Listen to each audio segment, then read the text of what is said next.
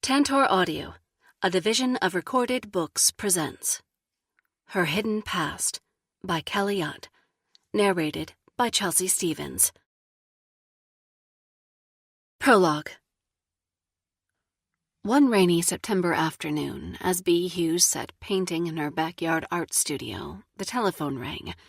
Its loud rattle made Bea startle. Hardly anyone called on the landline anymore.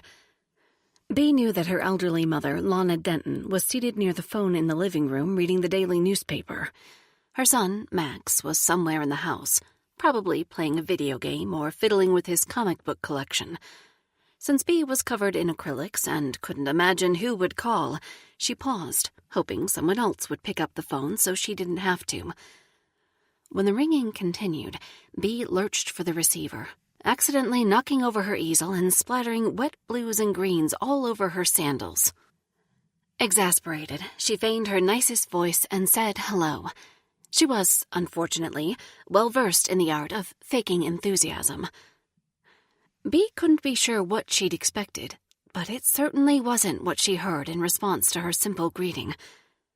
A robotic voice on the other end called Bea by her full name, Beatrice Elizabeth Hughes, then said the words which for years had haunted her nightmares. Words that would threaten to destroy Bea's family. Words that would seep angrily into her body and chill her down to the very bone. I know what you've done. Bea's heart raced as she nervously twisted the coiled black telephone cord around her fingertip. She felt like a child in trouble rather than an intelligent, capable woman in her 30s. She didn't dare say another word. What could she say? Lowering the receiver under her chin and tilting her head over to secure it against her shoulder, Bea stepped towards the window and pulled back the floral print curtains to look outside. She half expected to see someone there, ready to forcibly take her away from her small-town life. If she was being honest with herself, she had half expected that to happen for years. But no one appeared to be out there, save for Marmalade, the Hughes family's orange tabby cat who sat cursing the rain while huddled under a patio lounger. Shaken, but determined, Bea stood up as straight as she could and cleared her throat. She told herself she'd try to handle this head-on. Even though she didn't feel like a capable adult, she willed herself to act as if she was one. Using a wrist, she brushed a few disobedient strands of dark, silky hair out of her eyes, then opened her mouth to speak. Before she could say anything, she heard a faint clicking sound on the line. "Are you still there?" Bea asked hesitantly. "Yes," the mechanical voice replied. "I said, I know what you've done." A louder click this time, and the line went dead, blaring a forceful tone that could be heard even without holding an ear to the receiver. Bea's heart nearly burst out of her chest as the realization settled over her. Not only had she been discovered by an unknown mystery caller, but someone inside her own home had picked up the phone. They had been listening in on the line. Chapter 1. What next? Bea thought as the telephone dangled in her outstretched hand, still sounding its incessant warning. A vintage clock sitting on a nearby project table ticked urgently, forcing its way into Bea's awareness and competing to be heard over the phone. Time was running out. Back in the early days after the incident, Bea's fear of being caught had nearly consumed her. Max was a young boy then, barely in preschool. Bea had known she must hold it together. For Max, her boy needed her desperately. Bea's husband was a nice man and a cheerful father, but John Hughes didn't have what it takes to properly raise a child on his own. Besides, life in the public eye would have prevented him from putting the necessary time into child-rearing. It was the exception rather than the rule for John to come home at a reasonable time in the evening. If Bea had been taken away, Max would have no doubt been raised by a nanny. The thought still made Bea shudder. Perhaps it all would have been easier to take if the events leading up to the incident had been less dramatic. Bea knew she shouldn't have been there that night, especially since Max had been with her, his trusting eyes looking on as he leaned his little head on the side of his car seat. Even now, Bea could remember the scene as if it were right in front of her. She could feel the fog and the cool, damp air. She could smell the peanut butter and jelly sandwich she had hastily thrown together in case Max grew hungry, waiting in a brown paper bag within the console of her minivan. She could hear the chorus of bullfrogs as they did their best to ratchet up the volume on an already too intense night. The incident had been 10 years prior. Bea should have tried harder to forget. Standing still like a statue in her studio, she remained frozen in place. Her athletic legs felt useless and full of concrete. Her skin seemed taut as a turtle's shell, rigid and immovable. Mustering every ounce of her energy, she hung up the phone with a clank, then looked out the window again, expecting to see someone there this time. "Get it together," she told herself. She listened for signs of movement, but heard nothing except the gentle falling rain. Out of nowhere came a rapid series of knocks on the door. Bea's body grew even more rigid as her panic shifted into overdrive.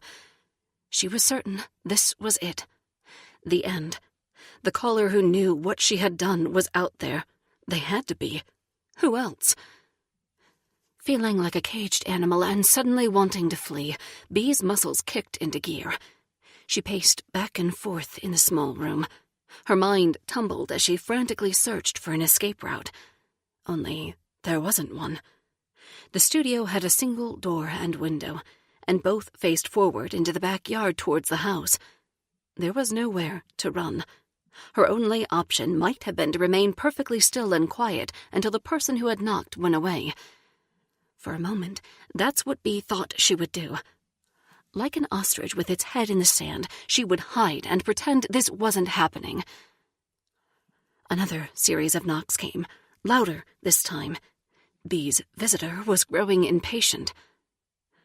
Nauseous now and beginning to perspire, Bea picked up a handful of her largest paintbrushes and gripped them together like a knife. If she had to put up a fight, she reasoned, the paintbrushes were the only objects available which might assist her in defending herself. Bea thought about how she would go for the eyes right away. No point in waiting. If it meant her or them, Bea would give it all she had. She owed that much to Max, even if not to John. Growing furious and fueled by an instinct for self-preservation, Bea steeled herself. Whatever awaited her, she would face it right here and now. She had used violence once before, and, in this moment, she realized she'd do it again if she had to. Quickly, she flipped open the lock and pulled back the door, holding the makeshift knife high above her head. Chapter 2. "Bumble?" her sister said in unison as they looked at Bea in disbelief. Bumblebee had been an unfortunate childhood nickname her twin sisters refused to let go of. Ruth took the lead. She always did. "What do you think you're doing?" she asked. "Yeah," Natalie echoed. "You look like you're ready to murder someone, in some kind of weird paint rage." "Like Van Gogh," Ruth said in a mocking tone, finishing her twin sister's thought. "Bumblebee, are you going to cut off an ear?" The twins laughed knowingly, as if they were still middle school girls. In fact, Bea thought they looked like middle school girls, giggling in the rain under matching plaid umbrellas. Their coordinating rubber boots completed their outfits. Bea was 2 years younger and often the butt of her sister's jokes. Thankfully, Ruth and Natalie lived in Sacramento now. Even though it was less than a 2-hour drive, the pair seldom came home to Rosemary Run for a visit. Ruth was married with a couple of kids, while Natalie's life seemed to be in suspended animation, waiting to begin. It didn't help matters that the twins were joined at the hip. Bea had always figured that only so many men would go for such a setup. And, truth be told, she'd wondered why Ruth's husband, Steve Robeson, had. But who was Bea to judge? Her marriage to John was far from perfect. "You two scared me," Bea said. the meek demeanor she exhibited around her big sisters taking over. Her change of disposition was probably a good thing. Bea knew she needed to calm down and think. "Is anyone else out there with you?" "Just us," Natalie said. "Who were you expecting?" Bea eased her head outside the studio door and looked around. Satisfied, she slowly lowered her hand and returned the paintbrushes to their resting spot on the easel. "Come in," she said. "You're getting all wet out there." "Oh," Ruth responded, without moving to enter the studio. "We were hoping we'd entice you to join us in the house. We were just there, having tea with Mom in the living room." "Until the phone rang," Natalie added coyly. Ruth jabbed her twin in the side with an elbow. Another inside joke for the two of them. Bea's innards turned to mush as a fresh wave of nausea moved through her body. Did they know? She put an arm out to steady herself against the doorframe. She could feel the color drain from her face. "What is it, Bumble?" Ruth asked. "You look like you've seen a ghost." Bea shook her head, trying to shake it off. "Nothing's wrong," she said in the most convincing voice she could manage. "I'm fine." "You sure about that?" Ruth pressed, peering into the studio. "It looks like you spilled some paint." "Fine," Bea assured. "Tea with Mom sounds lovely. I'll just get my umbrella." Bea closed the door behind her and leaned hard against it. She tilted her head back and looked up, willing herself to hold it together. She stayed like that for a few moments until the ceiling stopped spinning. Then she collected her umbrella, exited her studio, and followed her sisters through the back door of her house, stepping over marmalade along the way. Chapter 3. "Everybody's here," Ruth chirped as the family gathered in the living room. Ever the ringleader, she acted like it was her home instead of Bea's. Lana Denton was sitting in her usual easy chair with a blank look on her face. Bea couldn't tell from her mother's expression whether she had been the one listening on the telephone line. Max was there too, apparently cajoled downstairs by his aunts. Bea thought at age 14 her son would be easy enough to decipher. But not so. She couldn't tell if Max knew something. The suspense was excruciating. "So what brings you ladies in from Sacramento?" Bea asked. She hoped her nervousness wasn't too obvious to the others. She tended to be nervous around her sisters, even during the best of times. "You two rarely visit during the middle of the work week. There must be a special reason you're here today." Ruth was a high-earning real estate agent, blissfully busy with clients, showings, and contracts. She could set her own schedule and successfully tended to the needs of her kids as far as Bea could tell, but she never liked to be away for long. Natalie owned a title and escrow company, which both benefited from the steady flow of business Ruth referred and provided a reliable foundation for the real estate powerhouse to lean on. To see both Ruth and Natalie away from their bustling symbiotic businesses like this was unusual. "Yes, my loves," Lana added, breaking out of her trance. "To what do we owe the pleasure of this visit?" Bea was relieved to hear her mother speak. Judging by her voice, it didn't seem like Lana was rattled. If she had been listening to the call Bea received, she would most definitely have been rattled. Or so Bea thought. Ruth and Natalie looked at each other and grinned. They were up to something, that was for sure. Bea was curious, but had a lot on her mind and wanted to get whatever pomp and circumstance the twins had up their sleeves over with as quickly as possible. "Go on," Bea prompted. "You obviously have something to say. Whatever it is, spit it out." Max looked down at his hands impatiently and popped a few knuckles. There was probably a video game he'd rather be playing right now. He had only been out of school for a little while and would need to start on his homework soon. Bea thought he looked bothered.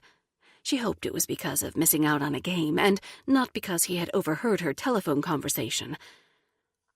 Her son was growing up fast. But Bea knew if he had been the one listening in, bringing up such a tense topic would be a chore for Max. He was a quiet introvert who didn't like conflict any more than his mother did. Whatever genes allowed John his ease in the spotlight had not passed on to his child.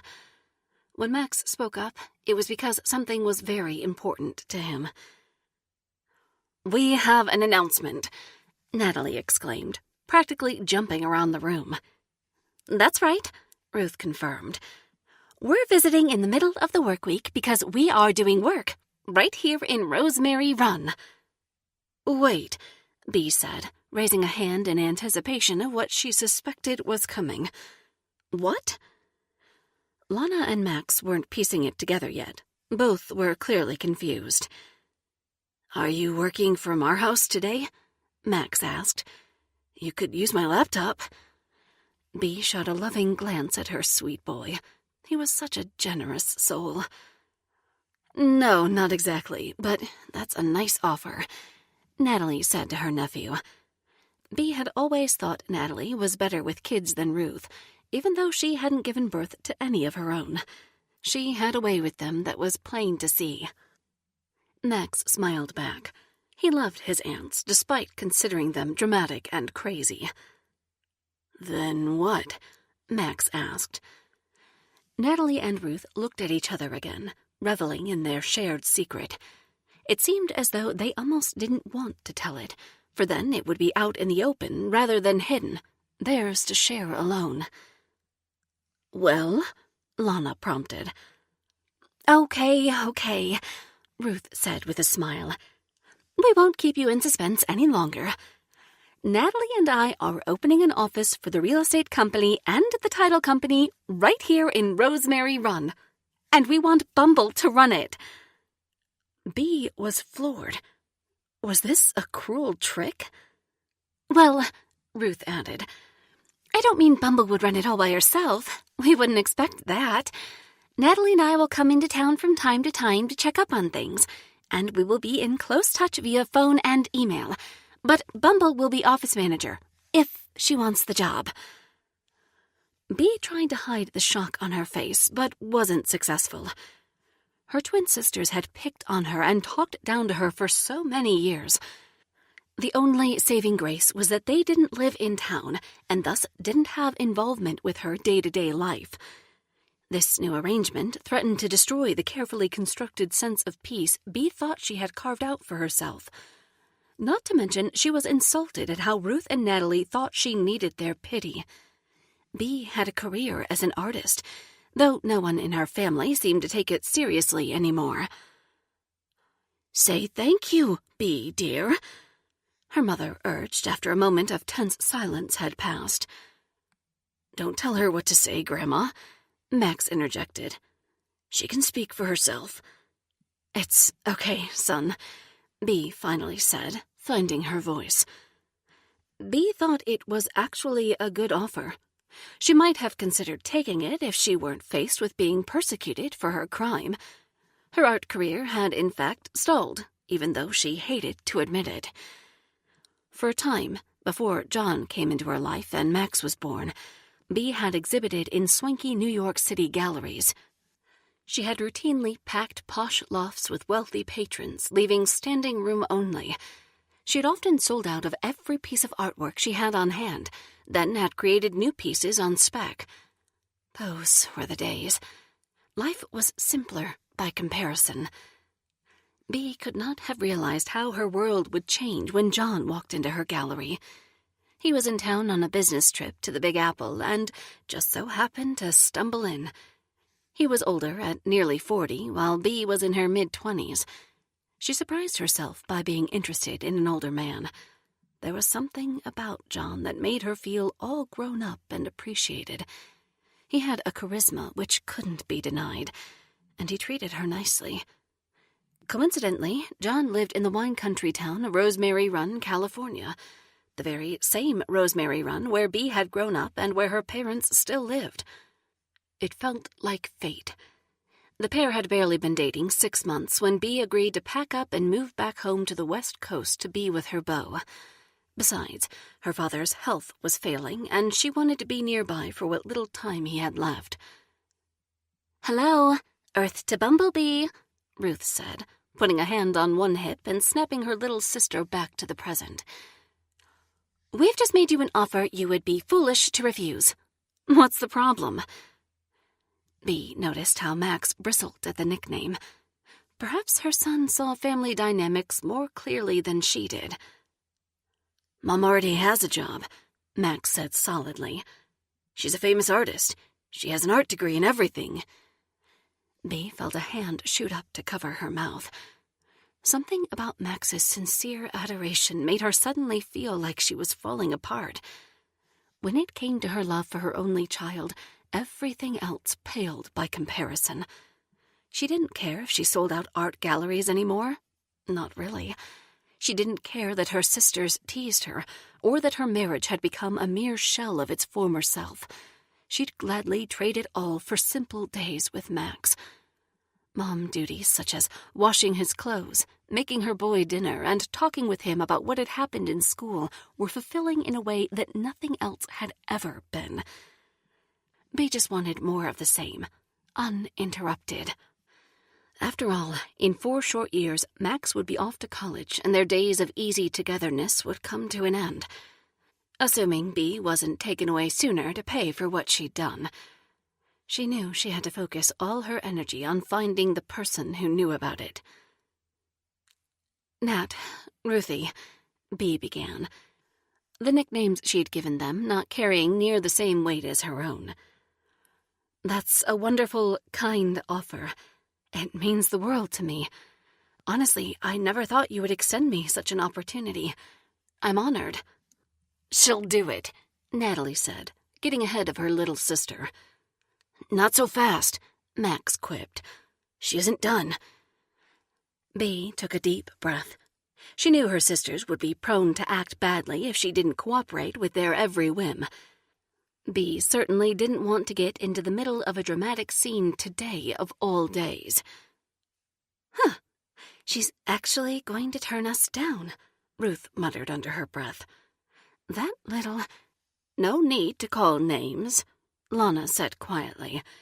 She wanted her daughters to get along, but she had never been able to make it happen. Her husband, Freddie Denton, had been the disciplinarian. "I'm so sorry," Bee said sheepishly.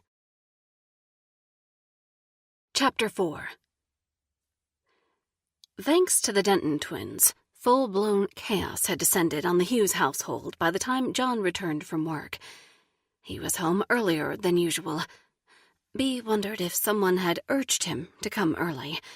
She wondered if the robotic voice had called him and told him about what she'd done. After all, if the caller had her home number, they surely knew how to reach John at the office. "I see we have company," John grumbled as he came in the back door. The sounds of Ruth and Natalie's loud gabbing took over the space and were impossible to ignore. John gave his wife an obligatory peck on the cheek, and she scooted over to greet him.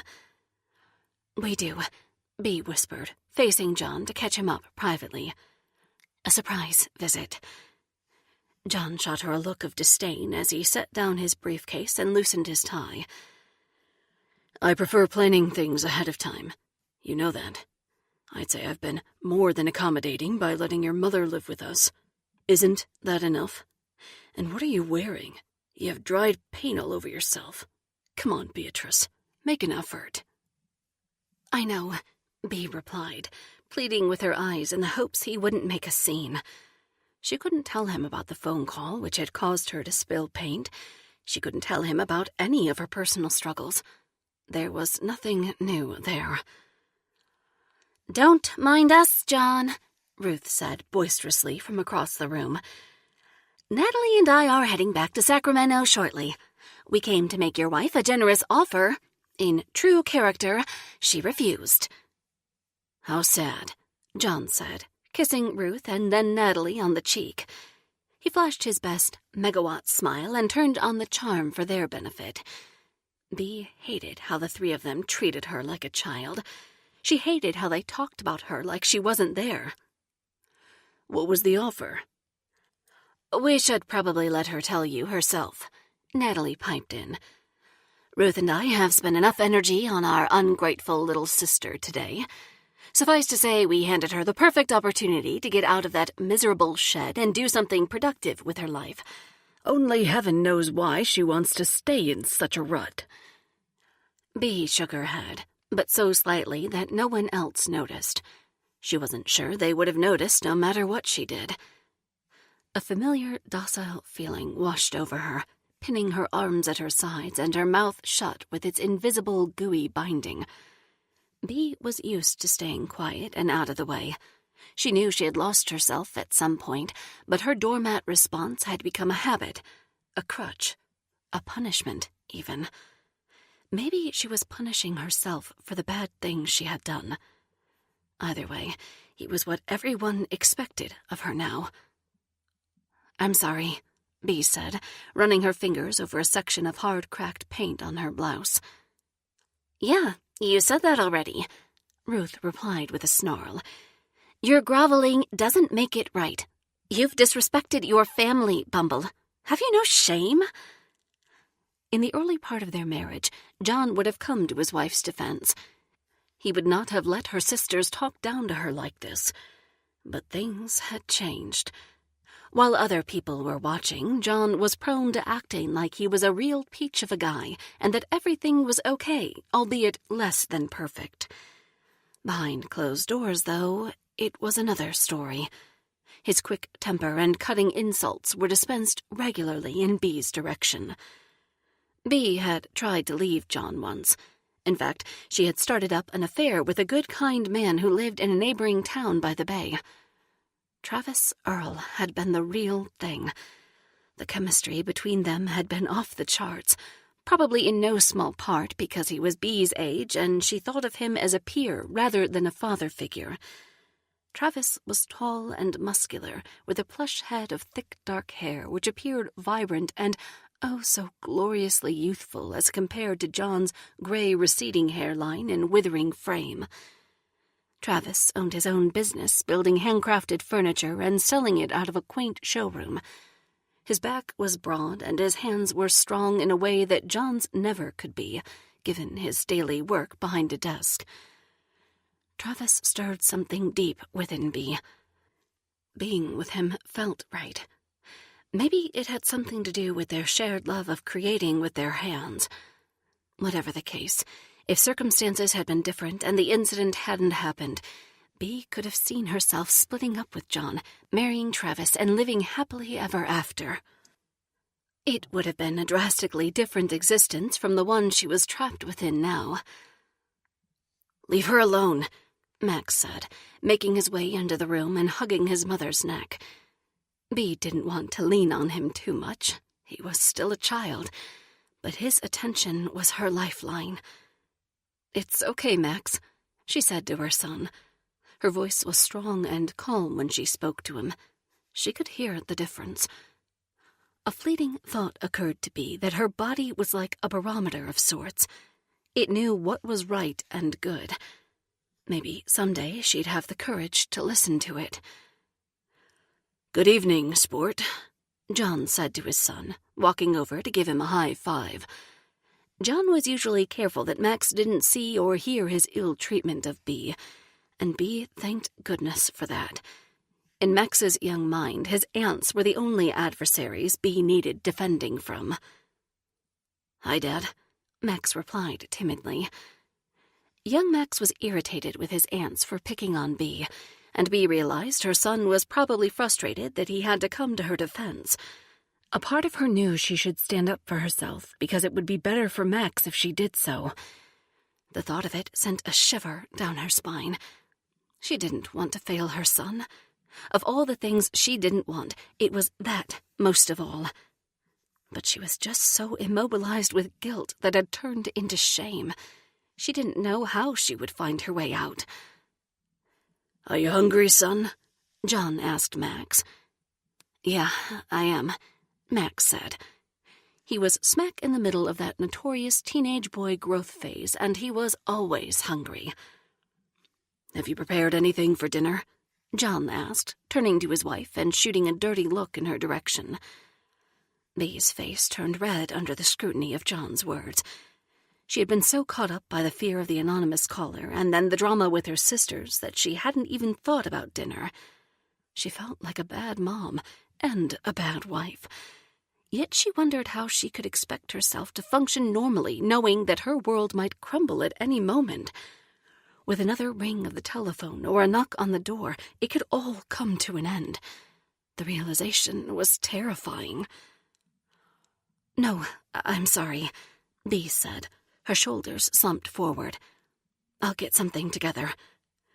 "Except that it's too late now," John barked, his intensity surprising her. "We have a house full of people at dinner time, and you don't have a single thing prepared." His tone was more aggressive than what he usually displayed around Max. Bee could see her son's face respond. His brow wrinkled and his mouth opened to speak, although he closed it just as quickly while he considered the situation. As fast as John's stormy mood had been hurled at Bee, he shifted his attention elsewhere as his sunny charm returned. "Ladies," he said to Bee's sisters, "how about I take everyone out for a nice dinner before you hit the road? You don't want to travel on an empty stomach, do you?" It was clear to Bee that John enjoyed being the big, important man who could woo everyone with his influence and power. It stoked his ego. The whole thing made her uncomfortable. On this, of all evenings, she was revolted by the thought of having to sit through dinner while John ignored her and showered attention on her disrespectful sisters. But he was right. It would be faster and easier to go out for dinner than it would be to prepare a meal for 6 people. "Oh, that sounds kind of fabulous," Ruth said, tilting her head to one side and lifting a shoulder up in a flirty pose. "What exactly do you have in mind, John Hughes?" "I don't know," John said coyly, drawing it out another moment for dramatic effect. "How about we dine at Honey Hog downtown? It's one of my old favorites. They've just reopened after an extensive renovation, and I hear it's done very well. Rustic chic. I've been meaning to take a look, anyway. Food and Wine magazine is set to do a feature article on them next month. It'll be great publicity for the town of Rosemary Run." "Fancy," Natalie added. "That sounds wonderful, but are you sure we aren't underdressed for such a distinguished establishment? And you always see people you know when we're out. We wouldn't want to embarrass you." John, Ruth, and Natalie turned at once to Bee and gave her a condescending look. Another dig about her clothing and the paint she had spilled on it. John was already wearing a suit, the same as he did every day for work. Ruth and Natalie were both dressed to the nines in the clothing they wore to do business.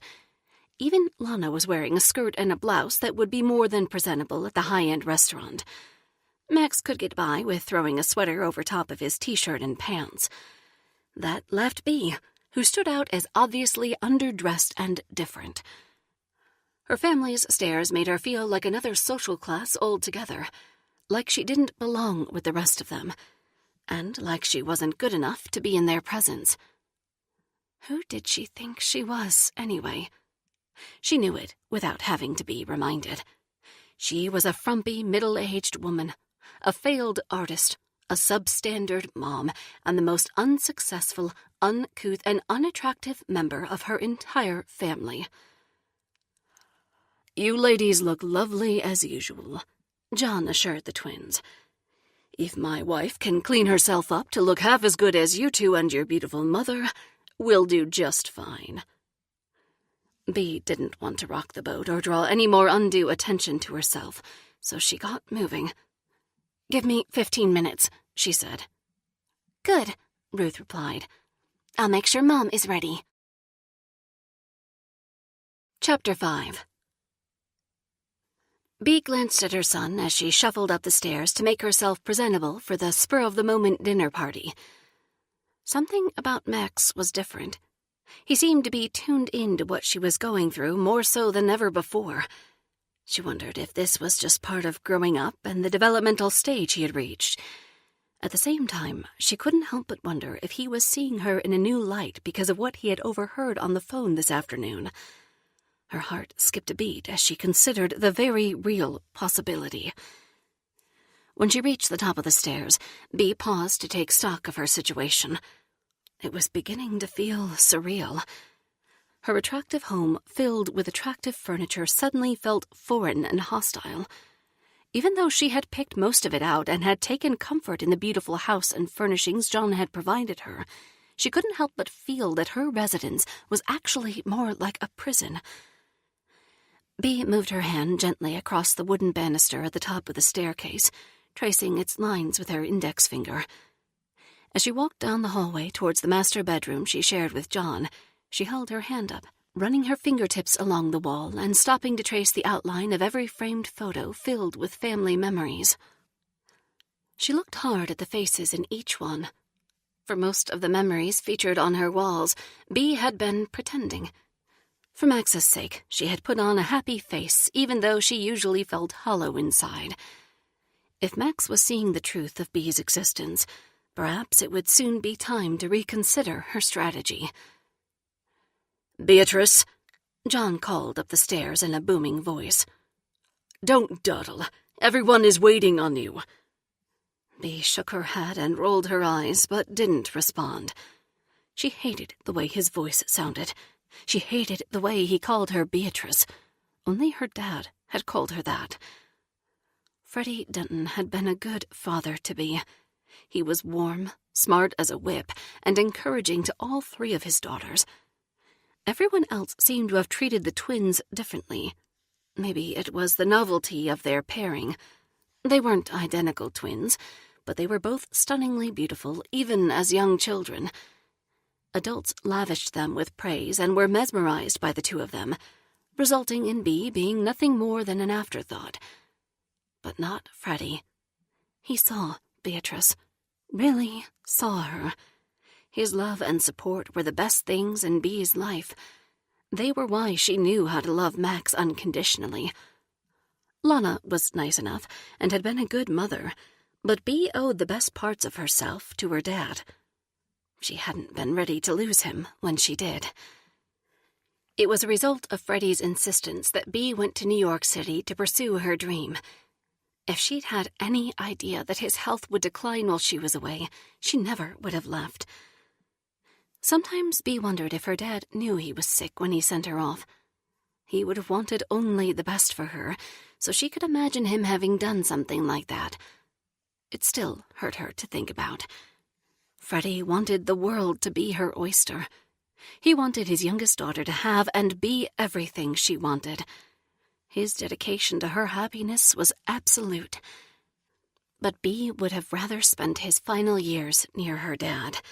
She would have taken care of him and done anything he needed. No task would have been too tedious, and no time spent a waste. Nothing lasting had come out of Bea's so-called art career anyway. Bea wondered what her dad would think if he could see her now. She also wondered how things could have gone so terribly wrong in her life. Was it inevitable? Was it the twins' birthright to outshine their younger sister? It was not lost on Bea how John had come into her life right around the same time as her dad left it. If she was honest with herself, she knew she had been looking to fill the void the loss Freddie's passing had created. That was no way to begin a marriage. It was certainly no way to sustain a marriage either, which was why Travis came into the picture. Sometimes, when Bea needed to escape her circumstances, she'd close her eyes and imagine herself living in this big, beautiful house with Travis rather than with John. As she walked into the master bedroom and closed the door behind her, she squinted her eyes until she could see Travis on the bed, waiting to embrace her. She and John scarcely made love, if you could even call it that. It was more a necessary physical release. But it didn't happen often, and it always felt forced to be. She longed for Travis's loving touch and attentive sexual healing. The feel of his skin against her own set her entire body alight. It was unlike anything she had ever experienced before, or since. "Beatrice," John called again from downstairs, more forcefully this time, and so loud Bea could hear it through the closed bedroom door. "What are you doing up there? Hurry!" Obliging, Bea stepped into her closet and pulled out a dress, all while keeping her eyes narrowed and Travis on her mind. It was a blue dress featuring a floral print and a plunging neckline that fell just off Bea's shoulders. A feminine ruffle danced along the bottom edge and promised to sway with her every move. It might have been too sexy for this evening's family dinner. It might have been too sexy for old John Hughes under any circumstances. But she decided to wear it anyway. A black shrug would cover her shoulders and tone the outfit down, but in Bea's mind she would pretend she was sneaking off to meet Travis. She would cooperate with John while mentally being somewhere else entirely. The fantasy would help her get through the evening. It would take her mind off of not only John and her nasty twin sisters, but it would help Bea push back the terror that came every time her thoughts wandered to this afternoon's telephone call. As Bea held the dress against herself and sized the choice up in her full-length mirror, she imagined Travis looking at her with delight and ravaging her with his eyes. She imagined him stepping close and breathing in her scent as he placed his thick, warm lips on her neck and his strong hands around her waist. Travis wanted her in a hungry, primal way that John never had, and Bea wanted Travis too. In fact, she wanted nothing more than to be with him. It had taken every ounce of strength she had to push him away. As Bea slid into the dress, then plopped down at her dressing table to freshen her makeup and put on some earrings, the doorbell rang. The Hughes home sat on a 3-acre lot, and the closest neighbor was a fair distance away. The doorbell didn't ring often, though it certainly got more use than the landline telephone. Bea froze when she heard its chime as a wave of panic moved through her body. She stood up, forcing her legs to carry her to the bedroom window. Her movements were jerky, those of a threatened animal. The roof line of the front porch prevented Bea from seeing who was standing at the front door. But she didn't need to. The rain had stopped, and she could see the yard out front clearly. There, in her own driveway, was a police car. The words Rosemary Run Police Department were emblazoned on each side, blue and red lights flashing. At a dizzying speed, Bea's body turned itself inside out. She didn't even make it to the bathroom before she leaned over and retched, splattering hot vomit on her pretty party dress. Chapter 6.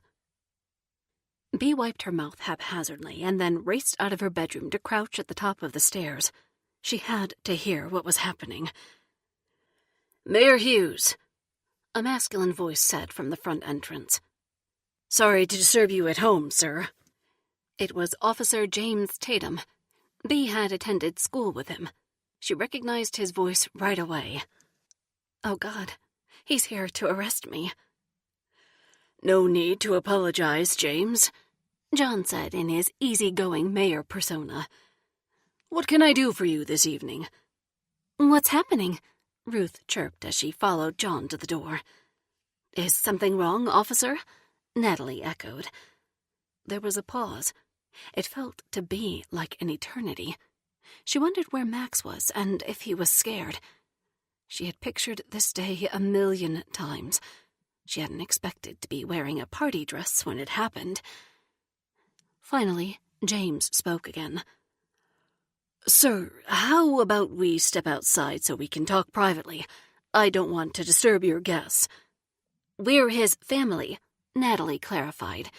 "Well, Bumblebee's family, anyway. Don't you remember us from school? We were a couple of years ahead of you, but younger than your sister." "Kate, right?" Ruth asked. "Oh, yeah," James replied, remembering. "You're the Denton twins. Good to see you again." "The pleasure is ours," Natalie said, winking. "Stop it, Natalie," Ruth insisted. "He's married, you know. I've seen him and his pretty wife around town."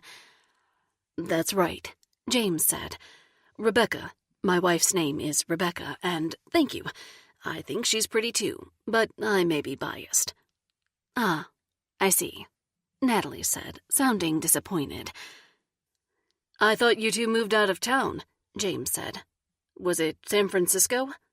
"Sacramento," Ruth clarified. "But we're opening a new office here in Rosemary Run. It will be a joint venture between my real estate firm and my sister's title and escrow company. Keep us in mind if you're ever in the market for a new home." "I'll do that," James replied politely. "Congratulations to you both." Bea could hear John breathing deeply. He was trying to stay calm for his audience, but he was growing frustrated. "Officer Tatum," John said when there was a break in the conversation, "I'm happy to step outside as you suggested. Let's do that." Bea could hear the front door swing open wider and then close hard. She shook as she shifted into a fetal position. She hoped no one came up the stairs and saw her like this. Most of all, she hoped she would have time to explain things to Max and her mother before she was arrested. Did they allow murderers time to explain things to their loved ones? There. She thought it. She was a murderer. Now what? Chapter 7. Somehow Bea found the strength to get back to the bedroom and clean herself up. She didn't want to be stuck wearing a dress in jail, or prison, or wherever it was they would take her. She washed her face, brushed her teeth, and put on a sensible pair of jeans. She chose to layer with a sweatshirt over a long-sleeve shirt, both over top of a t-shirt. She wanted to be prepared for any temperature. She put on warm socks and a pair of comfortable running shoes. As Bea dressed herself, she thought about how she was trying to exercise some element of control over her life. It was human nature. If she couldn't handle the important matters she faced and was about to lose her very freedom, then by God, she would choose the clothing she wore. When Bea had envisioned this day, she hadn't imagined that her old classmate James Tatum would be the arresting officer. He was a good guy who would be disappointed to know about her wrongdoing. He was the kind of guy you wanted to believe in you, the kind who inspired you to be better. What a mess. Bea had been careful not to search the web for anything related to her misdeeds or potential imprisonment. She knew the police would seize her electronic devices as part of their investigation once she was apprehended. She didn't want any incriminating evidence which could look worse and lengthen her sentence. As a result, much of what she knew about women in prison she had learned from television shows like Orange is the New Black. It wasn't much, but it was something. She hadn't contacted an attorney. She didn't want to look guilty.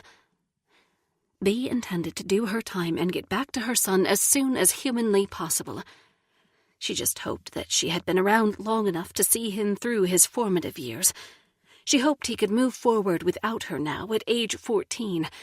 And beyond that, she hoped to be released in time to meet her grandchildren away from the prying eyes of prison guards. Bea hadn't told another soul, but she had prepared for this day. In a brown box in the attic under art supplies which had been carefully placed as a decoy, Bea kept a cache of items meant to help Max get through the time she was away. She had birthday cards made out for each of the next 30 years. She realized 30 may have been overkill, but she wanted there to be enough. She'd also written letters for Max to open on several special days, including his first date, his first car and driver's license, his high school graduation, his first day of college, his college graduation, the first day of his first real job after college, his engagement, his wedding, and the day he becomes a father.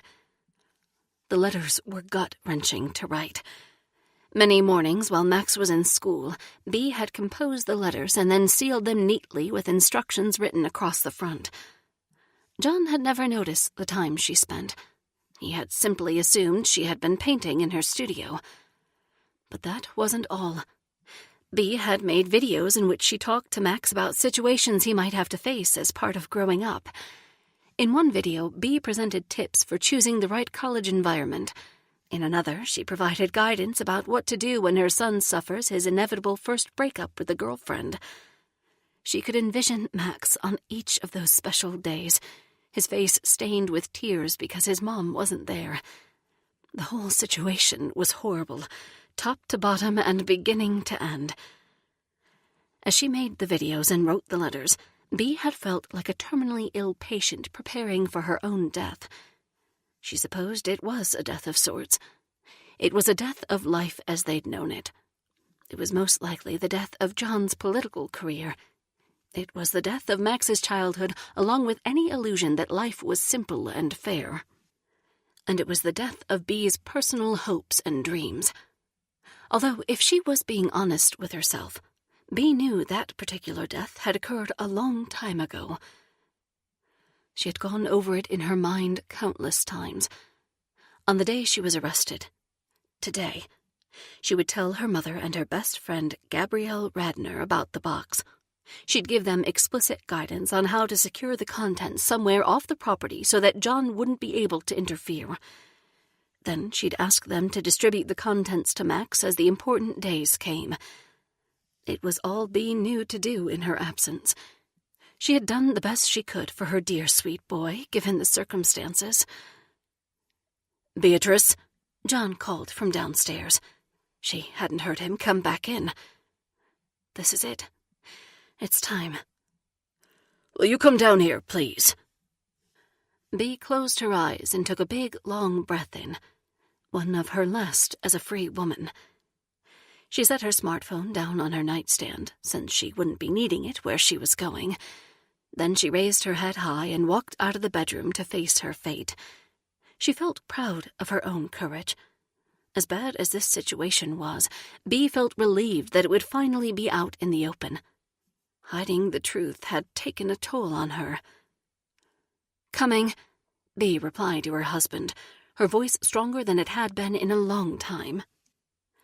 She climbed down the stairs one by one, her bravery becoming fortified with every step. When she reached the bottom, she walked through the kitchen and into the living room, ready to meet Officer James Tatum at the front entrance. Only the door was closed. He wasn't there. Chapter 8. "Are you serious, Bumble?" Ruth quipped. "This is your idea of dressing nice to dine at Honey Hog?" "Come on, Beatrice," John said under his breath. "Are you trying to embarrass yourself?" Bea was confused. Where was Officer Tatum? Why was everyone pretending like nothing was wrong? She cleared her throat. "Who, I heard someone at the door." "It was a work thing, for Dad," Max explained. "Officer Tatum had some business with John," Lana added. She could see her daughter's distress and wanted to help. "You remember James Tatum, don't you, Bea? He was in your class in school." Bea's mind reeled. She struggled to make sense of what was happening. She had been so sure that she was about to be arrested. "Yeah," she replied to her mom. "I remember him. What kind of business was he here to discuss?" She wanted to know more, needed to know more. "Nothing for you to be concerned about," John said. "But I'd like to know who was at the door of my house," Bea said, persisting. "Our house. I guess it isn't every day that a police officer knocks on your door," Lana added with a smile. John was stuck, having to play the role of a good guy since others were watching. Bea was grateful to her mother for chiming in and forcing John to act civil. Lana probably understood more about the dynamics between Bea and John than she let on. She had been there to observe them every single day for a while now. No matter how well John hid it, there were surely signs that things were less than rosy in their marriage. "No big deal," John reiterated. "James was here to talk to me about a sensitive matter which he felt necessitated an in-person discussion rather than a phone call." John looked at Bea as he emphasized the words phone call, and her heart skipped another few beats. Although maybe it was her imagination, and John had emphasized nothing at all. The back and forth was exhausting. Bea was half tempted to confess and turn herself in just to get it over with, but she would never do such a thing as long as Max was around. She couldn't. He still needed her. "Why don't you get changed for dinner, dear?" Lana asked Bea. "Everything is okay down here." "Okay, Mom," Bea said, swallowing hard. I'm sorry, everyone. I'll be right back." Ruth and Natalie snickered, but kept their comments to themselves. Gathering her composure, Bea walked back up the stairs, feeling both grateful for her freedom and a little disappointed that she'd have to remain hyper-vigilant going forward. It was positively exhausting. She retrieved her phone from the nightstand and then went into her closet again, this time selecting a simple mauve pencil skirt and pink blouse to wear. She didn't have the desire to try the sexy off-the-shoulder number a second time. Her mood was deflated. She wasn't sure that even Travis Earle himself could lift her spirits, had he been there in the flesh. When she was dressed, Bea went back downstairs, prepared to play the part of the diminutive, obedient wife. "I'm ready," she announced. "Shall we all ride together?" John owned a large SUV which would easily hold all 6 of them. Bea knew her husband liked to drive, especially when he was entertaining. "Sure thing," Natalie said. "The restaurant isn't far." "John," Ruth began, "if you don't mind driving, I think it would be nice for us to go together as one big happy family." Max smiled. Like all kids, he was a sucker for everyone being together. Bea understood. It was a good wish. She would have liked the same thing if it could have somehow been real and based on mutual respect. "It would be my pleasure," John replied as he gestured towards the back door. Following his lead, the group made their way outside like old times. This particular group didn't get together all that often anymore, but there had been a period back when Max was a baby when they'd had frequent dinner dates. It wasn't long after Freddie died, and the rest of the family had made a concerted effort to spend time together. Bea felt a pang of sadness as she thought about how things used to be so much better, even between her and her sisters. She wondered if they could ever get back to that again. But Max's mood was cheerful, and Bea liked to see her son feeling good. He paused to squat and scratch Marmalade under the chin as they walked past. That's what this is about, Bea thought to herself. Another day of his happiness. She smiled along with him as they climbed into the SUV and started down the long, meandering driveway. As they approached the mailbox at the end of the drive and John began to turn onto the main road, a woman in a little black station wagon pulled out in front and stopped them. "What now?" John asked thinly, trying to hide his irritation. "That's Mrs. White," Max said cheerfully from the back seat. "You know her, Dad. She lives next door." Yes, I do," John replied. "But what is she doing here?" Myra White was a nosy neighbor with far too much time on her hands. Had her house been closer, she would have probably been peering in the Hughes family's windows on a daily basis. As it was, she had to do her snooping from a bit of a distance. Myra's husband had divorced her and left a sizable alimony benefit after a cliché fling with his secretary became widely known around town. It had happened a few years ago. Their kids were both in college now, and Myra was an empty nester who had spent the past 2 decades as a homemaker. Not knowing what else to do with herself and stabilized by her ex-husband's financial support, Myra had holed up inside her house. Bea wondered what she did in there all day.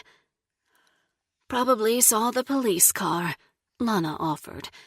Lana had spent more time with Myra than anyone else in the Denton Hughes household. She sometimes invited her over for afternoon tea and a game of cards. "I see," John confirmed. "I'll handle this," he said, putting the vehicle in park and stepping outside. Bea noticed herself beginning to perspire. Every interaction seemed to send her into a tailspin today. Danger was around every corner. "She looks upset," Bea remarked as she watched Myra get out of her car and approach John. "The drama!" Ruth exclaimed. "It's like a regular episode of Cops around here." Lana shot Ruth a look that said to leave it alone. Bee's mom was a sweet old lady who didn't get into the middle of conflicts if she could help it. Her laid-back personality meant that she was taken more seriously when she expressed a firm opinion. All three of her girls respected their mother. They sat in the car, watching carefully to see what would transpire between Myra and John, who now stood less than a foot apart from one another. They spoke in what appeared to be hushed tones. The conversation must have been intense because Myra began waving her arms around as she talked.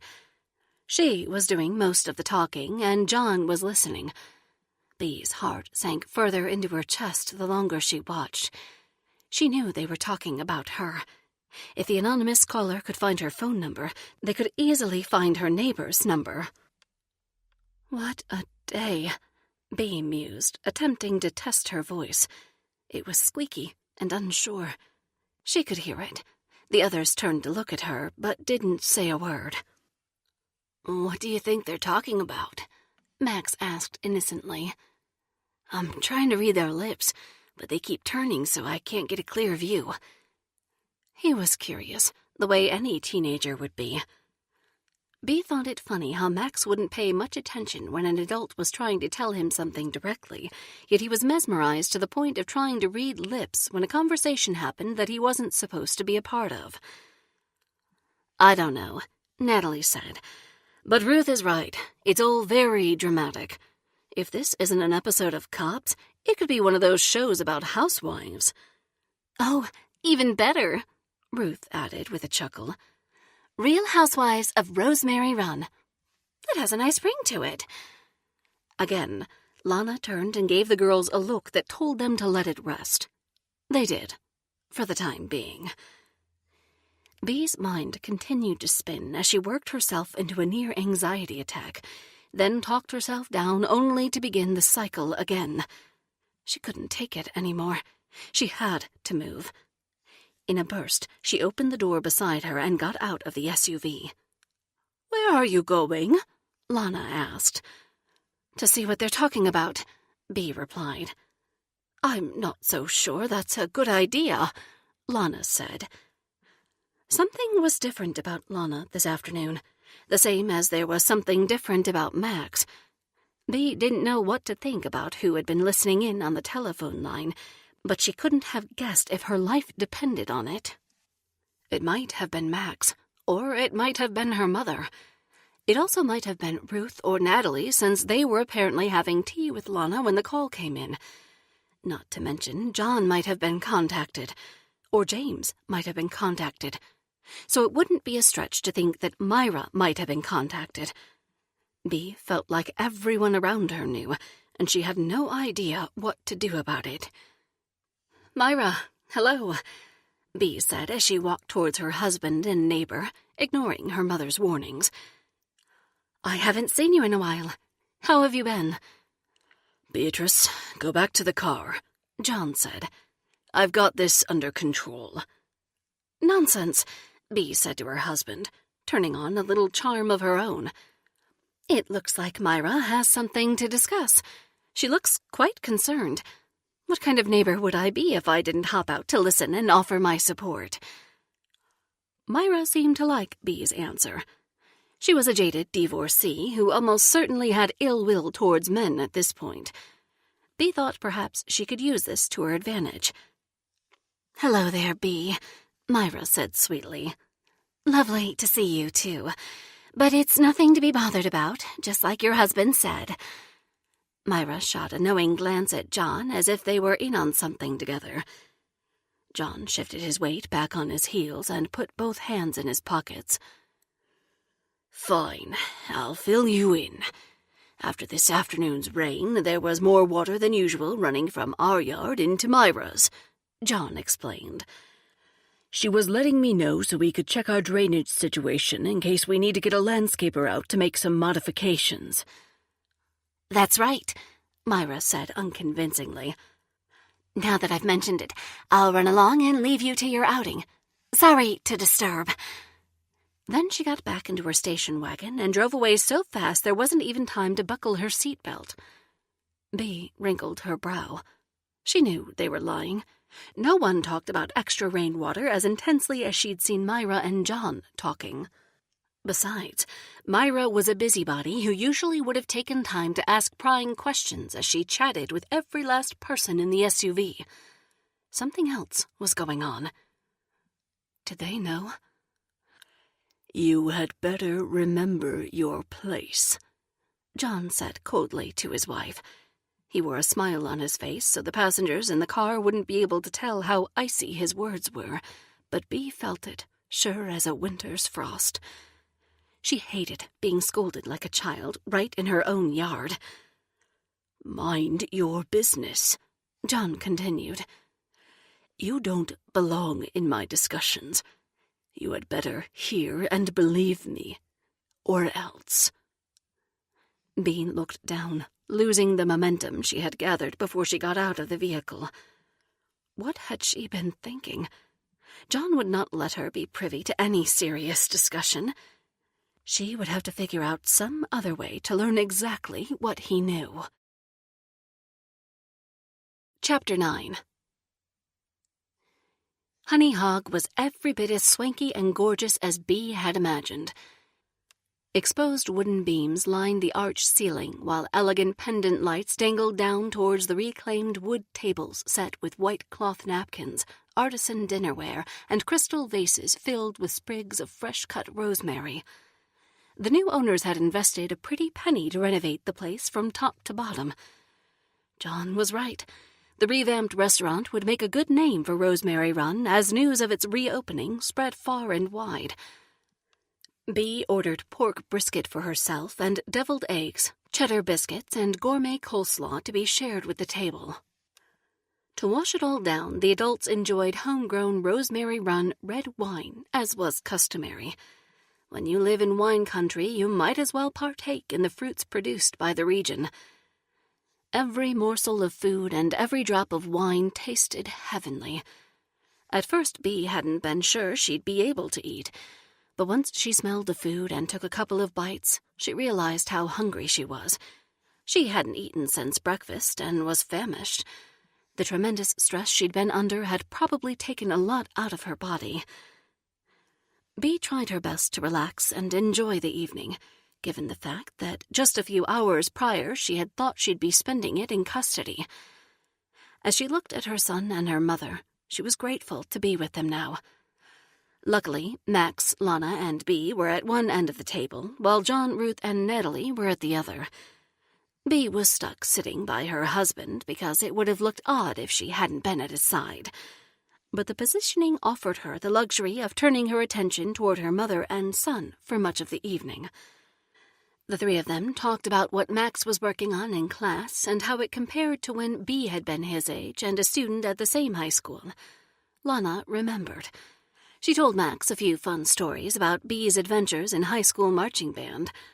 They laughed together about how Bea could never seem to get her buttons polished brightly enough for uniform inspection, and how she was disappointed to learn that her parents could barely hear her flute in the stands when the band performed from the field. Max had opted out of marching band, but was signed up for the debate team and men's soccer.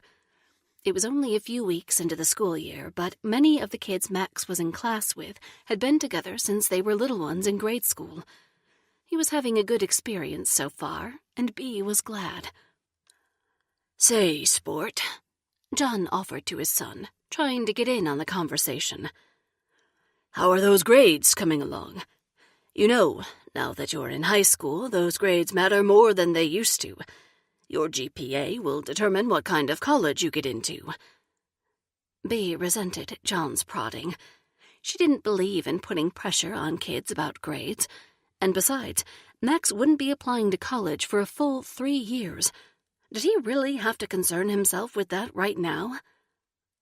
"I know, Dad," Max said shyly. "You've told me a lot of times." "I know I have," John replied. "I want to be sure it's at the forefront of your mind. Maybe if you do really well, you can go to my alma mater, Sanford." "Easy," Bea said in a rare warning to her husband. Let him be a kid a while longer. Natalie and Ruth looked nervous to see Bea asserting herself. If Bea didn't know better, she would have thought there was a concerted effort to keep her beaten down. Meanwhile, John glanced at a table on the far side of the restaurant filled with men in business suits. He was grandstanding, hoping they would hear him. Always campaigning, Bea thought. How repulsive. I might, Dad, Max answered. I don't know what I want to study yet. Maybe I'll go to art school like Mom. Bea sat up straight and smiled upon hearing this. That's my boy. Don't be silly, John said as he spit out a sip of his wine. There's no future in art school. Just look at your mother. The wine was causing John to let his guard down. As Bea came to think of it, Max wasn't usually around when John drank. She hoped John wouldn't say anything that was too upsetting for their son to hear. But then again, maybe Max could get an even better idea of what his father was really like. It might ultimately be a good thing. Mom paints very beautiful pictures, Max said, sounding defensive. I like her pictures, her paintings. I know you do, sport, John said quietly, tousling the top of his son's hair and seeming to reel himself back in. At least a little. He raised his glass and took another big gulp of wine. Then he again glanced at the table of businessmen in suits across the room. He raised his voice louder and began to speak once more. But Max, son, I believe you could have a promising career in politics if we get you the proper education. You could be a chip off the old block. Lana began to speak, but then covered her mouth with one hand, thinking better of it. Bea wished her mother would speak up. Max should hear from multiple loved ones on this topic to avoid being forced down a path that isn't of his own choosing. Bea's blood was boiling now. Her anger towards John was taking her mind off of her other worries. This small comfort made her delve full force into her feelings of rage. John, she said sternly, Max is entitled to make his own decisions about what to study in college when it's time. I, for one, will support him no matter what he decides. What a joke, John said in his most condescending tone. Even Ruth and Natalie looked surprised. Maybe the two of them hadn't realized just how disrespectful John could be. Your mother doesn't have a career, he continued. Not a real one that earns money, anyway. Do you want to end up like her? If I weren't around to take care of her, she'd have to... Well, I don't know. I suppose she'd have to become a waitress at a restaurant like this one. It was a calculated insult. Bea had worked as a waitress in high school at this very restaurant, though it was under different management and called Western Steakhouse back then. Wow, Natalie said. That was a lot. You do know Bumble worked at this restaurant back when it was Western Steakhouse, don't you, John? Ruth asked. Bea thought it odd how the twins always seemed to speak in sets. One rarely said anything without the other echoing some obligatory add-on comment. But she didn't mind right now. She was grateful to see them feeling protective of her for a change. My point exactly, John said. John, Lana began, calmly but surely. Freddie and I were always proud of each of our daughters, Bea included. You're right. She worked hard as a waitress during high school to save up extra money to put gas in her car. We weren't wealthy, but we did okay. We were able to support Bea through art school. We were happy to do so because that was her chosen field. I hope Max will be given the same opportunity to make his own decisions. Max turned to his grandma and gave her a big, approving smile as he nodded his head. It was more than Lana had ever said to John before in her daughter or grandson's defense, and the timing could not have been better as far as Bea was concerned. Normally, Bea would have avoided making a dramatic scene at all costs, but tonight she felt like a tea kettle full of steam and ready to blow. Besides, John was the one creating the tension, not her. John scoffed. "That might be true, Lana, but a lot of good it did. Your daughter is nothing but a drain on my wealth, generosity, and patience. If you knew some of the things I've had to do for her, you'd be singing a different tune." Now it was Bee's turn to scoff. "And if I tallied up the things I've had to do for you," she said to John, "we'd be here all evening. For starters, I've washed your clothes, I've cooked your food, I've cleaned your house, I've dressed up and smiled politely for the endless stream of people you've been desperate to impress. Not to mention, I've raised your son. And for all of it, you've been ungrateful. I've become a shell of my former self thanks to your insults and mistreatment. And for what? Aside from my dear Max, who is the best thing to ever happen in my life, none of it has been worth it." Everyone at the table was uncomfortable now. Other guests in the restaurant were taking notice. The men in business suits who John had been so preoccupied with were looking in his direction. "Yeah, is that so?" John asked, turning in his chair and placing one arm on the table and the other around the back of his wife's. It was a territorial pose. He thought he owned her. All bought and paid for. "Yes, it is," Bee replied. "Fine," John said, leaning closer. "Then I'll stop protecting your secrets." Bee froze like a deer in headlights. What secrets? Should she call his bluff? Or was he serious? "Fine," she returned. "Then I'll stop playing nice in the interest of your political career. God knows nearly every decision we've made during our marriage has been for that reason alone. I'm sick and tired of it. You're nothing but a bitter old man who wants to appear more powerful than he really is. I see through your charade, Mayor John Hughes." Bee stood up, gathered her things, and moved to the back of Max's chair. "Come on, Max," she said. "Let's take a walk." Lana, Natalie, and Ruth looked around nervously, hoping to avoid a strained ride home alone with John. Bee was sure that the ladies in her life now wished they had driven separately. This was no happy family. "A walk to where?" John asked, incredulous. Bee ignored him. "I'm serious, Max," she said. "Come with me, right now." "Where are we going?" Max asked, getting up. Bee knew her son was asking more than simply where they were going in the next few minutes. She knew things with John had reached a boiling point and that they'd never be the same. Max was asking where they were going in life. He was asking what would happen to them and if everything would be okay.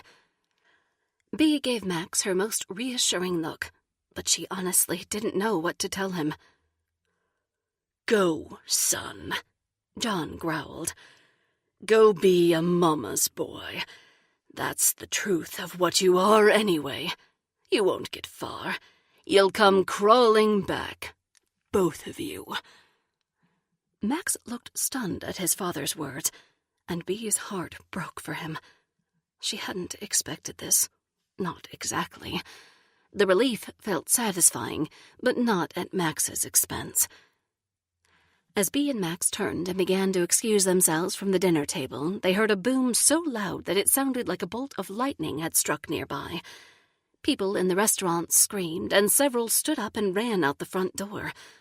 A little girl seated nearby began to cry big, pitiful tears. Bee didn't have to turn back to see what had made the noise. She already knew. John's roar came next. He stood up, kicking pieces of the now broken table in front of him as he bellowed like an angry grizzly. He was in a full-on rage, seeing red. There was no stopping him now. He began bucking around and thrashing, destroying chairs and dinnerware as he went. People who hadn't already left the building pulled smartphones out of their pockets and handbags to record their mayor's meltdown. Within minutes, it would be all over the internet and all over the news. Bee turned to her mother and sisters, putting one arm around Lana and the other securely around Max. "Let's go," she said. "We're leaving together." "Bee," Natalie said to her little sister in the most sincere voice as she placed a hand gently on her arm. "We had no idea. I'm so sorry." Chapter 10. Bee's palms were sweaty as she picked up the receiver to one of the few public telephones left in town. She inserted a couple of coins into the slot and dialed the number she knew by heart. He picked up after the first ring. "Hello?" "Someone knows. Well, more than one person, probably. We need to talk right away. When can we meet?" "Oh," he said simply. "And after all these years." Bee didn't reply. It was all she could do to steady her breathing. "Tomorrow morning, 10 a.m. at my building. Use the back door and I'll buzz you in." Chapter 11. Bee didn't go home that night. At least, not for long. With her mother and sisters, she and Max hired a rideshare service. The driver took them to the house and waited outside while they packed a few things. Natalie and Ruth were treating Bee better than they had in years. They both offered their homes up for those who had been displaced from the Hughes house. Lana agreed to stay with Natalie for a while, which was good. Natalie lived alone and had 2 guest rooms available. Truth be told, Lana probably should have been staying with Natalie all along. She was the only one of the 3 sisters who didn't yet have a family of her own. The logistics made sense. The pair of them agreed to keep Marmalade for a while as well. Bee didn't want any living creature left under John's roof and subjected to his rage. Bee considered taking Natalie's other guest room for herself and Max, but Sacramento was too far to commute to school, and she didn't want her son missing out. Next, she thought about staying at her friend Gabrielle's. It was late, and Gabby had no idea what was going on, but she didn't need to. She was the kind of friend who would be there for Bee with no questions asked. The arrangement felt like an imposition, though, because Gabby's boyfriend Miles had recently moved into her loft. Bee didn't want to dampen the couple's early days of living together with her very real problems. Finally, Bee settled on a generous offer from her twin sisters and let them put her and Max up in a hotel room. It was just for a few weeks until Bee got things sorted. Now that they understood what she had been subjected to, the twins felt sympathetic towards Bee's situation and had stopped teasing her. Normally, Bee would have rather starved than accepted their assistance, but they seemed to genuinely want to help, and Bee needed the hand.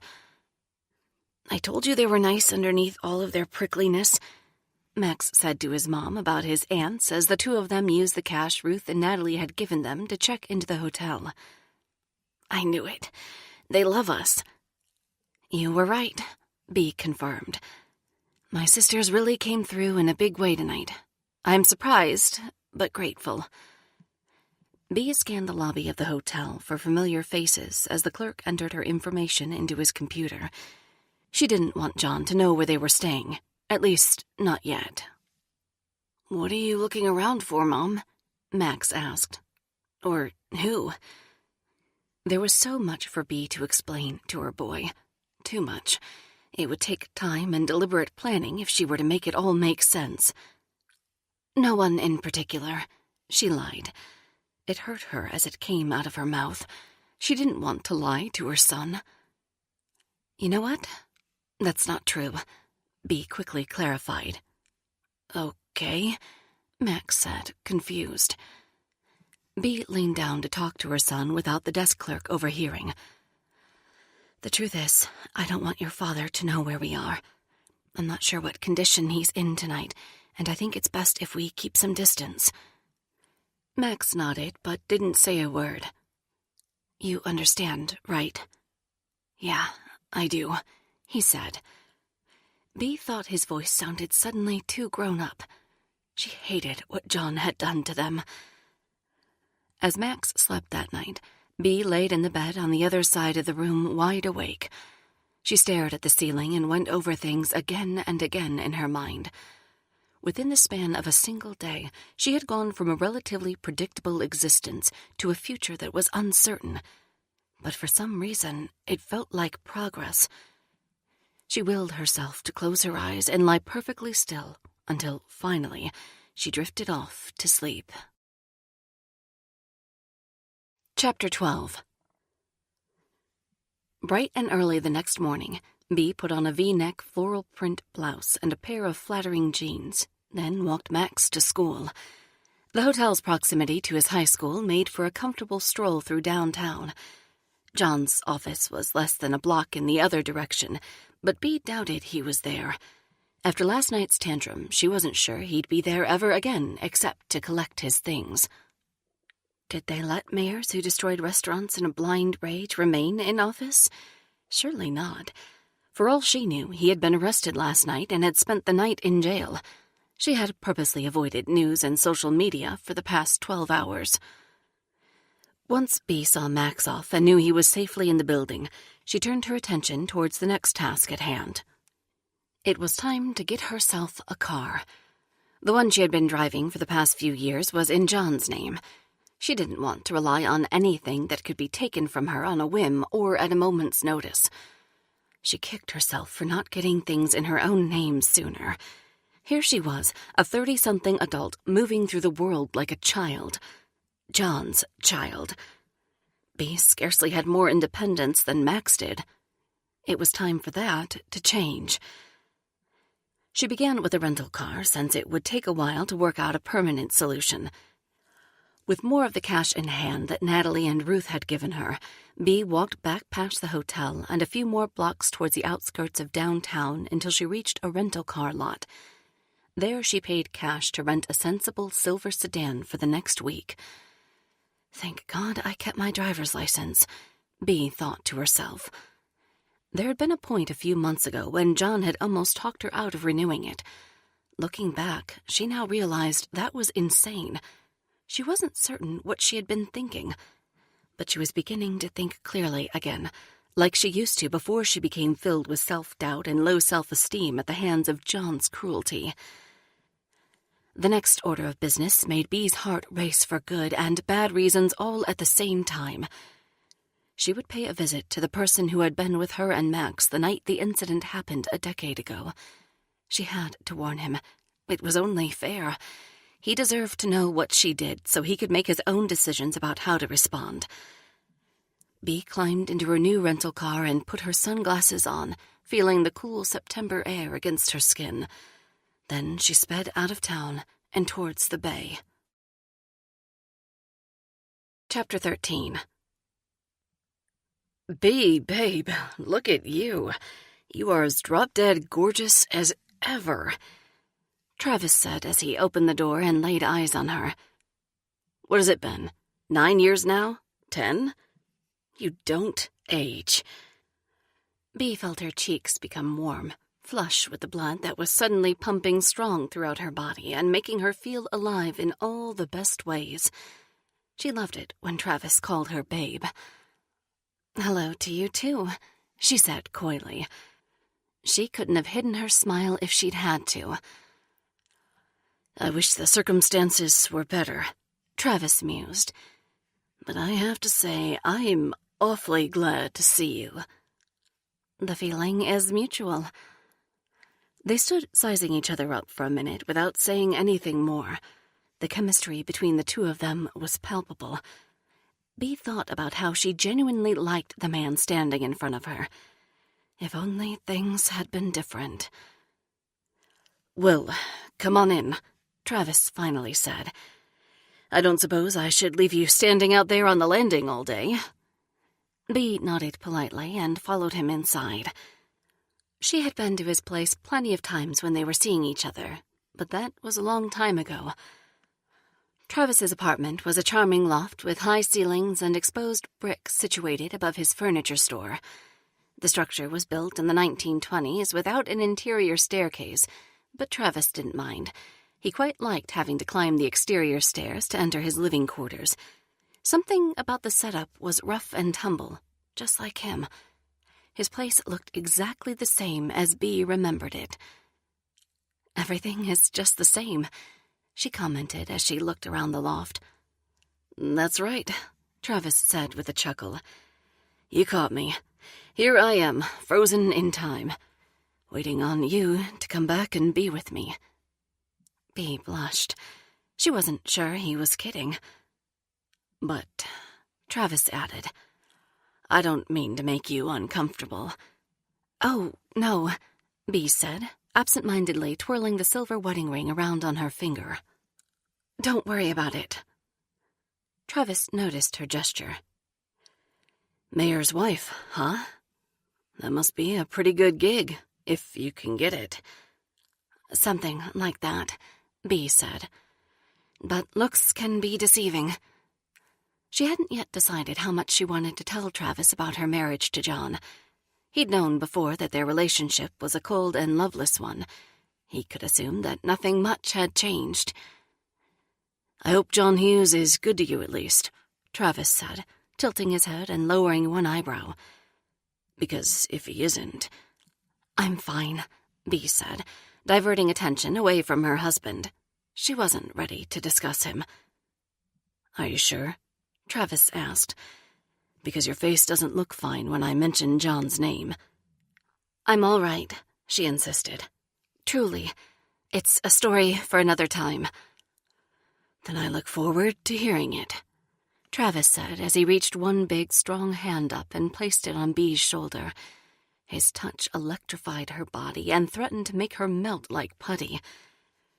Nervous and unsure of exactly what to do with herself, Bea volleyed the attention back in Travis's direction. "How about you?" she asked. "Is there a Mrs. Earle in the picture?" His eyes got big in mock protest. "Wow, you just get right to it, don't you?" he asked with a chuckle. Bea started to apologize and hang her head, but then remembered she didn't have to do that around Travis. Instead, she lifted her chin high and met his eye contact. "Well, you know," she said, "inquiring minds and all." "I get it," he replied. "It's a reasonable question, and you can ask me anything." His hand was still on her shoulder. "The answer is no. There's no Mrs. Earle in my life. I've dated here and there, but it never turned into anything serious." "Isn't that something?" Bea mused. "All these years, and you're still an eligible bachelor." "I guess I haven't found the one," Travis said, moving his hand slowly around to the back of Bea's neck, underneath her long hair. "Although there was the one who got away. I think you know her, actually." This is escalating quickly, Bea thought to herself. She was largely powerless when it came to Travis's charms. She knew she probably ought to feel guilty. She was a married woman, after all. Except she didn't. Her marriage was a sham, and the connection she and Travis shared felt true and good. It felt like they belonged together. It felt incredibly right. "I might know a little something about that," Bea managed to say between heavy breaths. His touch was making her wild with desire. "Tell me again why we couldn't be together," Travis prompted as he stepped closer, his lips less than an inch away from Bea's ear. Her knees buckled as she felt the heat coming off his body and smelled his familiar sexy scent. "I mean really, together, Bea. Happily ever after together. I wasn't kidding when I said that I've been waiting for you." "Don't be silly," Bea said, although she knew he was serious. She didn't move to step away. "I'd feel terrible if you've been pining for me all this time. You deserve better." "Maybe," Travis said, sliding both of his hands around Bea's waist and lacing his fingers together in the small of her back. "But if I end up with the love of my life in the end, it will have all been worth it." Bea was completely and totally taken with this man.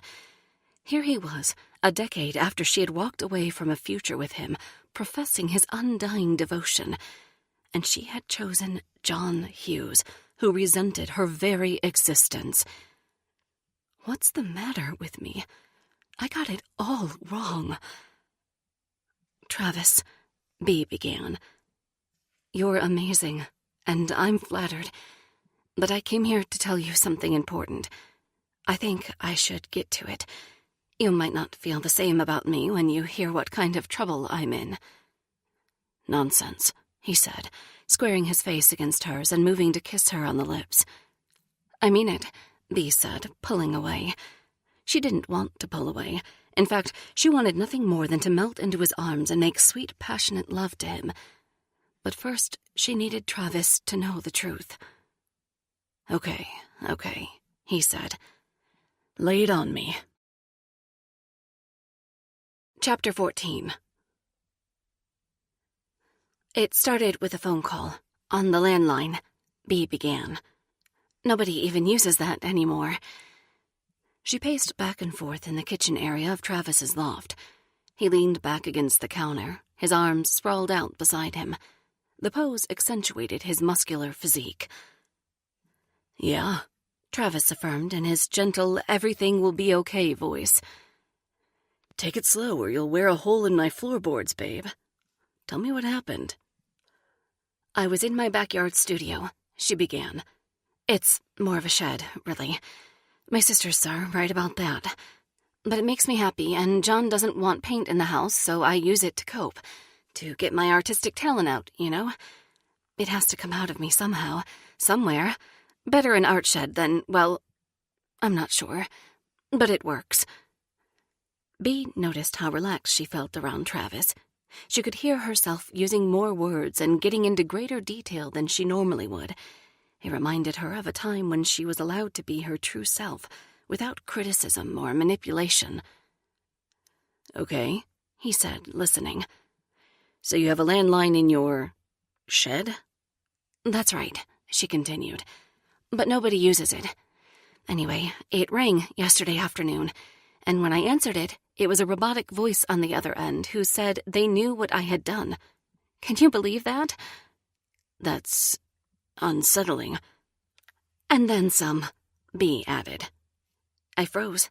I didn't know how to respond. "That's understandable," Travis said. "A call like that would rattle anybody."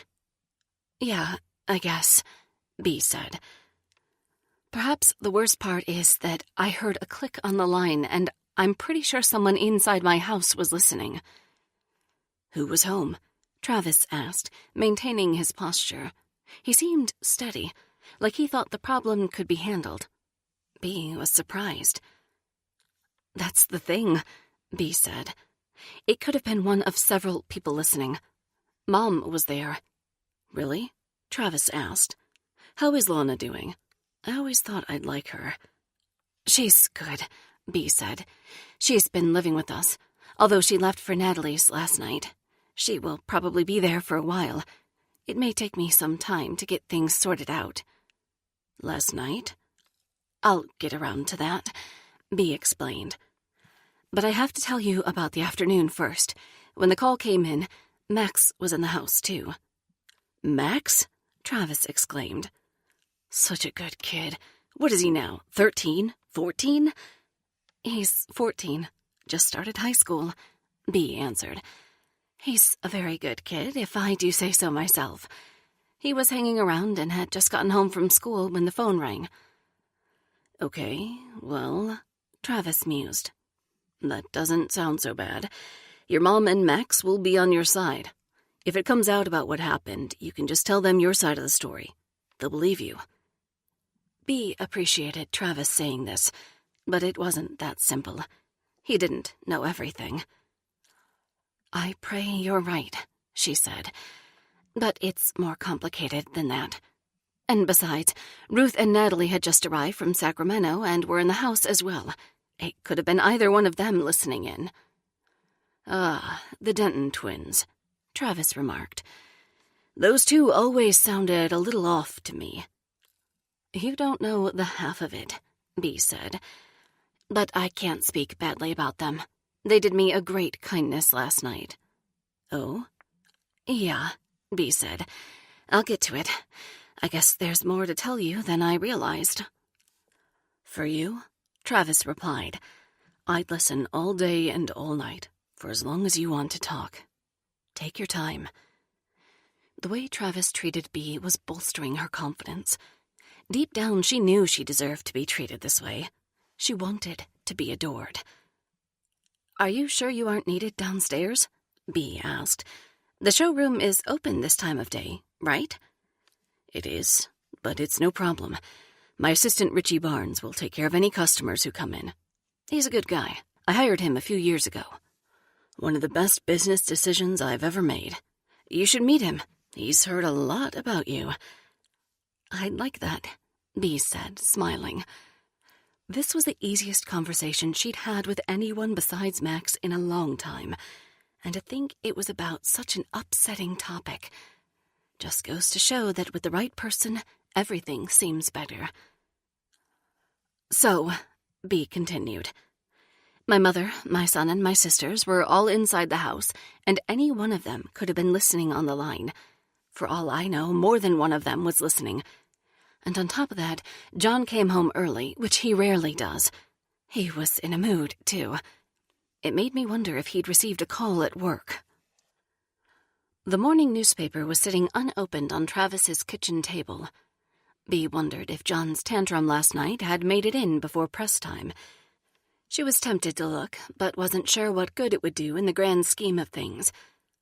Whatever they had written about him was deserved. B had little sympathy. "Oh, babe," Travis said. He looked like he was resisting the urge to take B into his arms. "I'm sorry you had to go through that. I hate hearing it." "Thank you," B said. It was so nice to talk to someone who cared. "Well," she continued, "our neighbor lady acted damn strange, too. We were on our way out to dinner last night when she pulled her car in front of our SUV. John got out, and the two of them had a heated discussion. Maybe I'm just paranoid, but it made me think they were talking about me and that they knew something." "Okay," Travis said. "But I remember that night at Eagles Point. I remember how shaken up you got when that guy took a tumble down that steep embankment. I admit, sometimes I think about him and wonder what happened. I probably should have called the authorities, but I understood why you didn't want to. A police report would have placed us together and would have been next to impossible to keep from John. But you did nothing wrong, B, other than being with me." "I wish that were true," B said. "And I wish you didn't think being with me was wrong," Travis said quietly. "I wish you wanted to be with me for the rest of our lives. I wish you'd pick me. I've made no secret of my feelings for you." "It isn't like that," B said. "There's more to the story. It's complicated." "Then tell me what I'm missing." B stopped and twirled a lock of her hair. She was thinking. She thought about how good it would feel to get this off her chest, but she was scared. "What if I told you I had something to do with that man taking a tumble?" B asked reluctantly. Her tone was somber. Travis reached out to B now and pulled her to him. He wrapped his arms tightly around her shoulders and held her against him securely. She could feel his heart beating in his chest. "Then I'd tell you I'm sure you had a good reason, and that I love and support you no matter what." Chapter 15. "Hello? This is B," she said as she stepped away from Travis Earl and answered her mobile phone. She recognized the number as Max's school and so didn't want to let it go to voicemail. She had started to greet the caller with her full name but felt self-conscious in front of Travis. She wished her last name wasn't Hughes. It was Principal McGuire on the line, and the news wasn't good. Max was in trouble. B's presence was requested at the school immediately. "I'm on my way, but I'm down by the bay right now. It will take me about 30 minutes to get there," B said, then ended the call. "Is everything all right?" Travis asked, genuine concern in his voice. "I've got to go. It's Max. He's in some kind of trouble, which is completely out of character for him." "Go," Travis said without hesitation. "We can finish this discussion later." "Thank you," B said as she picked up her handbag and fished the rental car key out. "Hey, I realize what I'm about to say might sound crazy," Travis began. "But what if I come with you?" "What?" Bea asked. When they'd been together before, she hadn't wanted Travis to be seen with her in public. She had been actively planning to leave John and was being extra careful in the hopes that her husband would be more generous when it came to matters of custody and visitation. She had been ready to go through with it and had made arrangements for herself and Max to stay in a small apartment just a few blocks down the street from where she stood, right here in Travis's loft. And then the incident happened at Eagles Point, derailing her life. A man died that day at Bea's hands. Afterward, she was so shaken and so afraid of what she'd done that she couldn't face what she knew would be John's formidable wrath when he found out she was leaving him. And besides, she needed John's protection. But things were very different now. Max was old enough to make clear his own wishes about custody and visitation. And last night at Honey Hog showed just how out of control John really is. His behavior took the situation from something Bea could keep private and convince herself wasn't that bad to a widely known and very public melodrama. In a way, John's outburst last night was a gift. It allowed Bea's mother, her sisters, and by now probably anyone who cared to search John's name on the internet to see what a maniacal tyrant he really was. Although Bea was still working to process it all, she felt less inclined to tuck Travis away and keep him a secret. Who would blame her for pairing up with a balanced, reasonable, and age-appropriate man? She suspected no one. Another thought at the back of Bea's consciousness was hard to admit and bring into the light, but it was there. If she were about to be found out soon and arrested, she might as well squeeze every ounce of happiness out of her days before that happened. "You know what?" Bea answered. "If you can get away, come on. Spend the day with me." "Seriously?" Travis replied, looking as excited as a kid at Christmas. "I mean, yes." Bea laughed at his enthusiasm. It felt good to be with Travis again and to see how much he cared for her. "I'll be right there. Just you wait a few minutes," he said. "I need to run down and tell Richie I'll be gone." "I'll wait in the car. Silver sedan with a rental company sticker on the back," Bea said. Then she walked over and planted a warm kiss on Travis's lips. He stood up straight in response, leaning down over Bea and again wrapping his arms tightly around her body as he pushed against her and kissed her deeply. "Babe," Travis said, "I think this might be the best day ever. I'm not sure I understand what brought this about, but I'm not complaining." "Settle down now," Bea said, half teasing. "Like I said, I have a lot to fill you in on. You might not be so excited once you get your mind around what's happening with me. It's a lot. I'm a lot." "Why don't you let me be the judge of that?" Travis said, smiling brightly as ever. Chapter 16. Travis put his hand on Bea's knee as she drove, and she let him. She marveled at the bowl of emotions swirling around in her belly. She thought it almost felt like she was observing herself from a distance, like she wasn't really there in her own skin. Good and bad moved around together inside of her as if they were old friends. Travis continued to grin from ear to ear. Bea thought what he had said about this being the best day might actually be accurate from his perspective. Had he really waited for me all these years? It seemed almost too good to be true. When they arrived at Max's school, Travis said he would stay in the car so as not to get in the way. He didn't want to be presumptuous when it came to Max. Bea could tell Travis had the proper perspective in that regard. She knew he wouldn't try to push himself on her son, no matter what ended up happening between the two of them romantically. He hadn't done it before, and Bea was certain he'd handle things the same way this time around. If there was to be a this time around. Bea still hadn't decided. But Travis's respect for boundaries was a relief. Bea had enough to tackle, and didn't think she'd be able to bring anything else into the mix if it meant complicating life for Max. The sun was climbing high in the sky and warming the day as Bea walked up the steps at the front of East Valley High School.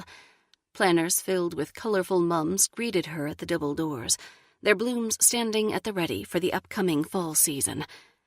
East Valley was a good school, and a friendly one.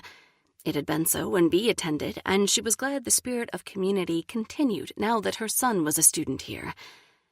As she placed her hand on one of the large brass knobs to open the door, she tried to imagine what Max might have gotten himself involved in. "Hello there," a tall brown-skinned lady said to welcome Bee. She looked the part of a high school teacher with her bouncing curls and rimmed glasses.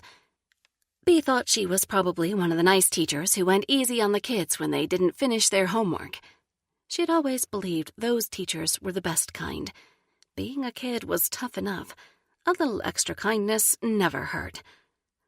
"Hi," Bee said cheerfully. "I don't believe we've met before. I'm Bee Hughes, Max's mother." "Pleased to meet you, Bee. I'm Annie Rogers." "The pleasure is all mine," Bee said. "I attended this high school many years ago, but my son is new. This is his freshman year. I'm eager to get to know all the fresh faces." "One down and probably quite a few more faces to go," Annie said with a gentle laugh. "I suspect there have been a few new teachers added since you were a student here, although you don't look a day over 25. Bee immediately liked Annie. She had a quiet confidence about her that made Bee feel safe. The kids probably felt the same way in her presence. "You're too kind," Bee replied. The halls were mostly empty, so Bee assumed it must have been the middle of a class period. She wondered if Annie had a planning block. Otherwise, why would she have left her classroom? "I'm sure you know the way," Annie said. "But I'm heading to the office myself. How about we walk together?" "That would be lovely," Bee replied. Annie took the lead, and Bee followed, marveling at how the inside of the school looked so different yet still the same. The office wasn't far from the front of the building, so it didn't take long to get there. Bee and Annie talked about the weather as they walked, remarking on how it would turn cooler soon. When they arrived at the school office, Bee could see Max through the window on the top half of the door. He was sitting in a chair in an awkward position with his backpack strapped onto his back. His hair was a rumpled mess, and it looked like he had a gash on his forehead. His shoulders were hunched over. When his eyes met Bee's, Max looked reassured. He moved to embrace his mom, but caught himself, apparently realizing that might be an embarrassing choice for a young man of his age. "Max," Bee said as she walked towards her boy. "Sorry it took so long, but I came right away. What on earth is going on? Are you hurt?" "Mom," Max said simply, opening his eyes wide and gesturing across the waiting area to another boy who was also waiting, but with a sour expression on his face. Bee stood in between Max and the other boy to shield her son from view so he could give her some idea of what was happening. She lowered her eyebrows and pointed a thumb back towards the other kid. Meanwhile, Annie made her way to a desk on the other side of the room, which was staffed by a young gangly man with a thin sprout of blonde hair. He looked nervous. Presumably the young man was a receptionist or secretary. Bee hadn't met him before either. "That kid is Landon Prater," Max mumbled, pulling Bee's attention back. "And does he have something to do with why I was summoned here today?" Bee asked. "Yeah," Max said. "He called us criminals." "What?" Bee asked, perplexed. "Criminals? Who did he call criminals? How could this kid know anything about my crime? And who is this kid anyway? He must be new in town. He said our family was nothing but white trash pretending to be important, and that we were common criminals. Then we got into a fight." Bee turned and looked at the boy who maintained his sour expression. She tried to process what was going on. What would make this Landon boy say such a thing? And why would Max care? He'd always been able to shrug taunts like that off.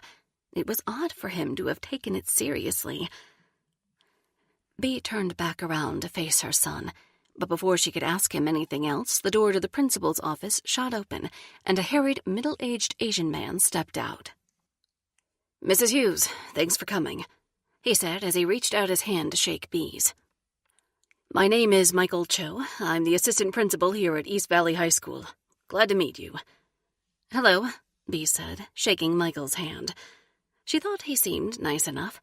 She hoped the administrators wouldn't be too hard on Max, given what was happening with his home life. They probably didn't realize he had spent last night in a hotel room instead of his own. Come on in, Michael said, motioning to the inside of the principal's office. The others are waiting. Okay, Bee said.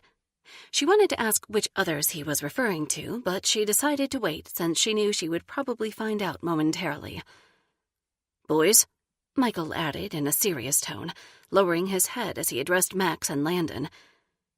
You stay out here for now. We'll call you in when we're ready for you. Bee turned and gave a look of comfort to Max, then followed along behind Michael Cho. Her muscles tightened as she stepped into the office and saw her husband seated in one of the wing-back chairs. Across from John sat an official-looking lady Bee presumed was Principal McGuire. Damn it, what is he doing here? Bee tried not to react.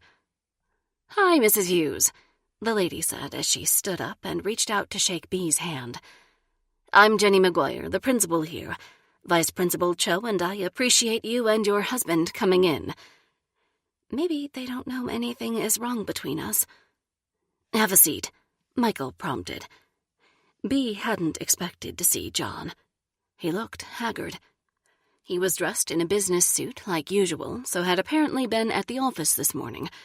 His appearance was rough around the edges, though. His tie was loosened just a little too much, and his shoelaces were knotted haphazardly. Stress was taking a toll on him. Bee wondered what the town council's reaction to last night's meltdown had been. Surely his colleagues knew about it. He stared straight ahead without acknowledging his wife, so Bee didn't attempt to make eye contact. Instead, she focused her attention on Jenny and Michael, eager to hear what they had to say. What happened? John asked. Bee could tell by his forceful tone that he would take over like usual. You said it was important. Bee willed herself to speak. Yes, let's get right down to it. Michael looked at Jenny, deferring to her. He raised his chin as he stood behind her like a sentry. All right, Jenny began. I appreciate you both coming in. I understand this is a stressful time for your family. Oh, Bee said. Even though she knew exactly what Jenny was referring to, she didn't want to admit it right off the bat. We know about last night, Jenny said. And the kids do, too. It's all over the internet.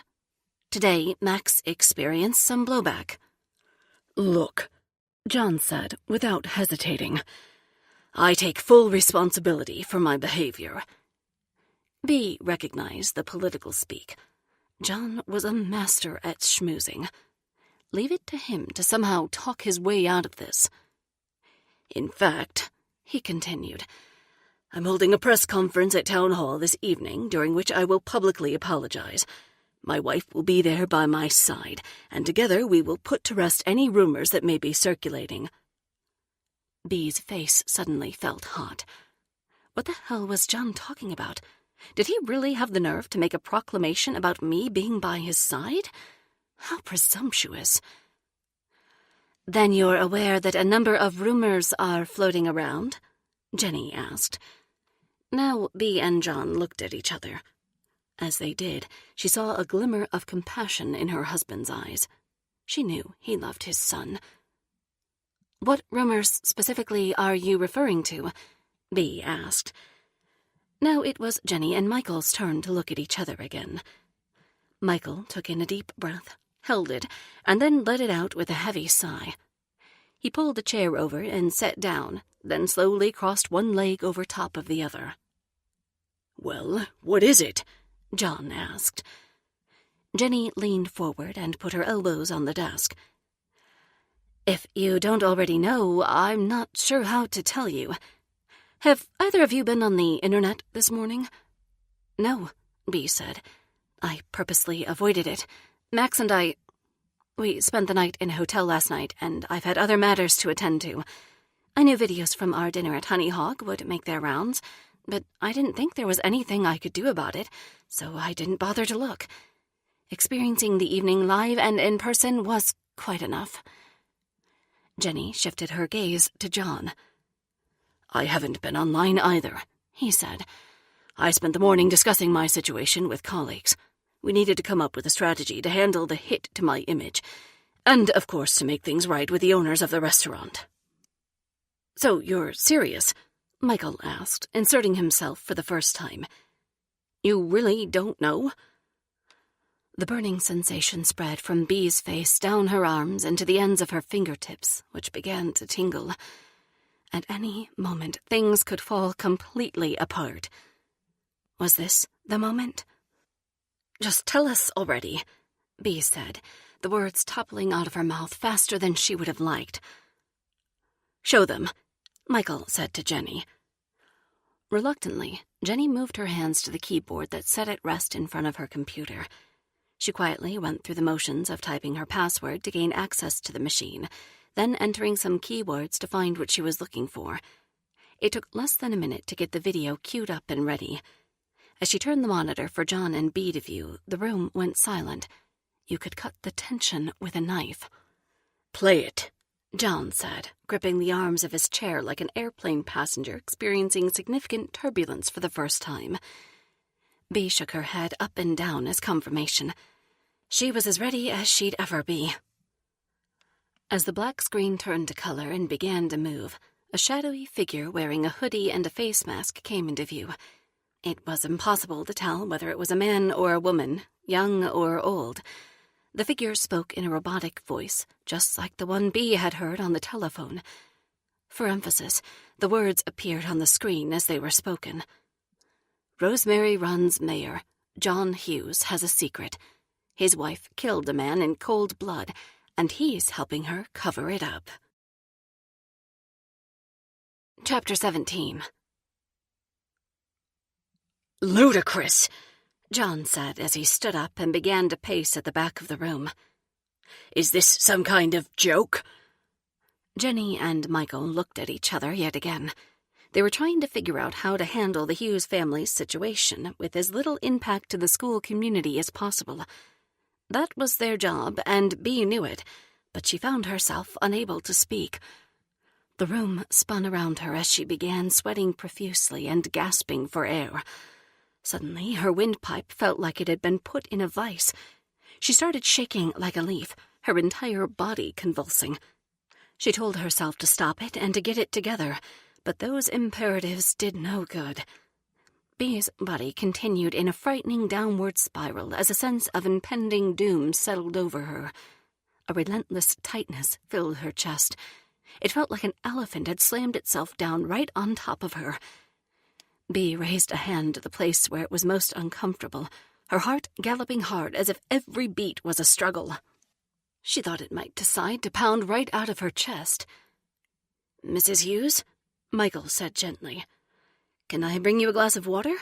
You aren't looking so good." Bee grabbed onto Michael's arm and nodded her head yes, her eyes wide and wild with terror. "It hurts," she said feebly, clutching a spot near her breastbone. "She could be having a heart attack," Jenny said to her assistant. "Get the school nurse, would you, please?" "Sure thing," Michael said quickly as he left the room. "And ask Annie to take the boys back to class while you're at it. We will speak with them later," she called after him. "We don't want to alarm Max, so keep things low-key."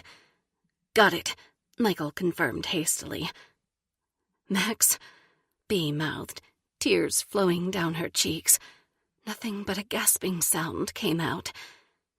Jenny moved fast, grabbing a brown paper bag out of her desk drawer filled with what looked to be her lunch, then dumping the contents out and rushing to Bee with the bag. "Here, breathe into this," she instructed. "Breathe as deeply as you can, all the way into the lowest place in your belly. You'll want to engage your diaphragm." Bee took the bag, smashing it to her face clumsily while John continued to move around the back of the room. "Come on, Beatrice," he scolded. "Cut it out. Someone wants to get a rise out of us, and you're playing right into their hands." "Respectfully, Mr. Hughes," Jenny asserted. Back off and give her a minute." With Jenny's permission as a small comfort, Bee continued to descend into what seemed like a dark abyss. The feeling of being outside of herself grew stronger as scenes from the night of the incident flashed through her distressed mind. She threw herself to the floor of Jenny's office, though the change of position was barely perceptible from her perspective. In her head, she was back at Eagle's Point on that fateful night. She could see the wretched man so clearly as he lay on the dirt, his body convulsing much like her own. His short brown hair was stained with blood where the indentation on his skull was visible. Bee had thought his head looked like a jack-o'-lantern, smashed by rowdy teenagers at Halloween. She hadn't known what kind of damage a baseball bat would do. She hadn't taken the time to consider it before she had swung wide and with all her might. In an instant, everything went black. Chapter 18. When Bee came to, she saw several sets of feet in front of her face, positioned sideways. It took her a minute to figure out she was on her side, splayed out on the floor of Principal McGuire's office. She noticed 2 sets of feet wearing matching shoes and moving towards her. As Bee raised her eyes to follow the shoes upwards past the matching black pants and crisp white uniform shirts, she realized that a pair of officials were here to take her away. "No," she said to them as forcefully as she could manage. "I can't go. My son—" "Take it easy, Mrs. Hughes," Jenny said from somewhere in the distance. "You're going to the hospital to get checked out. We'll take good care of Max while you're gone." "That's right," one of the uniformed officials said. His voice seemed like it was coming from somewhere in the distance, too. "We're EMTs. We're going to help you. Try to relax." "Relax? They want me to relax?" "I've got Max. Don't worry. Let the professionals take care of you," said a genial voice. Surprisingly, it belonged to John.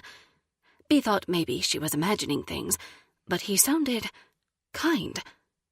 Whatever had happened, it must have spooked him. His tone reminded her of the old days when they had first met. It soothed her and made her feel safe. She knew it would be fleeting and was mostly an act, but she clung to any small bit of support she could come by these days. Bee smiled slightly, then rolled onto her back. She tried to relax her shoulders. She knew she needed help. She decided she should get checked out. She would let the EMTs do their job and help her. She cooperated as they scooted her onto a backboard. She was calming down, and the pain in her chest was starting to subside, until her thoughts turned to Travis. Travis! No sooner did she think about Travis than he burst through the doorway, a look of grave concern on his face. "Babe!" he exclaimed through watery eyes. "Are you okay? What happened to you?" Bee felt whatever color was left drain from her face. Her mouth fell open. She was at a complete and total loss for words. I'm... she tried. Travis rushed to her side, kneeling down in an open spot beside one of the medics. He grabbed Bee's hand and lifted it up to his lips to kiss. "I'm right here," he said, "and I'm not going anywhere."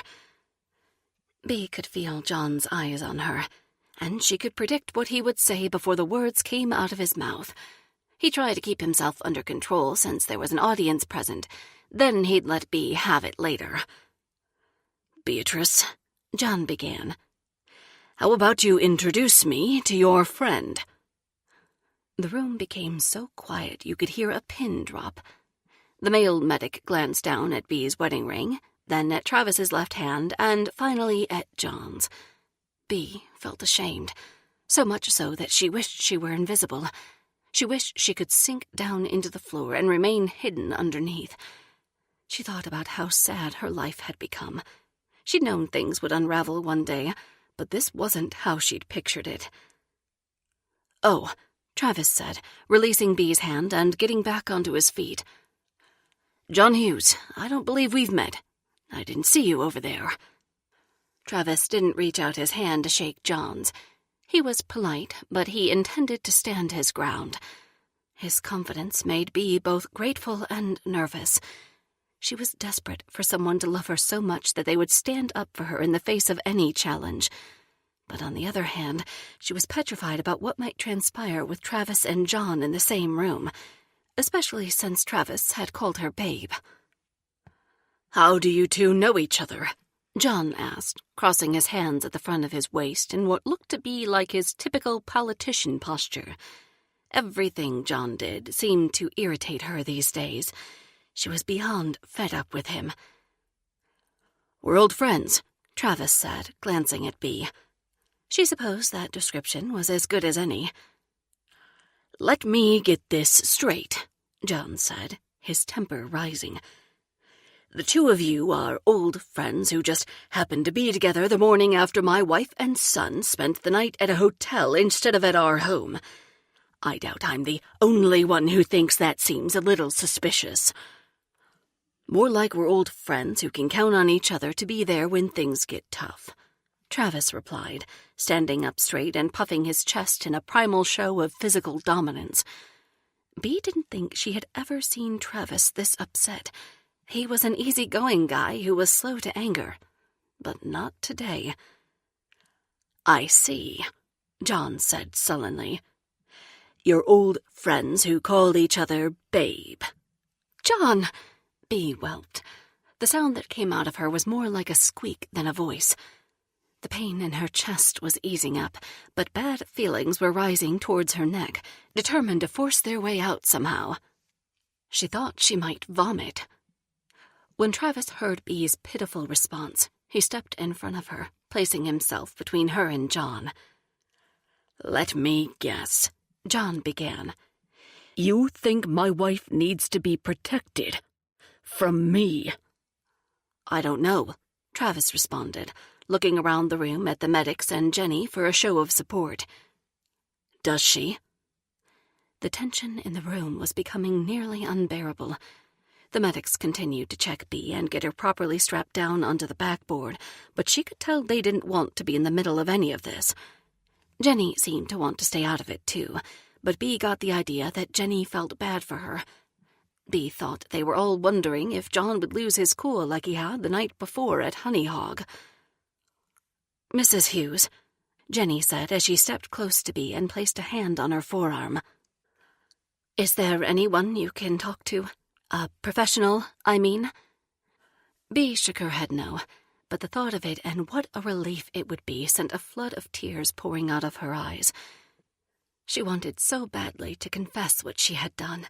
She needed to get it off her chest. Holding it in was hurting her and turning her life to shambles. Bea began to sob. Big, fat tears rolled down her cheeks, her body heaving as the emotion forced its way out of her. "I'm sorry," Bea said quietly to Jenny. "I don't know what's the matter with me. Things are jumbled up. I don't know what to do to make them right." Jenny reached over and got a notepad and pen from the top of her desk. "Here," she said as she jotted down a name and number. "This is a friend of mine who is a psychologist. His name is Martin Duffy. He was trained at Yale and is one of the best. I'll tell him to expect your call. I think he could really help you." Travis turned away from John and squatted down on the other side of Bea. "Babe," he said, "I think she's got the right idea here. Once they check you out at the hospital and clear you to leave, let's call Dr. Duffy. I'll wait with you and we'll drive you wherever you need to go. I won't leave your side." Bea was mortified that John was hearing all of this, but the doting felt good coming from Travis. She was realizing that she had been deprived of love and affection for so long that she craved it. She needed it. She felt guilty for needing it, but she did. She couldn't help it. She was only human, after all. Tears continued to roll out of Bea's eyes. It was as if a fountain had been turned on and the flow couldn't be stopped. Wetness soaked the sides of Bea's hair and the backboard below her. She had needed a good cry for a long time. Because John had always been so quick to tell her to suck it up, she'd made a habit of holding her emotions in. She had even come to believe crying was too messy, a show of weakness. But holding her emotions in wasn't working, that much was clear. Here she was, in front of Travis and relative strangers, crying her eyes out. "Babe," Travis tried again, his voice gentle and soothing. His confidence in calling her babe in front of John was impressive. But before Travis could finish, Max burst through the door with Michael Cho and Annie Rogers following closely behind him. "Mom!" Max exclaimed as he threw his backpack down and rushed to his mother's side. "Are you okay?" Travis stood and took a step back. "She's fine, son," John said while standing still. He didn't move towards Max. "She got herself worked up. You know how she is. Nothing to be too concerned about." Travis and Jenny shot John the same disgusted look while Max ignored him. Hadn't John shown a glimmer of kindness just a few minutes ago? "Really?" Travis asked John sarcastically, unable to stop himself. "I'm okay," Bea said, finding her voice while embracing her son. "They're going to take me to get checked out by a doctor, but I think I'm fine." "I'm sorry," Michael said to Bea. "Annie and I tried to stop him. We were almost back to his classroom when Max saw the ambulance parked outside and thought it might be here for you." "I'm not sure how he even knew to think it a possibility," Annie added with a chuckle. She seemed impressed by Max. "Your son broke into a sprint and we couldn't keep up. I don't blame him. I probably would have done the same to get to my mama." Jenny gave a sympathetic look to her colleagues. She wasn't upset with them, and she wanted them to know it. "It's understandable that you'd be worried about your mom," Jenny said to Max. Then to Michael and Annie, "Don't worry. Max Hughes is where he needs to be." "Thank you," Bea whispered. "Thank you, all." There was a moment of silence as Bea and Max held each other, and everyone else looked on, touched by the love between this mother and son. The two of them had a connection that other people wished for. It was a bond that could not be broken, not by school bullies, not by John, and not even by a physical separation should Bea be arrested. Deep down, Bea knew she and her son would remain close no matter what happened. Her relationship with Max was the best part of her life. Suddenly, Max noticed Travis. "Who's this?" Max asked, his expression one of curiosity. It almost seemed like he recognized Travis. Could he remember? It was such a long time ago. He was so little. The adults in the room looked at each other, unsure how to answer. Travis smiled, a look of excitement on his face. He was eager to be officially introduced to Max now that the boy was older. He wanted both Max and Bea to be a prominent and permanent part of his life. "I'm Travis Earle. Pleased to meet you, Max." Travis extended his hand towards the boy. "Hello," Max said politely to Travis. Then he turned to Bea. "Mom, have I met this guy before? He looks familiar."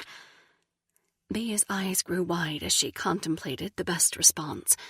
For years, she had worried about exactly what Max had seen the night of the incident. She had wondered if it would negatively affect him. She had wondered if it would mess him up. That was the last thing she wanted. Even if Max hadn't seen Bea hit the man in the head with a baseball bat, he had certainly experienced terror that night. They say kids are resilient, but they also say childhood trauma can have adverse effects that last for an entire lifetime. Bea cursed the vile man who had brought trauma to her son's childhood. Damn him. At several points, Bea had thought about taking her son to see a child psychologist. Every sign that hinted at a potential issue with Max's development had thrust Bea into a panic. Common childhood occurrences like wetting the bed once in a while or pretending to talk like a baby had caused Bea great concern. In fact, she would have taken Max to a psychologist if she hadn't feared what he might report. She had ultimately decided taking him to see someone was too risky. In place of seeking professional help, Bea had done her own research on child development. She knew she wasn't qualified to really help Max, not like a professional could anyway, but she figured she'd learn and do her best. It was another thing she had spent her time on while John was at work and Max was at school, just like the letters and videos she created and stashed in the attic in the event of her arrest. Based on everything she'd read, she thought Max was doing okay. But even after years of research, her knowledge was limited. At least she felt like she was doing something. A myriad of potential issues flashed through Bee's mind as Max looked at her expectantly. The statistics for children of divorce were troubling, and the same for children of a mentally ill parent. Would she and John split up?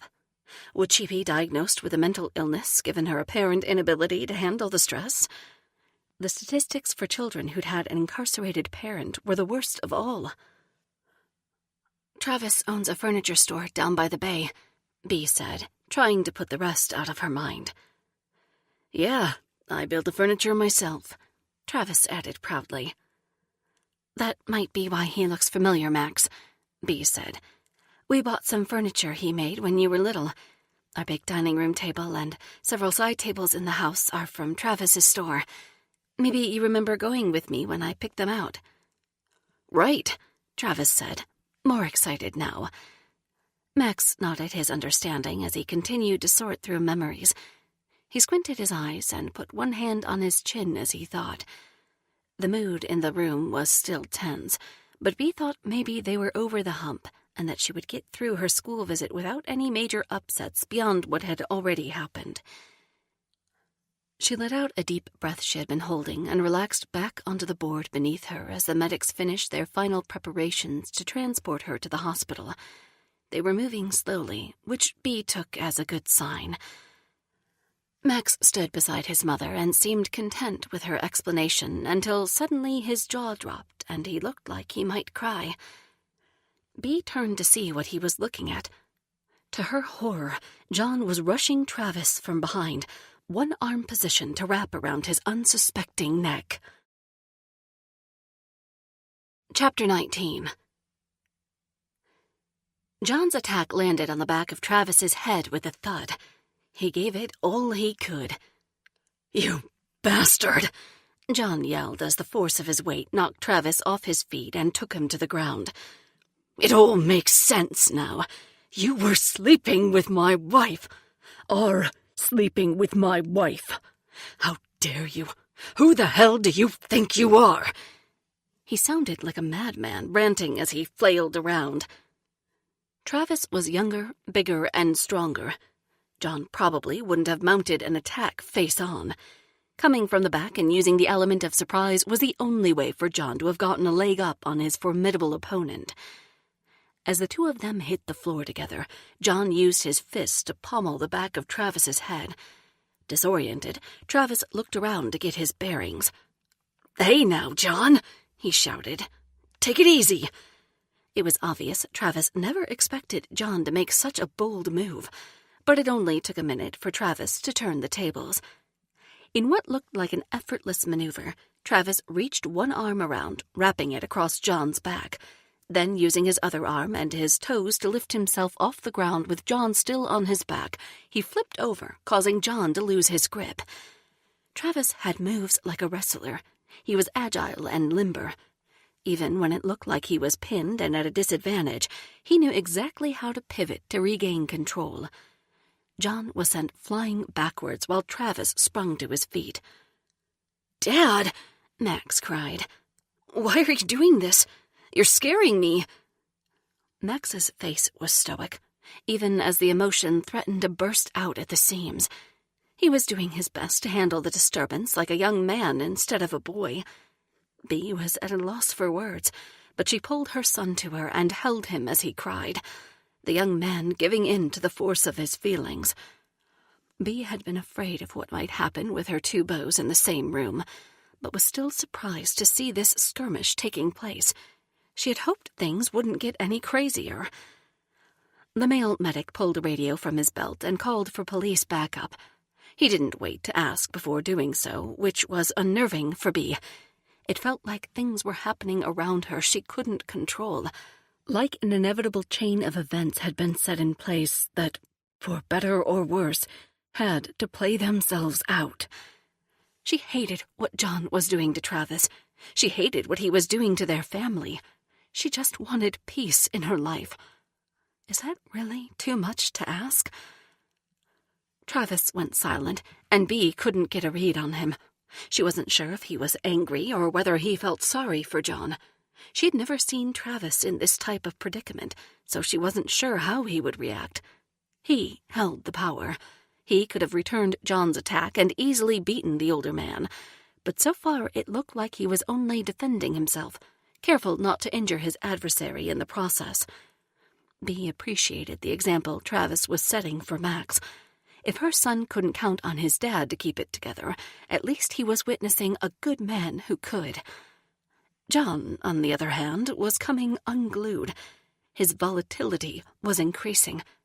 He apparently wasn't able to control his temper anymore. Bea wasn't sure what was going on with him, but she decided right then and there that she and Max would not stick around to figure it out. A small part of Bea appreciated the fact that John was feeling protective of her and jealous of Travis, but he had been so cold and distant for so many years that it was too little too late. Not to mention, this wasn't the right way to show it. Time seemed to slow as a flurry of activity happened in the school office. Jenny, Michael, and Annie positioned themselves in different parts of the room as if they were breaking up a juvenile fight in the cafeteria. They stood arms crossed or hands on hips and made it clear they weren't going to allow this melodrama on their watch. John retreated to the other side of the room, where he continued to shout insults about Travis and Bea as he licked his wounds. Apparently, he had injured his back during the onslaught because he was hunched over and holding on to it. Max continued to cry, all while the medics finished their job of getting Bea prepped for transport. She didn't want to let go of Max, but the medics insisted there was no room for him to ride in the back of the ambulance with her to the hospital. Jenny promised to see to it that Max was taken care of. "Who can I call?" Jenny asked. "Mom," Max pleaded. "I want to go with you." "I'm so sorry, son," Bea said tearfully. She hardly had the energy to explain. Something was happening to her physically, although she didn't understand what. Jenny told the medics to wait a minute, then went to her computer and pulled up Max's emergency contact information.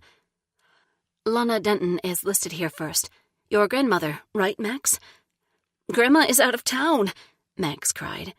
"I want to go with my mom." "He's right," Bea added. "My mother is in Sacramento with my sisters today, after what happened last night." Bea didn't bother to look at John as she said it. She tried to tune out his presence and pretend like he wasn't even in the room. She wished he wasn't in the room. "Don't worry," Jenny said, talking quickly to settle arrangements before Bea had to leave. "How about Gabrielle Radner? I see her listed here as a family friend." "Yes," Bea confirmed, louder than anything else she'd said. "Gabby is my best friend. Max will be safe with her. She'll come right away to pick him up." Max was satisfied with that decision. He had grown up thinking of Gabby as an honorary aunt. He knew she'd take good care of him.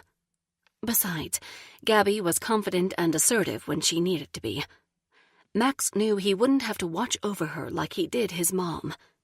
She was more than capable of taking care of herself. Although he couldn't articulate the differences, he looked forward to Gabby's involvement in his family's situation. Maybe she would know what to do to get them out of this mess. "Okay," Max said to Bea. "I'll be okay with Aunt Gabby." "Good, then it's settled," Jenny confirmed. She stood and walked over to put her arm around Max's shoulders. She knew the police would arrive any minute to deal with John, and she wanted the boy to feel supported. It had been a difficult few days for him. As Jenny bid goodbye to Bea, she leaned down and gave her a warning. "Mrs. Hughes," Jenny began, "I want you to know something. When I played that video, I was looking right at your husband. He wasn't surprised to hear what the hooded figure had to say." "What?" Bea asked, confused. "I'm telling you, I saw John's face," Jenny repeated, whispering so Max wouldn't hear. Your husband already knew. Be safe, please. You could be in danger. And call Dr. Duffy for advice, will you?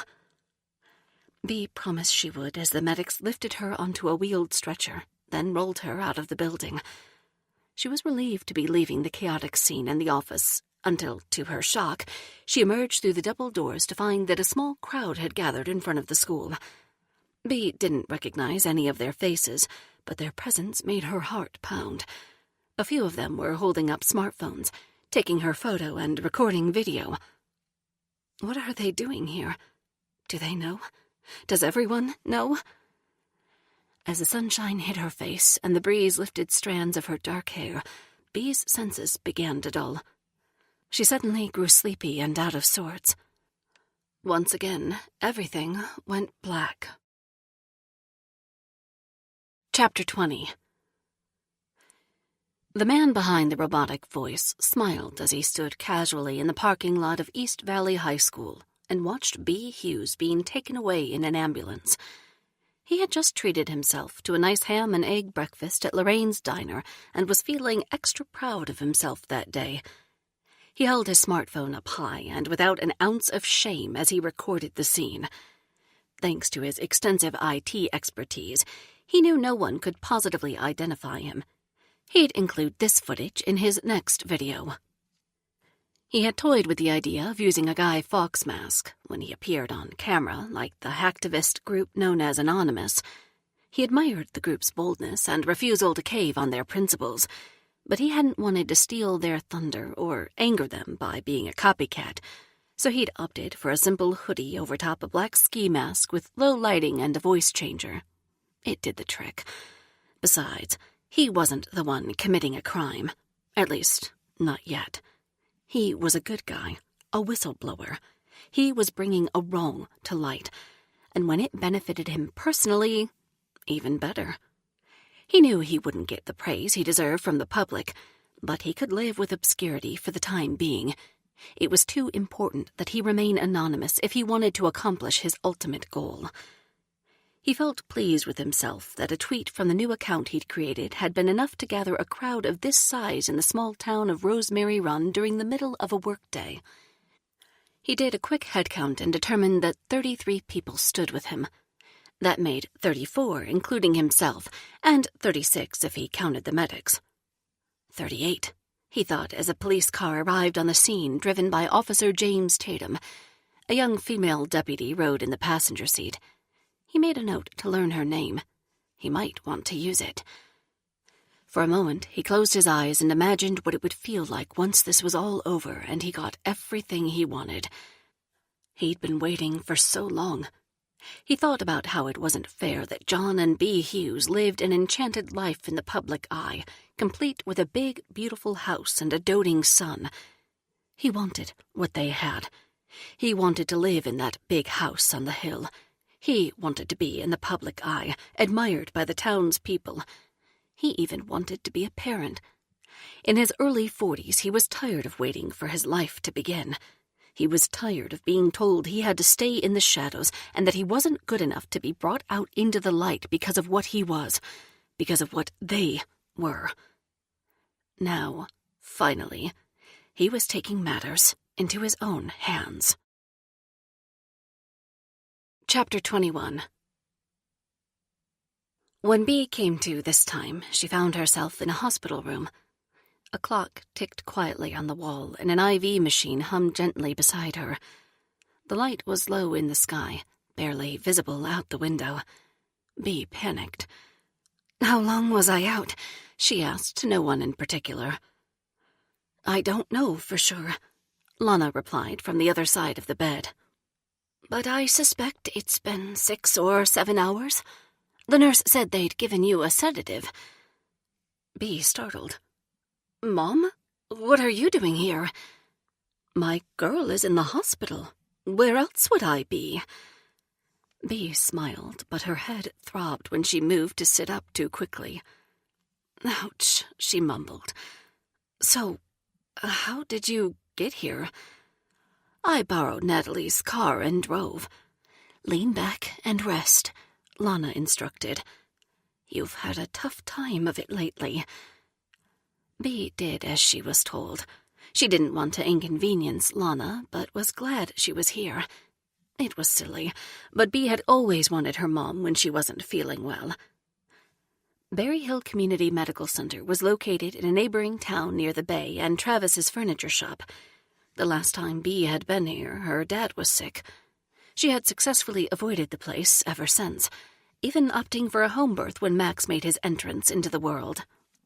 She remembered that the views out every window were stunning, but they didn't make up for the sad memories being in the building brought back. Even the smells went through Bea like lightning rods, returning her to painful times. She closed her eyes and breathed deeply to get her bearings.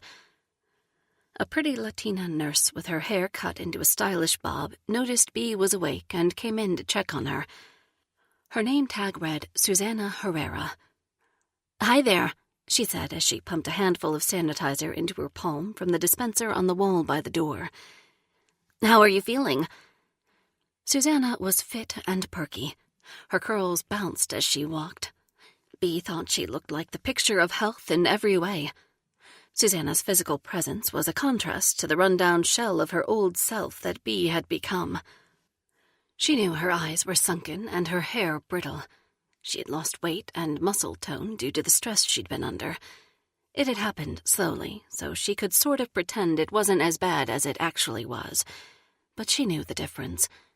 Travis must have seen it too, yet he had complimented her. "I'm good, I think," Bea replied. Susana chuckled. "I know you're still waking up. No rush. You're doing great." "Thanks," Bea replied, basking in the praise. She was such a ball of insecurity. She hated it. "Do you remember what happened?" Susana asked. It took Bea a minute. She was still disoriented. "Principal McGuire said you were at Max's school, remember?" Lana prompted. "She called me." "Oh, yeah. Max. He's fine," Lana said reassuringly. "He's at Gabby's." "Right. Is Max your son?" Susana asked politely as she changed the bag of saline attached to Bea's IV. She seemed at ease, chatting while she worked.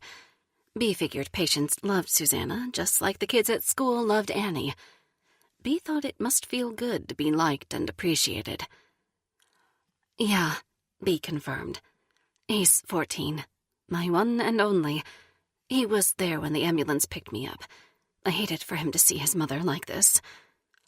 "Don't be so hard on yourself," Lana said to her daughter. "You're a wonderful mom. I think it's time you cut yourself some slack." Susana smiled and winked at Lana. "I'll bet you're onto something there.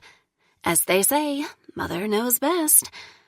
She laughed heartily and wrinkled up her nose. There was a knock on the door, and a pale-skinned, balding doctor entered. His eyes were bright, and he appeared intelligent, but he looked sad. In fact, Bea could feel the sadness emanating from this man without even having to look at him. She thought about how it must be difficult to practice medicine day in and day out, especially considering all the bad things that happen to people. It must be disheartening to realize you can't save everyone. "Beatrice Hughes?" the doctor asked, pushing his rimless glasses up the bridge of his nose with one finger. "That's me," Bea said timidly. She felt weaker than she sounded. "Pleased to meet you. I'm Ronald Benjamin. I'll be taking care of you." Dr. Benjamin got a handful of sanitizer from the same pump Susana had a few minutes earlier, then pulled a stool over and sat down beside Bea's bed. He smelled like the distinctive scent of hospital soap. Perhaps he had just scrubbed up after surgery or a patient procedure. The aroma poked into Bea's lungs like a knife. Another reminder of her dad's health troubles and heartbreaking death. "Nice to meet you, too," Bea replied as she worked to collect herself. "What's going on with me, Doc? I think I passed out. Before that, my chest was hurting." "I don't know for sure yet, but I promise you we will find out," the doctor assured. "It's my job to get to the bottom of this." Lana was concerned, and it was evident in her face. "Do you think there could be something wrong with my daughter's heart?" she asked eagerly. "I don't want to jump to any conclusions, but her father had congestive heart failure before he died. I can't help but worry she might have a genetic predisposition to heart trouble." "Wow," Bee said, fiddling with a wad of the hospital blanket and feeling helpless. "I hadn't even thought about that. Do you think there could be something seriously wrong? Like there was with Dad?" "Let's not get ahead of ourselves," Dr. Benjamin said. His voice was calming, and Bee appreciated his bedside manner. A quick glance at Susanna confirmed that she admired Doc Benjamin and felt the same way. Her trust helped put Bee at ease. "I want to run some tests," the doctor continued. "We'll start with an EKG and a stress test. If we find any irregularities, then we'll adjust our plan and go from there." Bee cringed at the thought of being hooked up to an EKG machine. She couldn't imagine needing such a test. Weren't those for old people? She thought of herself as entirely too young and healthy to even be discussing the possibility, as if she had strayed from the lane in life where she belonged. Things were getting jumbled and happening out of order. "Neither test is a big deal," Dr. Benjamin added, sensing Bee's reluctance. "Neither one is invasive or even uncomfortable, aside from any fatigue you may feel while walking on a treadmill. The technicians are trained to watch your reaction closely. They won't push you too hard, I promise." "To promise this in less than 5 minutes," Bee said with a chuckle, attempting to lighten the mood. "I hope you're a man of your word, Dr. Benjamin." The doctor tapped an index finger on a clipboard he was holding and smiled. He was thinking. "I can assure you he is a man of his word," Susanna said convincingly. "You're in good hands, Mrs. Hughes." Bee smiled back at Dr. Benjamin, then at Susanna, and finally at her mom. Bee was apprehensive, but felt like she was in good hands. However, she wasn't convinced that feeling would last. There was so much to untangle in her life.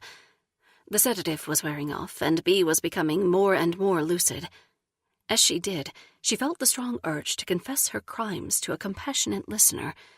The words were bubbling up and resting on the tip of her tongue, desperate to be spoken. Maybe she could tell the people right here in this room.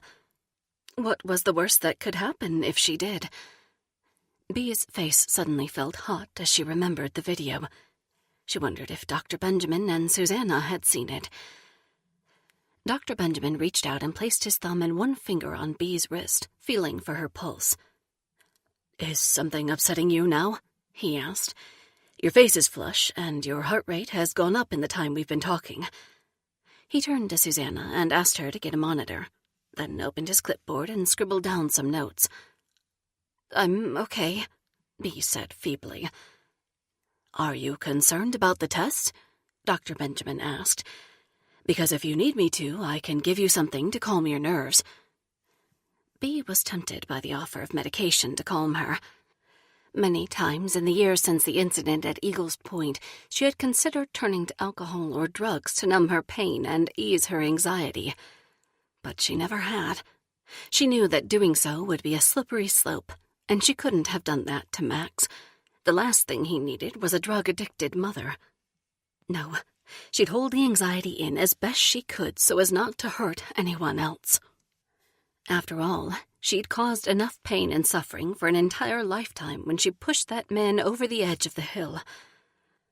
She shuddered to think of what his family must have gone through. That is, if he'd had a family. She'd spent countless sleepless nights thinking about them, imagining their despair when he disappeared without a trace. As far as Bee knew, his remains had never been found. "No, I don't want to take anything I don't have to," Bee said. "My heart races from time to time. I'm used to it. Maybe I can just do some deep breathing. It will slow down again." She took a few long, deep breaths to demonstrate. Lana reached out and put a hand on her daughter's shoulder. It was a nice gesture, and one that provided Bee comfort. Meanwhile, Dr. Benjamin scooted his stool closer against the side of the bed and looked intently into Bee's eyes. Mrs. Hughes. Please, call me Bee. Okay, Bee. Do you often find yourself feeling anxious? Maybe, Bee said. I'm no medical professional. I'm not sure what to watch for. Are you under a lot of stress in your life? Bee hesitated.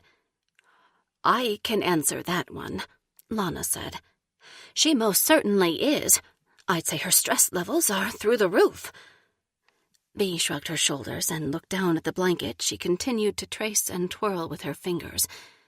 It was soft, woven out of threads dyed the color of wheat. It reminded her of one she'd had as a kid, back when life was simple and the worst thing she had to worry about was being picked on by her older sisters. Dr. Benjamin lowered his voice and tried again. Is there anyone you can talk to? Bee didn't answer right away, so Lana did. My daughter is a pretty private person, she began.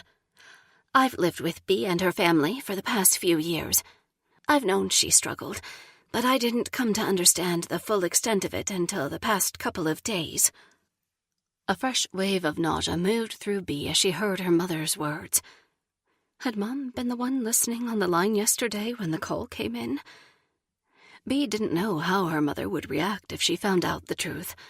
Lana was kind and loyal, and she had always been supportive of her daughters. But she was also an honest person with strong morals. Bee thought it possible that her mother would march her down to the police station and force her to turn herself in once she found out what she had done. And a part of Bee thought such a scenario might be a relief. Dr. Benjamin glanced at Susanna, then raised one hand and smoothed the tiny hairs on the back of his bald head. Look, Bee, I'll be frank, he continued. I know that your husband is the mayor of Rosemary Run, and I'm aware of both the disturbance at the restaurant last night and the accusations being directed at the two of you. That's a lot for anyone to handle. Ashamed, Bee tucked her chin tight against her chest and pulled the blanket around her shoulders. A single tear fell from her eye. She wanted nothing more than to be invisible in that moment. How did this become my life? It's okay, dear, Lana said, patting Bee's shoulder. None of that is your fault. Oh, but it is. Sensing Bee's need for more support, Susanna pulled up a chair on the other side of the bed and placed a hand on Bee's knee. Dr. Benjamin turned his attention to Lana. You're Bee's mother? Yes, I'm Lana Denton, she replied. Pleased to meet you. Thank you for that insight, Miss Denton. You may call me Lana, and you're welcome. I want the best for my daughter. I don't want to interfere if it might cause trouble, but she seems to think she has to handle everything alone. We all need a hand sometimes. Bee sat frozen in place. She felt like she was in a trance. She couldn't look at them anymore. If she spoke, she might blurt out her confession. Doctors have a duty to report things like murder confessions, right? Once the words were spoken, Bee knew she'd soon be taken away. She wouldn't see Max again outside of prison walls for many years. She couldn't do that to him. She had to hold it together. Not to mention, if there was something wrong with her, she needed treatment. Even worse than leaving Max while she went to prison would be leaving him permanently if her own life came to an untimely end. You know what? Dr. Benjamin said. I have a few things I'd like to check on before we continue this discussion. He gave Susanna a look as he said it, and they both stood to leave the room. Miss Herrera and I will be back later. Lana, talk with your daughter, please. Let's see if we can do something to alleviate some of her stress. When can I go home? Bee blurted, surprising herself with the strength in her voice. It sounded like it had come from outside of her. Or at least back to the hotel I'm staying at. I'm not sure yet, the doctor said, sighing. His compassion was sincere. But I want to keep you overnight. Settle in for at least that long. I'll see you again soon. I'm on duty all evening." With quick movements, Dr. Benjamin and Susanna shuffled out of the room, leaving Bea and her mother alone. Chapter 22. "Beatrice Elizabeth Hughes," Lana said when the door closed. Bea remained in her position, chin tucked, frozen in place. She didn't dare look at her mother. She knew what was coming next. "I know what you've done." Was Mom the caller? No, she couldn't have been. Could she? She must have been the one listening in. Time seemed to stand still as the nausea gained a stronghold in Bea's body. She could feel hot vomit rising in her throat like molten lava, insisting she expel it. Just in the nick of time, she grabbed a plastic bowl from the tray beside her bed and retched into it. She hated being so weak. She cursed her body for failing her yet again. At this rate, she'd have to carry barf bags around with her on a regular basis. Neither mother nor daughter spoke a word for what felt like an eternity. Lana was waiting, and her silence made it clear she had the patience to do so for as long as it took. Bea stood and made her way to the bathroom to get herself cleaned up and empty the plastic bowl. She stalled as long as she possibly could, until finally she gathered the strength to face her mother and take part in what she knew would be one of the most important discussions of her entire life. Bea returned to her bed, tucked the sheet and blanket back in neatly at her sides, then lifted her head as high as she could in a show of confidence. She might as well try and act confident. There was no escape. "So you heard?" "Yes, I did." Bea winced. Her mother wouldn't make this easy. At least, not yet. "I heard a click and thought someone in the house was listening in. I'm just glad it wasn't Max." "No, it wasn't him," Lana confirmed. "He was in the living room with me. I was looking right at him when the call came in. The same goes for your sisters. They were there, but I was the only one who picked up the phone." Lana maintained a neutral expression. It reminded Bea of when she had been in trouble as a young girl. Lana and Freddie had been fair parents. Bea hoped that her mother would be fair now. "That's quite a relief," Bea said. "This whole thing is worrisome enough without thinking my 14-year-old son overheard." Lana nodded without saying anything else.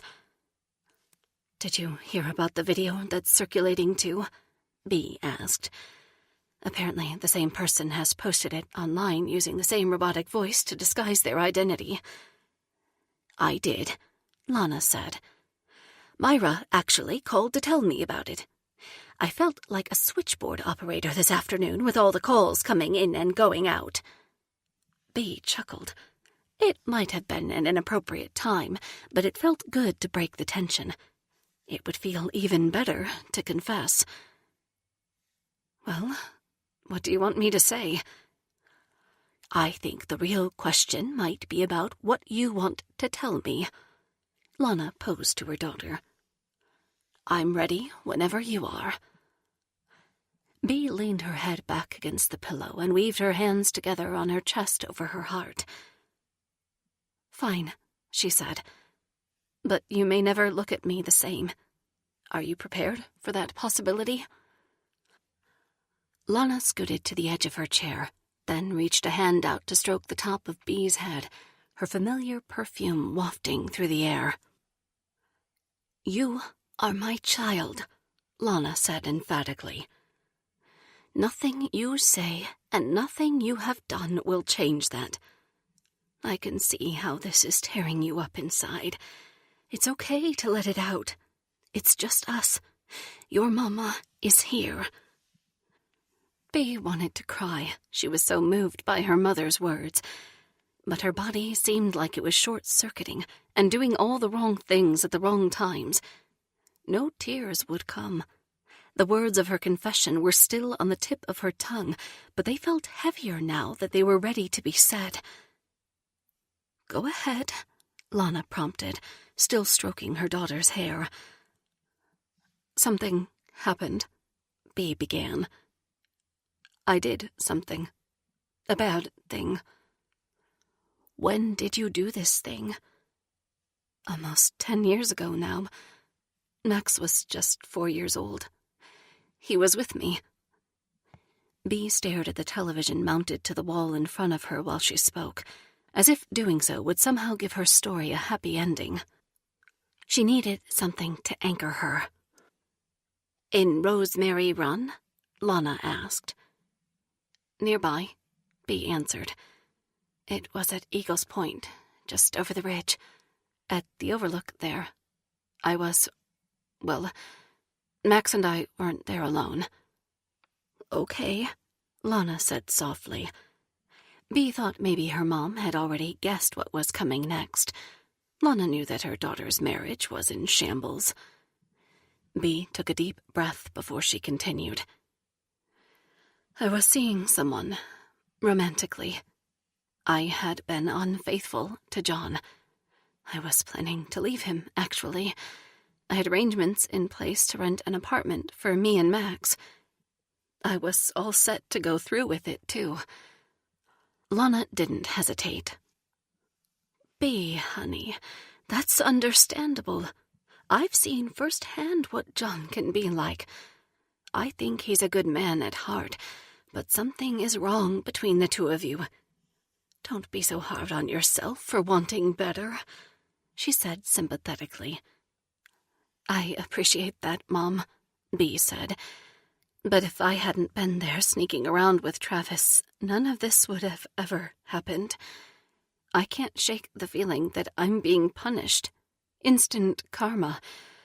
And the punishment keeps coming. She shook her head at the thought. Travis, is that the friend of yours who builds furniture? That's the one, Bea confirmed. He's a great guy. He's a much better match for me than John, in all honesty, and he treats me wonderfully. He always has. Oh, my dear girl. I know, Bea said. I saw him this morning for the first time in many years. He was as nice as ever, and he's still single. Lana smiled and then raised her eyebrows. She was excited at the thought of a man who would treat her daughter right.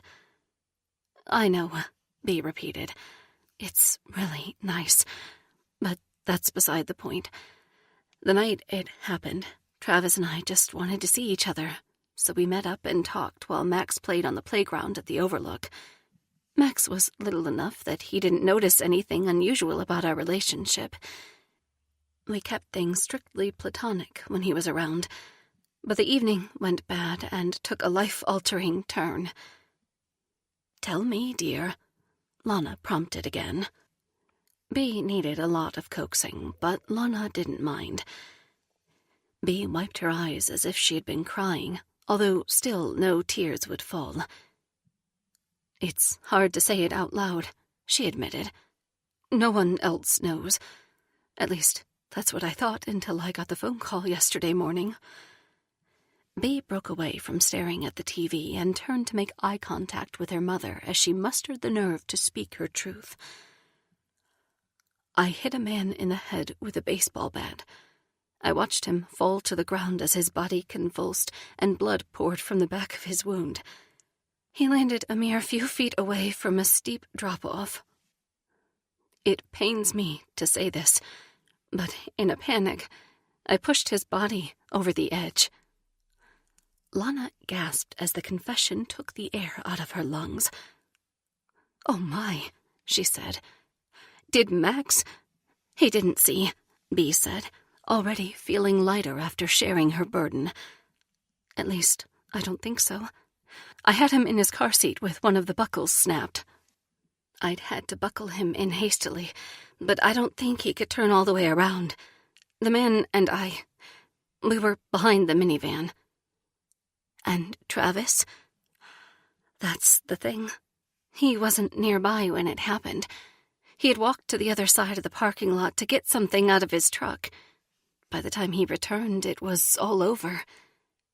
Did you ever tell him? No, Bea said. But after that night, I broke things off with Travis and halted my plans to leave John. I was scared to death and shaken up by what I'd done. I believed I needed John's protection. He'd always felt sort of like a father figure to me, you know? I hate to say it, but it's true. I can see that, Lana affirmed. But Travis, didn't he find it strange that you suddenly ended things? He was probably heartbroken. And are you absolutely sure he didn't witness what happened? Could he be the anonymous caller? Maybe it's a ploy to get you back. I don't know. He did seem happy to see me again and eager to be in my life after all this time. Travis was with me when I received the call this morning to come to Max's school, so he rode along. I'm not sure what you've heard, but it turned into a huge mess in the principal's office, complete with John attacking Travis from behind and trying to choke him out.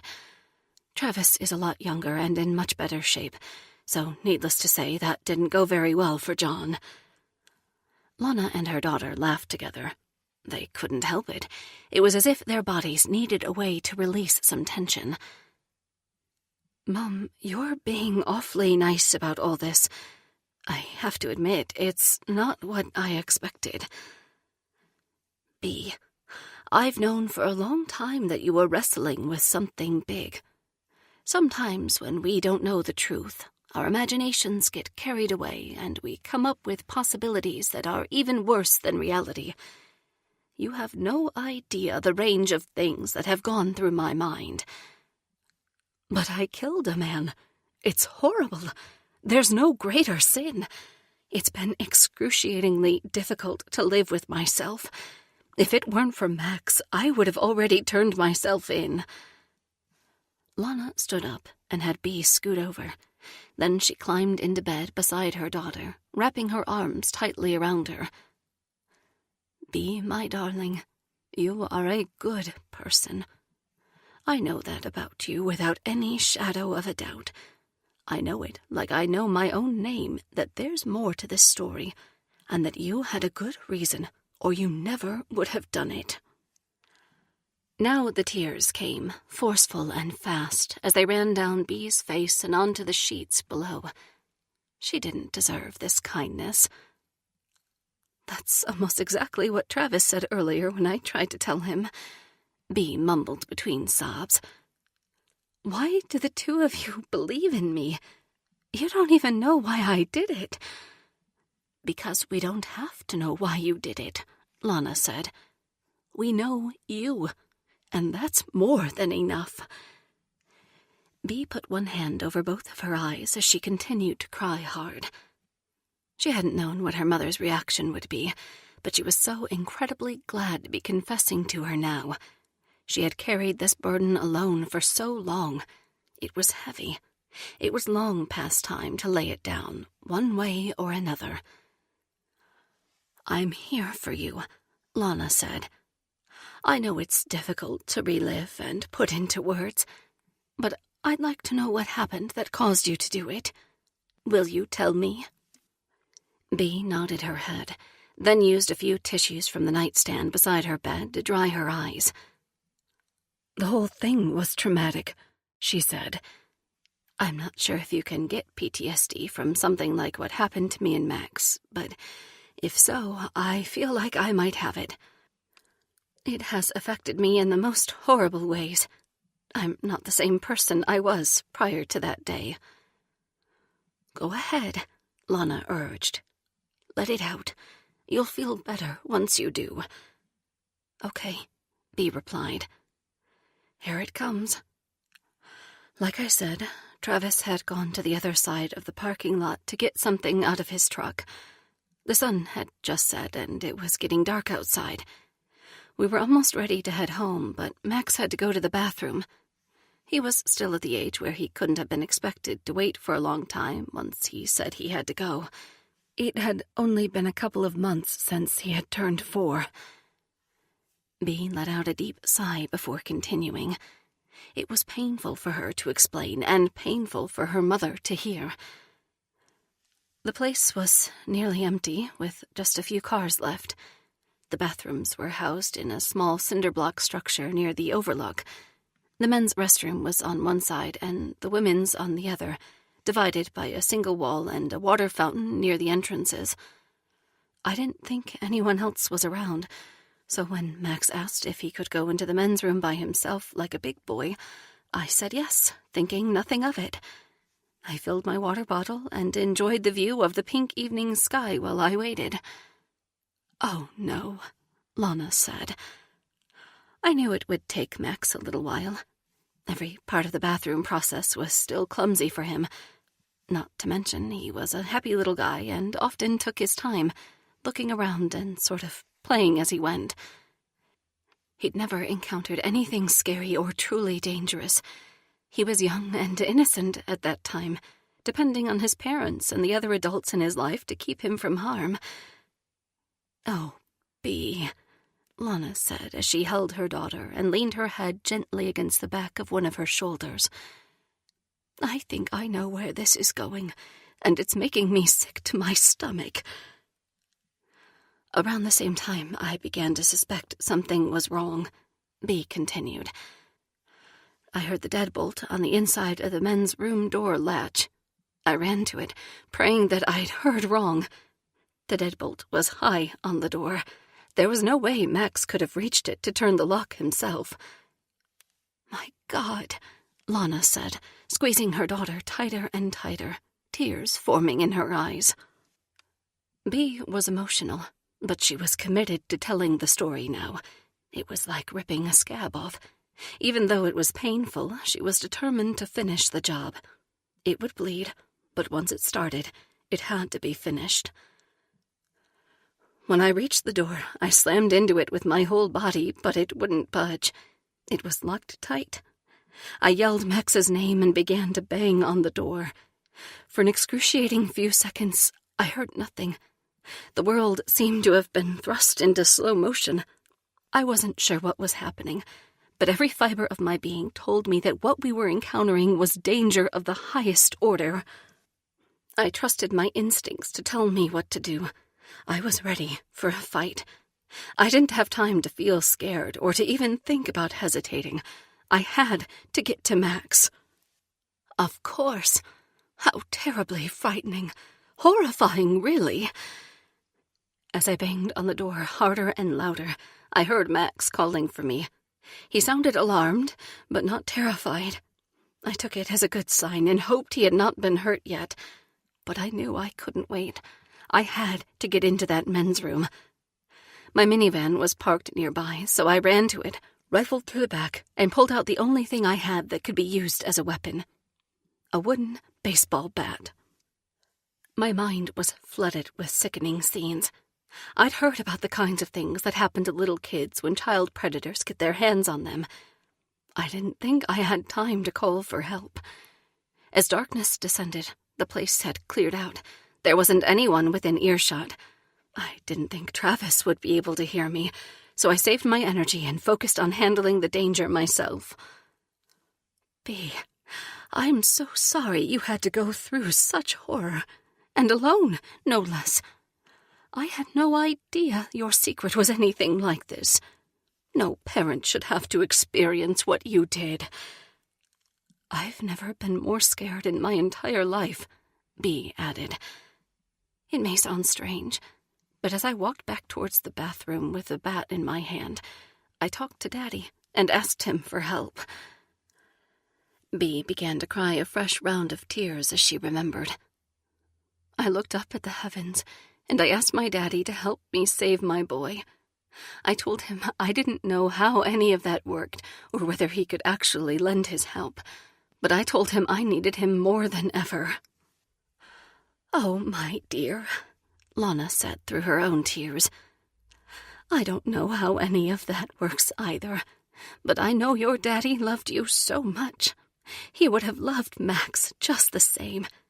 He had always looked forward to becoming a grandfather, and if he could have helped in any way at all that day, I know he would have." Lana sobbed now, too. "Oh, my sweet girl, and our sweet, innocent little boy. Tell me the rest of the story." Bea continued, eager to get to the end. Her confession was almost done. As I approached the bathroom, she explained, "I saw a man walking towards me. Everything about him was revolting for some reason. I'm telling you, I had a visceral reaction to the sight of him like I've never experienced before. He seemed deranged. At minimum, he was mentally ill, but I suspect he was also some kind of addict. He had short brown hair and a long, narrow face. His neck seemed somehow too long, almost like depictions of aliens I've seen. The vile man was holding a young boy over his shoulder. There was a delay as I worked to process what was happening, because the child was wearing different clothes than Max had been that day. When the man saw me, he didn't flinch. In fact, he appeared to strengthen his resolve. He leaned his head forward on his knobby neck and began to walk quickly towards an old Volkswagen bus that was idling nearby. The boy he was carrying faced the opposite direction over the man's shoulder until suddenly the child turned around and looked at me. It was our Max. Bea paused and blotted her eyes some more as tears rolled down her mother's face. She took another deep breath, then continued. It was then that I truly realized the urgency of the situation. This man had waited in the bathroom for a child to prey on, and he'd had the wherewithal to immediately change the child's clothing, thereby changing his appearance. That was a disturbing level of premeditation. We were dealing with a sicko bent on taking Max and doing God knows what with him. I rushed forward, and for some reason I thought about wolves and how they go for the Achilles when they want to take out another animal. They know that if an animal can't run away, defeating them becomes much easier. As I reached the man, I used the baseball bat to swing hard at his knees. I was hell-bent on stopping him from taking Max away. The man yelled out in pain and fell to the ground, releasing his grip on my son. From that moment on, everything became a blur. Max ran to me. I remember scooping him up and holding him so tight. He leaned his little head down on my shoulder, unsure of what was happening, but glad to be back in the safety of my arms. Still acting on instinct, I put Max into his car seat, and, like I explained earlier, I buckled one of the buckles. I was in a hurry because I needed to get back and deal with the man before he got away, or worse, came after Max again. "Damn right you did," Lana added. It was unusual for her to use such strong language. Even though it was all a blur, I was aware I was making a decision at that juncture. I could have gotten in my van and driven away. The man had been wounded and probably wouldn't have been hard to find. I could have gone to Travis, and together we could have called the police. Travis might have even been able to hold him until police arrived.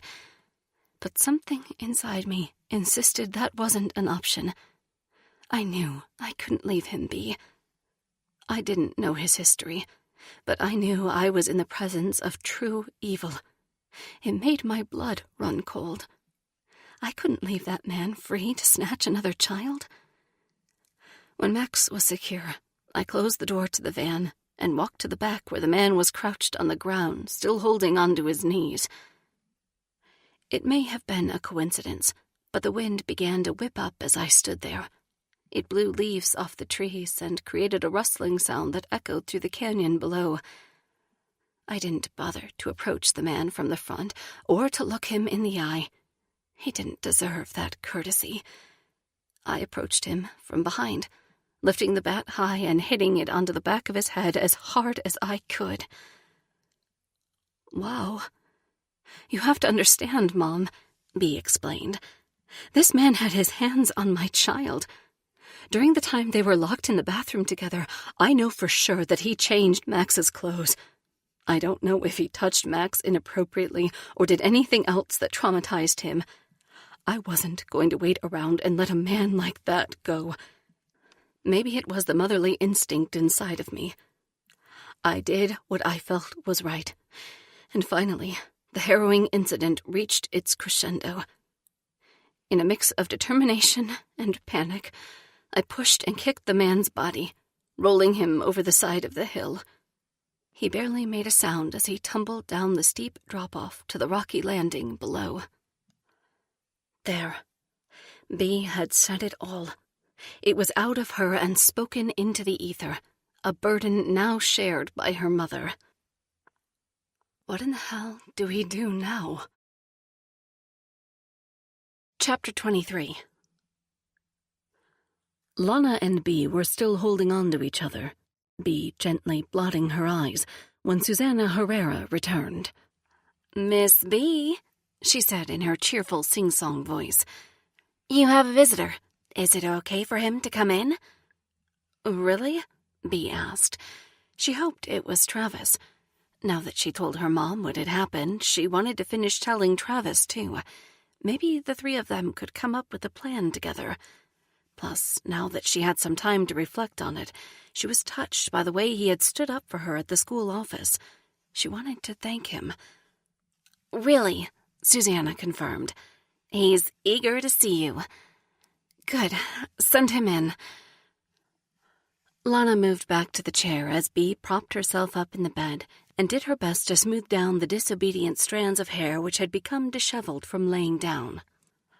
Lana had never met Travis before, and Bea looked forward to introducing the two of them. A meeting was long overdue. Susanna left the room.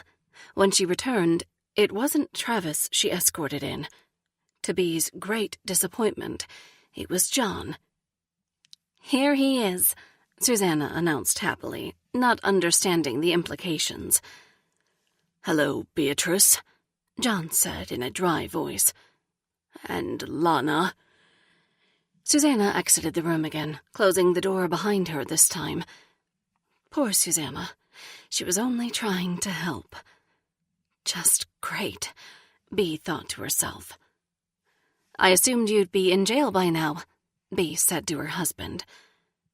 John stood at the end of Bea's hospital bed, with his feet shoulder-width apart and his hands crossed in front of his waist.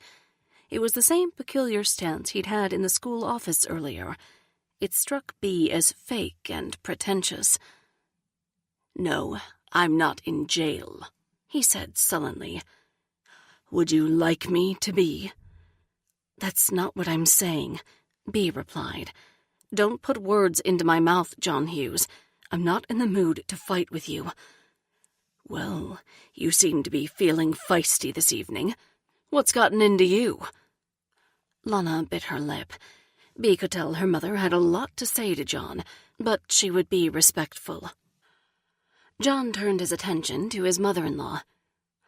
"Lana, would you mind giving me a few minutes alone with Beatrice?" Lana turned to her daughter for the okay. "It's all right, Mom," Bea said. "Maybe you could find us some warm coffee?" "Fine," Lana said as she stood up and shuffled out of the room. "Shall I bring back 3 cups, or just 2? She called back. "Just 2, Bea said. "John isn't staying." Being assertive felt good. When the door closed behind Lana and Bea and her husband were alone, his demeanor changed. He sat down in the chair Lana had occupied and dropped the good guy act. "We have a problem," he said. "Is it Max?" Bea asked, the concern evident in her voice. She didn't want to sound weak, but the thought of something being wrong with her son pushed her in that direction. "No, he's fine as far as I know," John clarified. "This isn't about him. At least, not directly." "Okay, then, what is it? Because if you'll notice, I have my own problems right now. You haven't even asked me how I am." "Sure, you're right," John said in a rare admission. "I trust you're feeling better now and that you're going to be okay." He didn't reach out and touch Bea. Their relationship no longer had that kind of warmth. The only time John touched his wife anymore was in public when other people were watching, and even then, it didn't happen often. "They're running some tests," Bea explained.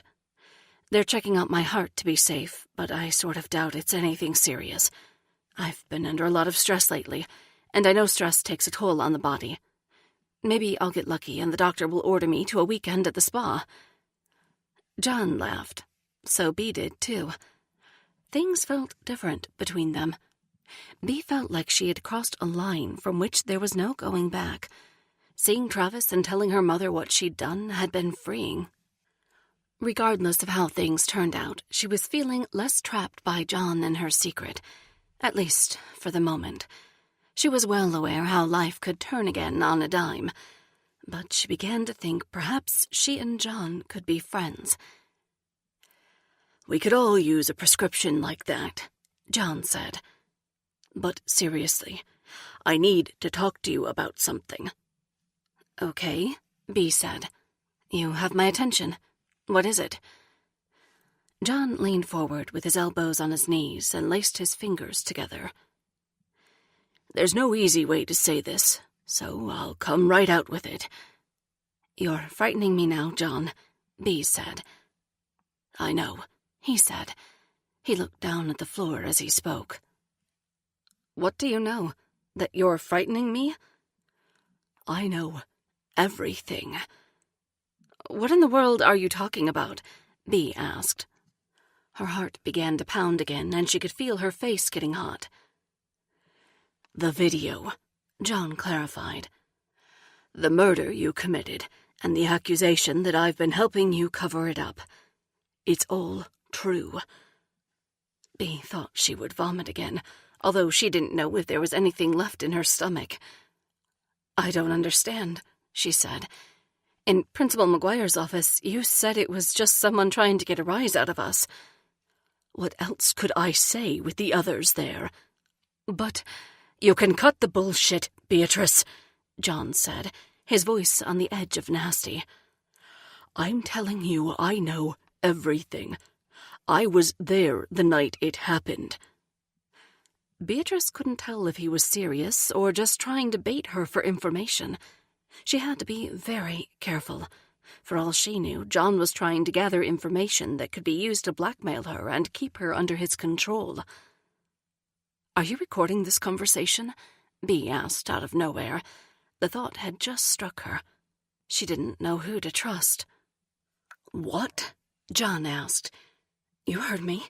Are you recording this conversation?" "No," John replied. "That's not what this is about. I'm just as guilty as you are of withholding this information. Like it or not, we're in this mess together.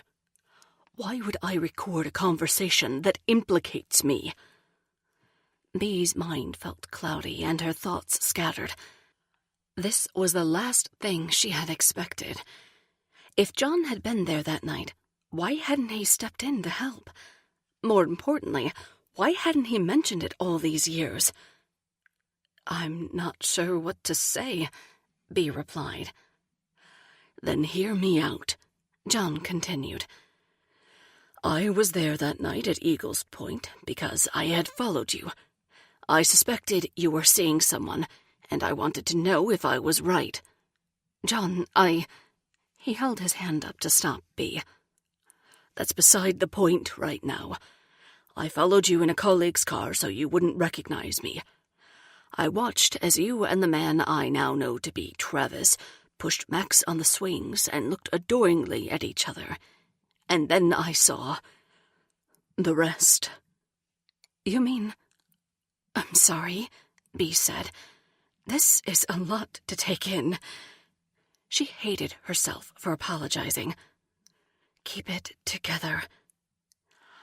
"I mean everything," John continued. "I saw you run frantically to the van and get the baseball bat out of the back. I wasn't sure what you were doing, but then I saw the man. I didn't recognize the boy at first until he turned, and I realized it was our son." John looked pained as he said the words. "I didn't know what to do," Bea pleaded. Truly, I did the best I could under the circumstances. There wasn't much time. I had to act. The risk of not doing anything and allowing Max to be taken away was too great. I know, and I've never been prouder of you than I was on that day. Bea thought she saw tears forming in John's eyes. She was floored. You were proud of me? Yes, John said. Very proud. You saved our son, and for that I will always be grateful. Wow, Bea said. I wasn't expecting this. So you saw the whole thing? I did. When I realized it was Max, I'd gotten out of my car and was on my way to intervene. But then I saw you put Max in his car seat and go back to finish the job. Maybe I panicked, but I returned to my car at that point, just in time to see you heave the man over the edge before I drove away. I would have done the same thing. The camaraderie between Bea and John was something she had never dreamed possible. She was incredibly relieved to find out that not only did he know, but he thought she had done the right thing. But she didn't understand why he'd been so cold to her all these years. He'd acted like he resented her. If he knew what she had done and was proud of her, then what could explain his attitude? "Thank you for saying that," Bea said softly. "It means more to me than you know." John reached out and put one hand on top of Bea's. There wasn't an electricity when they touched like there was between her and Travis, but John's hand felt familiar and comforting nonetheless. He kept it there and patted Bea's hand a few times before withdrawing and laying his hands in his own lap. So, now that we've cleared the air, we have to figure out what to do. Right, Bea agreed. But wait a minute, she said as she considered the situation further. If you were there and saw what happened, how do I know you didn't orchestrate this yourself? How do I know you aren't the disguised man in the video? Don't be silly, John sneered, his voice going back to defensive and adversarial. I'm serious, John, Bea said. I know you haven't been happy with me for some time. Maybe you'd like to see me arrested and put behind bars to get me out of the way. Damn it, Beatrice, John said, slapping his palms on his thighs. There's a lot about me that you just don't understand. Then help me understand, Bea said. You scold me almost every day like I'm your child instead of your wife. You rarely show me any affection, and I can't even remember the last time we made love. I thought maybe it was me. I know I'm getting older and my career has stalled. I guess I wouldn't blame you if you were more interested in one of the young, pretty career women you interact with through your job. John leaned back in his chair and looked up at the ceiling. Bea thought he suddenly looked haggard and frail. He was getting older, too, and signs of aging were happening much quicker for him than they were for her. This isn't the time or place to get into all of that, John said. Right now, we need to work together to figure out what to do. We need to figure out who made the video and silence them if we want to hold our lives and our family together. Although she would have liked to have known more about her husband's feelings towards her, she agreed that they had work to do. Okay, I get it, Bea said. I know you love Max. I don't actually think you would want his mother sent away. And if you did, you could have just told one of your friends on the police force instead of going through all this trouble. Let's get down to business. What are we going to do? Chapter 24.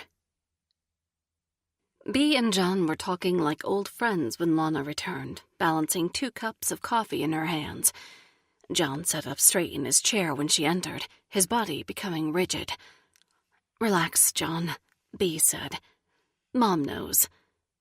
You mean she knows? How? I told her a little while ago, before you got here. Now Lana was the one surprised. Bea, dear, do you mean you told John the same thing you told me? I didn't have to, Bea said. He was there and saw it all with his own eyes. We were just talking about how we should handle our current predicament. Come on in and join us." John raised his eyebrows, then quickly tilted his head to one side and nodded his approval. "I don't suppose there's any harm in the three of us working on this together, now that we're all aware of what happened. We are family, right?" "Good," Bea said, taking the coffee from her mother. "Then it's settled. Mom, pull up a chair." But Bea could tell her mom had something else on her mind. "What is it?" Lana looked hesitant as she sat down and got herself situated. She went ahead anyway. "I was just thinking about, well, the other person who was there that night. Shouldn't he be involved in this discussion?" "You're referring to Travis," John said. "Yes," Lana replied. "I'm not so sure that's a good idea," John explained, "and not just because of what happened earlier. By the way, Travis chose not to press charges. My emotions got the better of me, but I realize he's not a bad guy. That was gracious on his part." "Then what?" Bea asked. "I agree with Mom that it's probably a good idea to get him in on this." John hesitated before he spoke more. "I'm not making an accusation here, but let's stop and think about the possibility that Travis is the one behind the video," John said. "We know he was there that night, and he has motive." "What motive is that?" Bea asked, indignant. "Like you said yourself, John, Travis is not a bad guy. And you're absolutely right. I've known him for a long time. I can't see him being behind this. No way." "Beatrice, his motive is you. Plain and simple." Bea didn't want to hear this. It seemed difficult to trust herself these days, and she didn't want to doubt Travis. But she had apparently made the wrong call about John. Here she had thought he didn't care about her, and now she finds out that he was protecting her by not turning her in to the police. Could that mean I was wrong about Travis, too? Could he be capable of doing something like this? "I really don't think he would," Bea mumbled as she absent-mindedly fiddled with another section of her blanket. "There have been threats directed at me," John said. "What kind of threats?" Bea asked, concerned. Lana wrung her hands as a worried look settled over her face. "I hope this situation won't lead to any more violence," she said. "People can get crazy. Mob mentality takes over faster than most of us would imagine." "No threats of violence yet," John assured. "But I'm being blackmailed. It began with a letter sent by mail and received at my office yesterday morning. That's why Officer Tatum stopped by the house. He and I have worked together closely in the past, and so he was giving me the courtesy of handling the matter discreetly." "What did the letter say?" Bea asked, alarmed now and worried for her family. "It said I should resign from my office as mayor, or else they would take your secret public. I thought they were bluffing. The letter didn't specify what the secret was, so I assumed it wasn't a big deal. A hoax, probably. Until yesterday afternoon, when I received a call on my private line from someone using a voice changer." Bea and Lana looked at each other knowingly. "I got one of those at the house, too," Bea said. "Yesterday morning. Mom happened to pick up the phone at the same time and overheard on the other end of the line. That's what prompted me to tell her what happened at Eagle's Point." "Huh," John muttered. "Is it safe to assume that's what put you in such a foul mood last night at the restaurant?" Lana said to John. Her tone surprised Bea. "I deserve that," John said. "I guess I cracked under the pressure. Can the two of you ever forgive me?" "I think an apology would be nice," Lana added. "Under the circumstances." John smirked, but not in a bad way. "Yeah, I'm sorry," he said. Lana smiled and nodded, pleased with herself. Bee smiled at her mother's handiwork. She looked out the window as she ruminated on everything that had been said. The sun was low in the sky and nearly ready to disappear until the morning. "Look, John," Bee said once she'd gathered her thoughts. "I don't mean to make light of this, but I've been living with the fear of being found out for an entire decade. Today, I finally got some relief. But I'm exhausted, both physically and mentally. I'm waiting on my doctor to come back in. He said he was checking on a few things in his efforts to figure out whether there's something wrong with me, and I'd really want to get some rest. Can we talk more about this another time? I don't think the situation will come to a head immediately. Do you?" John looked at his wife, and Bee thought that for once he might have really seen her. "The two of us are supposed to be at a press conference in half an hour," John said. "As a public figure, I'm held to a different standard. You know how it works. The people of Rosemary Run want an explanation. I'm not sure how long I can put them off." "Then go," Bee said. "You can still make it to town hall if you leave now. Just tell them your wife isn't feeling well. I'm not sure if you realized it, but there was a crowd in the school parking lot today when I was taken away in the ambulance. Many were taking pictures or recording video on their smartphones. I'm sure the people of Rosemary Run already know something is going on with me." "I agree, but it may look suspicious, like you got sick once you'd been found out." "And I trust you can handle the situation," Bee said. "You're a gifted politician. You can spin the story in such a way that you come out looking like the good guy, as usual. Just promise me you won't lie about what I've done. Avoid the truth all you want, but I can't live with any more lies. My heart can't take it." John stood up and took Bee's hand into both of his. "Okay, I'll go," he agreed. "We'll talk again tomorrow. And in the meantime, please consider what I said about Travis. Maybe he wants me out of the picture, thinking it will clear the way for the two of you to be together. Good men have done plenty worse in the name of love."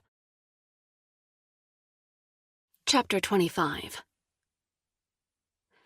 Bee dozed on and off for the rest of the evening, her body completely drained from everything she'd been through. Dr. Benjamin and Susanna came back to check on her, but when they saw how well she was resting, they opted to let her be, promising to return in the morning to discuss next steps. Several text messages came in from Travis, but Bee was too tired to respond. She opted to leave them ignored while she gained some strength and thought about what John had said. Max called just before 9 o'clock to say goodnight from Gabby's. He seemed to be in good spirits and was prepared to return to school in time for the first bell tomorrow.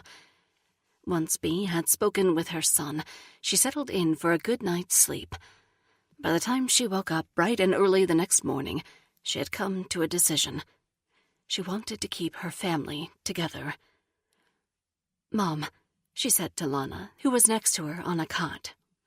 Susanna had apparently brought it in while Bee was asleep. "Mom, wake up." "What, dear?" Lana asked, still groggy.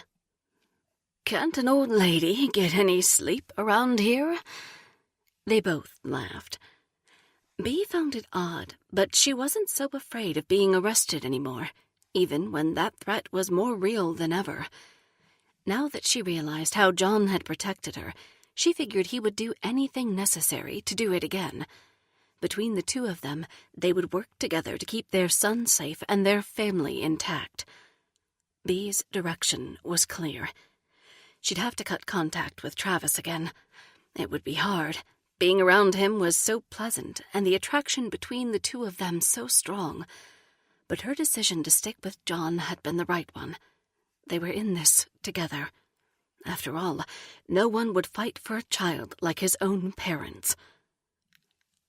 "I want you to know," Bee began. "I've decided to stay with John. After our talk last night, it feels like the right decision." "Oh, dear," Lana said, rising into a sitting position and swinging her legs around the side of the cot. She could reach the shades from where she was sitting, so she turned and opened them, allowing morning light to stream in and flood the room. "What?" Bea asked. "You don't think it's the right decision?" "I don't know," Lana said reluctantly. "It's not my decision to make, but I'll support you no matter what." "I appreciate that, Mom. I have a feeling I'll need your support. There's more ground to cover before all of this is over and settled." There was a knock on the door, and Dr. Benjamin and Susanna came in, both of them looking tired. "Good morning," Susanna said. Her voice wasn't as upbeat as before. "You're still here?" Bea asked. "Did the two of you ever sleep?" Dr. Benjamin cracked a slight smile as he rolled a stool next to Bea's bed and sat down. "We try to sleep now and then," he said. "We're heading home to get some sleep soon, but we wanted to talk with you before we left. How are you feeling this morning? You look a lot more relaxed." "I'm good," Bea replied. "Much better than yesterday." "That's great to hear," the doctor replied. He got out his stethoscope and listened to Bea's heart. "Any chest pain or tightness?" "No," she replied. "How about dizziness? Nausea? Feeling faint?" "Not since last night." "Good," Susanna said as she again changed the bag of saline attached to Bea's IV. Both Susanna and Dr. Benjamin were moving quickly this morning, probably eager to get their rounds done and hand things off to the staff taking the next shift. Dr. Benjamin stepped back, returning his stethoscope to the pocket of his white lab coat. "I'm going to order those tests we discussed, along with some blood work. If everything looks good, you can go home around noon. I want you to follow up with your primary care doctor and maybe a cardiologist, depending on what we find." "Okay," Bea said. "I can do that. I'll go ahead and tell you, though," he continued. "I'm fairly certain you have tachycardia." What?" "It sounds complicated, but it's a condition that makes you have a fast heartbeat. Symptoms can be anxiety-related." "Oh," Bea muttered. "It's very treatable. There are things you can do, such as avoiding caffeine and nicotine, and meditating or practicing relaxation exercises. Of course, lowering your stress level will help." "I see." "I also want you to make an appointment to talk to someone," Dr. Benjamin continued. "Besides the tachycardia, what you experienced yesterday afternoon was most likely a panic attack. Cognitive behavioral therapy has been shown to be very helpful in managing anxiety disorders. Do you know a professional you can make an appointment with, or would you like a referral?" The doctor's slow and gentle bedside manner from last night was now brisk. Bea wondered if he realized the difference. "I received a name yesterday from the principal at my son's school," Bea said. "She recommends Dr. Martin Duffy." "Excellent," Dr. Benjamin confirmed. "I'd like you to call him right away. I'll follow up and let him know you are under my care here. This is very important, Bea. I want you to get the help you need. You can't do this alone." "I understand," Bea said. "I got a few things off my chest last night, and I feel so much better already. I hope I can continue to improve." "Good," the doctor said. Then he shook Bea's hand one final time and left the room, Susanna doing the same and following closely behind. The tests were easy and not at all uncomfortable, just like Dr. Benjamin had promised. When they were finished, the day shift nurse told Bea she could get dressed and go home. They would call her with results as soon as they were ready. Chapter 26. The man behind the robotic voice was having a good morning, too. Feeling pleased with the way his initiative was progressing, he treated himself to a large plate of bacon and eggs at Lorraine's diner. He sat in one of the booths along the wall farthest from the front door. He liked having a clear view of everyone coming and going. To his delight, an article about his video had made the front page of the local newspaper. Several other patrons of the diner were reading it, and it gave him a thrill to see that people were paying attention. Little did they know he would soon begin releasing more and more detailed information, until John Hughes was forced to resign from the office of mayor, and Bea Hughes was put in prison where she belonged. He could imagine her now, her long dark hair unstyled and pulled away from her bare face, her body swimming in an unflattering orange jumpsuit. She wouldn't look so good without her makeup and pretty clothes. He couldn't wait for her to grace the front pages of the newspaper, showing the world what she really was: an unattractive, undesirable, lying murderer. Chapter 27. 3 days later, Bea had returned to her backyard art studio to clean up the paint that had spilled the morning the anonymous call came in. Things had been relatively quiet in her life, and she was buoyed by a new feeling of connection to her husband. John hadn't been home much, but when he had, he was kind and attentive. She hoped things would work out for the best, and that her little family of 3 would stay together. Dr. Benjamin had reported good news from the medical testing, and didn't think Bea had anything more serious than tachycardia and an anxiety disorder to tend to. He referred her to a cardiologist and gave her strict instructions to call him immediately if she felt pain or discomfort in her chest, or a sensation like she was about to faint. She promised she would do exactly as he instructed. She felt like she had dodged a bullet. She was glad there wasn't anything more seriously wrong with her heart. She called Dr. Duffy as promised and scheduled an appointment for the following week. Bea had come to terms with her medical situation. She was willing to go on medication to help with her anxiety if that's what the psychologist recommended. No new videos had been released. As far as Bea knew, no more calls had been received either. She hoped that maybe they'd seen the end. Given the lull, John was taking the attitude that they'd wait and deal with any developments as they came up, rather than taking steps to handle the situation aggressively. He reassured Bea that sometimes blackmailers got cold feet and simply went away. Deep down, Bea knew there was more to come. She avoided the newspapers and the internet on purpose, and she enjoyed the peace and quiet with a newfound appreciation. She was more determined than ever to keep her chin up and her family under the same roof. She felt silly for having spent the night in a hotel just a few days earlier. Max was back at school, and thanks to the administration's careful watch, Landon wasn't picking on him anymore. Max felt supported and safe. Everyone involved was happy with how things had turned out. Upon Bea's request, Lana had moved back in. Marmalade was still in Sacramento, but Natalie had promised to return him home soon. It wouldn't be long until things were back to normal. With any luck, Bea thought they'd be better than normal. Morning sunlight streamed into Bea's art studio through the little window with the floral curtain. The light lifted Bea's spirits. Inspired, she decided she would spend the day painting whatever wanted to pour out of her. She thought of it as art therapy. She could feel herself beginning to heal after having confessed to Lana and John, and she wanted that healing to continue. She decided she'd let her husband be her inspiration today. They were planning on a romantic dinner that evening. It had been John's suggestion, offered as a way to make up for the difficulty he had put Bea through as a result of his lost temper a few days prior. Bea reached both arms up in the air and stretched like a cat, enjoying the warm rays. Then she selected a large blank canvas and placed it on her easel. She pulled out her smartphone and selected some mood music. She chose a playlist with a selection of 80s love songs that were some of John's favorites. True Colors by Cyndi Lauper came on first. It felt like a perfect representation of their relationship. Bea could feel the music flowing through her and making her body sway along with the slow, sauntering beat.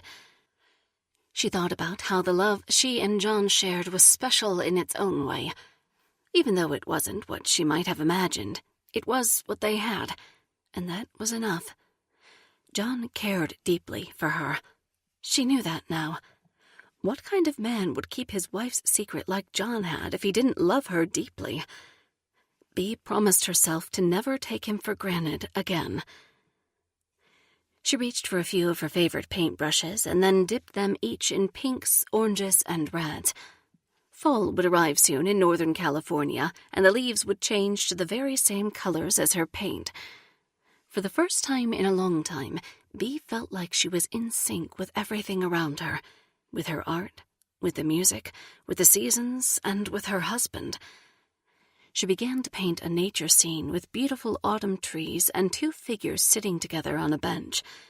The figures reminded Bea of herself and John, weathering anything that might come their way as they grew old together.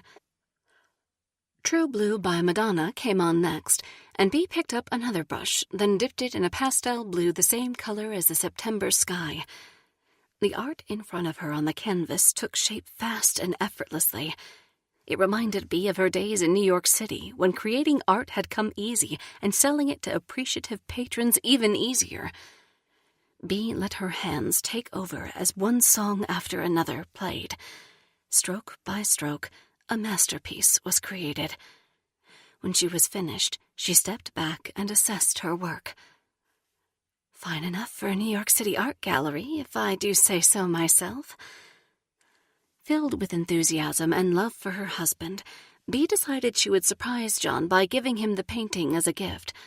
He had admired her artwork when they first met, and she thought perhaps this painting would provide a way for them to reconnect. She decided to call it Fair Skies Whenever I'm With You. From the bottom of Bea's heart, she hoped it would touch John and rekindle the spark they once had. She even thought maybe they would grow close enough to make love again. Feeling amorous, Bea turned on a fan to help the paint dry, then went inside and up to the bedroom she shared with John to get ready for their special night. As she stepped into her walk-in closet and ran her fingers along the edges of the hangers, she knew she was searching for something extra special. She wanted to wear something so pretty that it would make John weak in his knees. First, she considered a deep purple dress with a plunging neckline and a hem that fell just above the knee. John had bought it for her on a trip to Las Vegas not long after they were married. It showcased the kind of classic lines that never went out of style. But as Bea held it up against herself and looked in the mirror, it didn't seem quite right. She wanted to bring back the feelings for when they were first married, but she wanted those feelings paired with hope for a new future. She wanted something to symbolize where they were going. After rifling through other options, Bea wasn't sure she would find anything right. She considered several dresses, but ultimately decided they were either too proper or too somber for the occasion. Several others seemed too summery for September, but others yet were too wintry and covered too much skin. Finally, Bea's fingers landed on the perfect flirty number. It was powder blue, almost the color of Cinderella's dress. It landed off the shoulder, but not too far off the shoulder, and featured cascading ruffles that fell in a lopsided line below the knee. The waistline was tailored to show off Bea's trim figure. She thought it was perfect for the evening, especially since it matched the color of the blue sky in the painting she had just created for her husband. Bea took the dress out of the closet and tried it on, then admired herself in front of the full-length mirror. As she looked at herself, she couldn't help but remember a few days prior when she had tried on the floral print dress and thought of Travis, until Officer Tatum came to the door and caused her to hurl all over her fancy clothes. Oh, Travis, Bea thought. Why can't I get you out of my head? The bright side, though, was that Bea was feeling calm and centered. No longer was she jumpy every time someone knocked on the door or the phone rang. Even though she knew intellectually that the threat remained, confessing what she'd done had worked wonders for her psyche. She only wished she had told someone sooner. Bea wasn't a Catholic, but she suspected she was beginning to understand the power of their confessional. She thought having a priest absolve her of her sins might be the best thing that could happen in her life. She made a mental note to do some research to find out what might be involved with attending Mass and making a confession. Bea considered herself spiritual and not religious, but she was beginning to think it might be time for some religious guidance. Questions about forgiveness weighed heavily on her. She wanted to forgive herself, and if she ever found out who that man was, she wanted his family to forgive her for what she'd done to him. Wishing to keep her mood upbeat, she pushed all those thoughts out of her mind. Instead, she focused on exactly how she would charm and seduce her husband.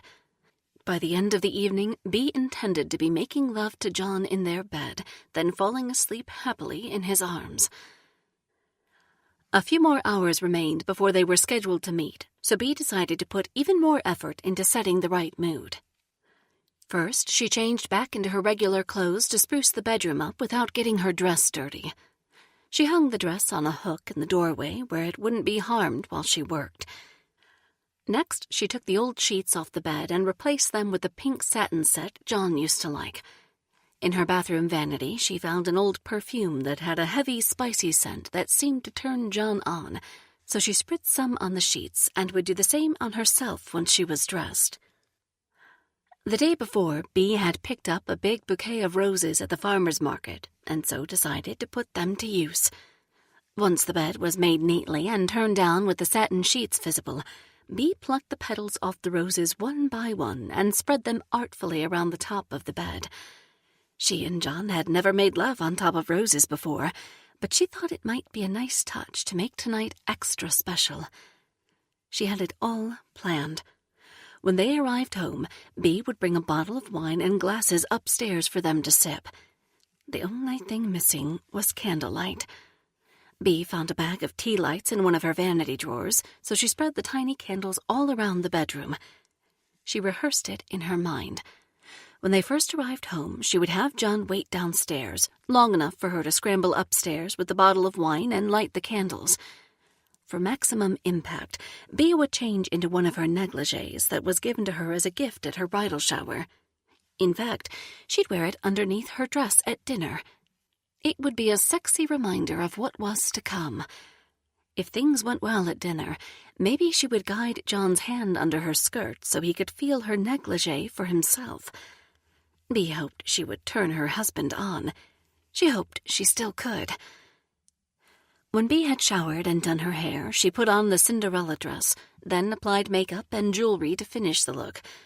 Satisfied that the room was ready and she was as dolled up as she could get, Bea went to the living room to hang out with Max and Lana for a few minutes before heading downtown to meet John.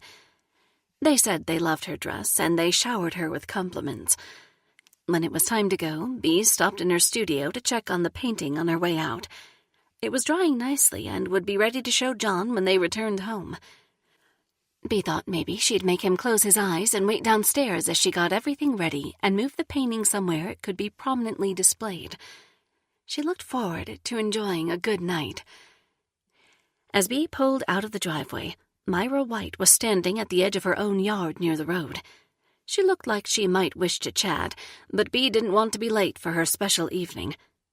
Bea waved at Myra and went on her way, her Cinderella dress crinkling under the seatbelt shoulder strap. Chapter 28. John had insisted they have dinner at Honey Hog, despite Bea's concerns about the scene he had made the last time they were there. He had been working to make amends for his behavior and had gone to Honey Hog twice to apologize to the owners. John assured Bea the owners were okay with it and would welcome the mayor and his wife for dinner. Determined things would be better this time around, Bea smiled as she opened the heavy glass door at the front of the restaurant. The sun was setting, and its angle made everything sparkle. The restaurant was beautiful inside and out. The owners had created the perfect ambiance with low lighting and candles on each table. Bea hadn't remembered it being so romantic the last time she was here. John was already seated at a table in the back. When he saw his wife walk in the front, he stood up and waved to her before the hostess could finish a greeting. Bea felt proud to be the mayor's wife. She almost felt like some kind of royalty, even if it was only in a small town. Basking in the warmth of John's affection, Bea sauntered her way around the tables and chairs as she walked towards the back of the room where her husband was sitting. "Well, don't you look pretty?" John asked as he took both of his wife's hands in his own and kissed her on the cheek. Bea blushed. Thank you, she said. I wanted to look nice. For you. You do, John remarked as they sat down and scooted their chairs up to the table. A young Asian waiter with an eager expression on his face arrived at the table to take their drink order. John ordered red wine for the both of them without asking Bea what she wanted, but she didn't mind. It made her feel taken care of. She liked feeling taken care of. I'm really glad we're doing this tonight, Bea said to her husband. I've been thinking a lot about our future, and I want you to know I'm fully committed to making things work. John reached for Bea's hand over the top of the table and cradled it in his own. What's gotten into you? He asked with a smile. You've seemed so unhappy for such a long time. In the last few days, you've been like a different person. Bea shrugged, moving one exposed shoulder seductively. I don't know how to explain it, she said, other than that I feel loved and supported by you. Maybe that's all I've needed all along. Now I'm blossoming like a flower. I'm glad, John said. I really am sorry that I have been so short with you. I guess we just got into a rut. I got into the habit of taking my frustrations out on you, and that wasn't fair. In life, we all make our own choices. Even when we think we're stuck, we aren't really. It all boils down to risks and rewards. We can do anything we want if we can stand the consequences. How very philosophical of you, Bea said with a laugh. But you're right. The conversation remained upbeat as John ordered salads for the two of them, then deviled eggs as appetizers. They were well into the main course of brisket before a negative word was spoken. Damn it, John said, apparently in response to someone who had walked in the front door. His brow furrowed. It was as if a dark cloud had settled over him. His mood turned sour. What's wrong? Bea asked. When John didn't answer, she turned around in her chair to see for herself. Only there was a large crowd gathered around the hostess stand, and she couldn't make out anyone in particular who might have caused John to react the way he did. Answer me, John. What is it? Nothing for you to be concerned with, he replied gruffly. Come on, John, Bea said. We were having such a nice dinner.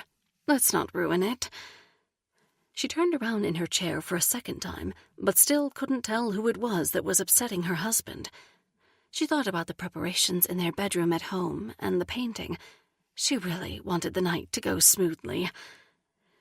I've got to make a trip to the restroom, John said under his breath as he pushed himself away from the table and stood up, his brisket only partially eaten. Okay, Bea said, bewildered. She racked her brain but couldn't figure out what was going on. Hurry back. I have... He was out of sight before she could mention the surprise waiting at home. Her heart sank. John stayed gone for what felt like an eternity. Bea's pride in her Cinderella dress turned to embarrassment as she sat alone feeling overdressed, her food getting cold while she waited on her husband to return. His absence spoke volumes about his priorities. She began to wonder if she could ever compete with his job.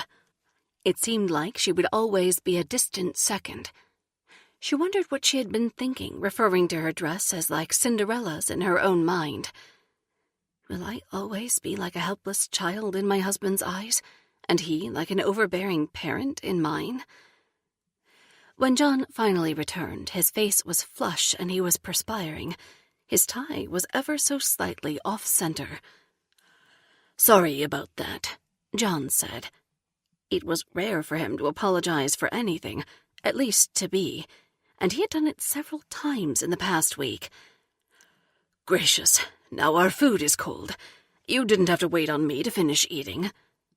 I'm sure we can ask our waiter to have it warmed up, Bea replied. What took you so long?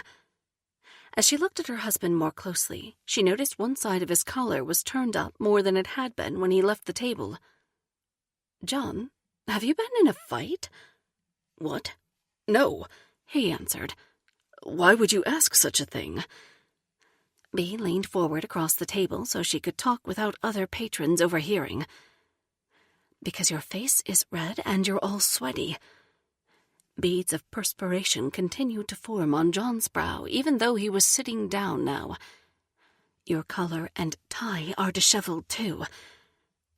John's face turned as red as the dinner plate he was eating from. "Hush now, Beatrice. That's absurd." He began to eat the cold brisket spastically, needing something to do with his hands. A couple at a nearby table took notice. Bea could feel their eyes on her, and she didn't like it. "Where did you go?" Bea tried again. "Out back. I had to take care of a work thing." "What kind of work thing?" Bea asked.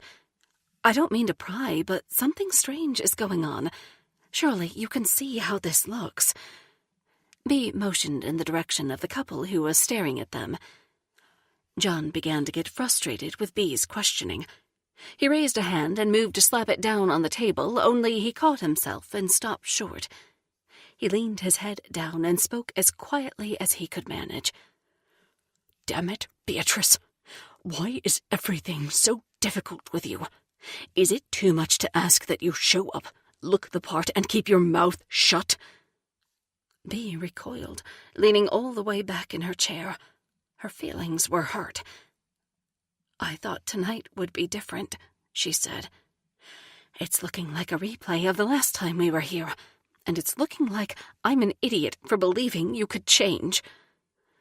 John sighed, still taking bites of the cold brisket, then sloshing wine around in his mouth nervously. "You're right," he said, working to calm himself down. "I do want things to be different between us. I'm under a lot of pressure at work. It's spilling into my personal life more than you know. Please forgive me. Let's try to enjoy the rest of our evening, okay?" The waiter returned, and Bea asked him to warm up their food. When he took the plates away, it left John with nothing to fiddle with. He looked around almost frantically. "I'm serious, John," Bea prodded. "What is going on with you?" Before John could answer, a well-dressed man with rimmed glasses and neat jet-black hair came up to the table and placed a hand on John's shoulder. The man was wearing a plaid button-down shirt, perfectly starched and tucked into his pants. Fastened to his collar was a red bow tie. He grinned as he looked down at John. "Kyle?" John asked, surprised. "What are you... Why?" John was flustered. He stood up and awkwardly shook the man's hand. "Hey there," Kyle said as he shook John's hand, holding it a few seconds too long. He glanced at Bea, waiting for an introduction. "Oh," John spluttered. "Where are my manners? Kyle, this is Beatrice, my... wife." "Pleased to meet you, Kyle," Bea said, uncertain as to what exactly was happening. She stood up to shake Kyle's hand, too. The three of them were a strange sight. Their body language must have made the grouping look awkward to onlookers. Bea didn't want to sit down before her husband because she didn't want to be rude to Kyle. She also didn't want to be left out of whatever was taking place. "Likewise," Kyle said, looking back at John as a prompt. Bea noticed that his movements were slow and deliberate. Something was off about him, although she couldn't tell exactly what. "Right," John said, wiping fresh beads of perspiration from his brow. "Beatrice, this is Kyle Hodges. He works for me." "Don't you mean with you?" Kyle corrected with a laugh, lowering his hand down to John's elbow and then leaning towards him as he spoke. "Yes, with me. Sorry," John said. "I didn't mean to insinuate." Bea didn't think she had ever seen John like this. It made her wonder exactly how much of his work was bleeding over into his personal life. He was flustered, discombobulated, and still sweating. Bea and Kyle stood looking at each other for a long few minutes, sizing each other up. She wondered what role he played on John's staff, but she didn't ask. She had met a lot of John's staffers at various events over the years, but she didn't think she had ever seen Kyle before. She wondered if he was new. She wondered if he was part of the team trying to help John handle his public image after the recent negative events. If so, she thought he must have had a difficult job in front of him. "Isn't it funny?" John asked, breaking the silence. "Kyle has worked with me for almost 4 years now, but I don't think the two of you have ever had occasion to meet." Bea smiled her best fake smile at her husband. She wasn't amused. "Sure," she said. "Better late than never," Kyle added, chuckling again. Bea couldn't tell for sure, but it sounded like his laugh would be unusual once it broke into full voice. "Okay, then," John said, turning to Kyle. "It was good to see you. I'll walk you out." Kyle smiled smugly, as if he had just won an important victory. His demeanor struck Bea as odd. "Fantastic, John," he said, looking at Bea while he spoke. "Beatrice, until we meet again." Bea nodded her head and sat back down at the table as John and Kyle exited hastily through the front door of the building. Chapter 29. John remained distracted for the rest of the evening. He ate his warmed-up brisket hastily, then asked for the check without giving Bea a chance to order dessert. They walked to their parked vehicles in silence, both knowing that things weren't right between them. The past few days had been nothing more than a good act.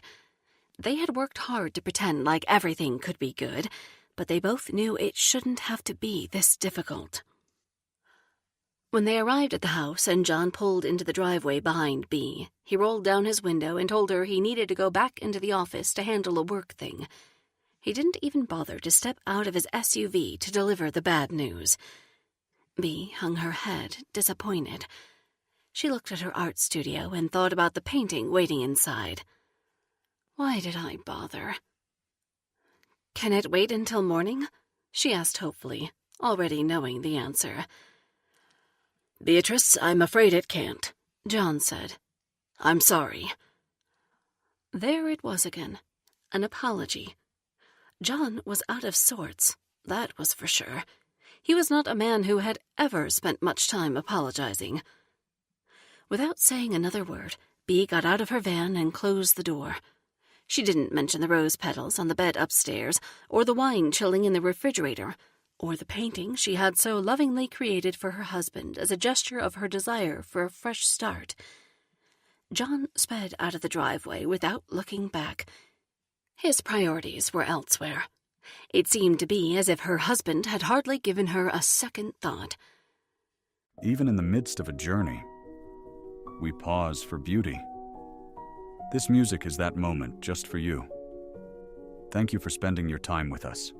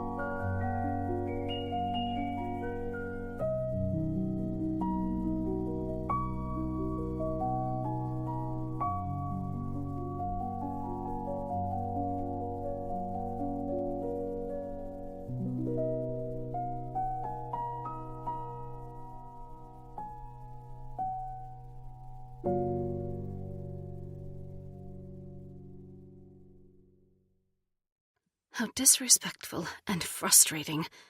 Travis wouldn't have treated me like this. The evening was nice, and Bea had a lot on her mind, so she stayed outside in the backyard under the string lights for a while before going in. She knew Max would be in bed already, and Lana would probably doze off in front of the TV. Bea knew a conversation with her best friend Gabby was long overdue, so she called her and invited her over for a drink on the patio. Gabby lived close by and was glad to receive Bea's invite. It took her less than 15 minutes to show up, a box of decadent chocolate-covered strawberries in hand.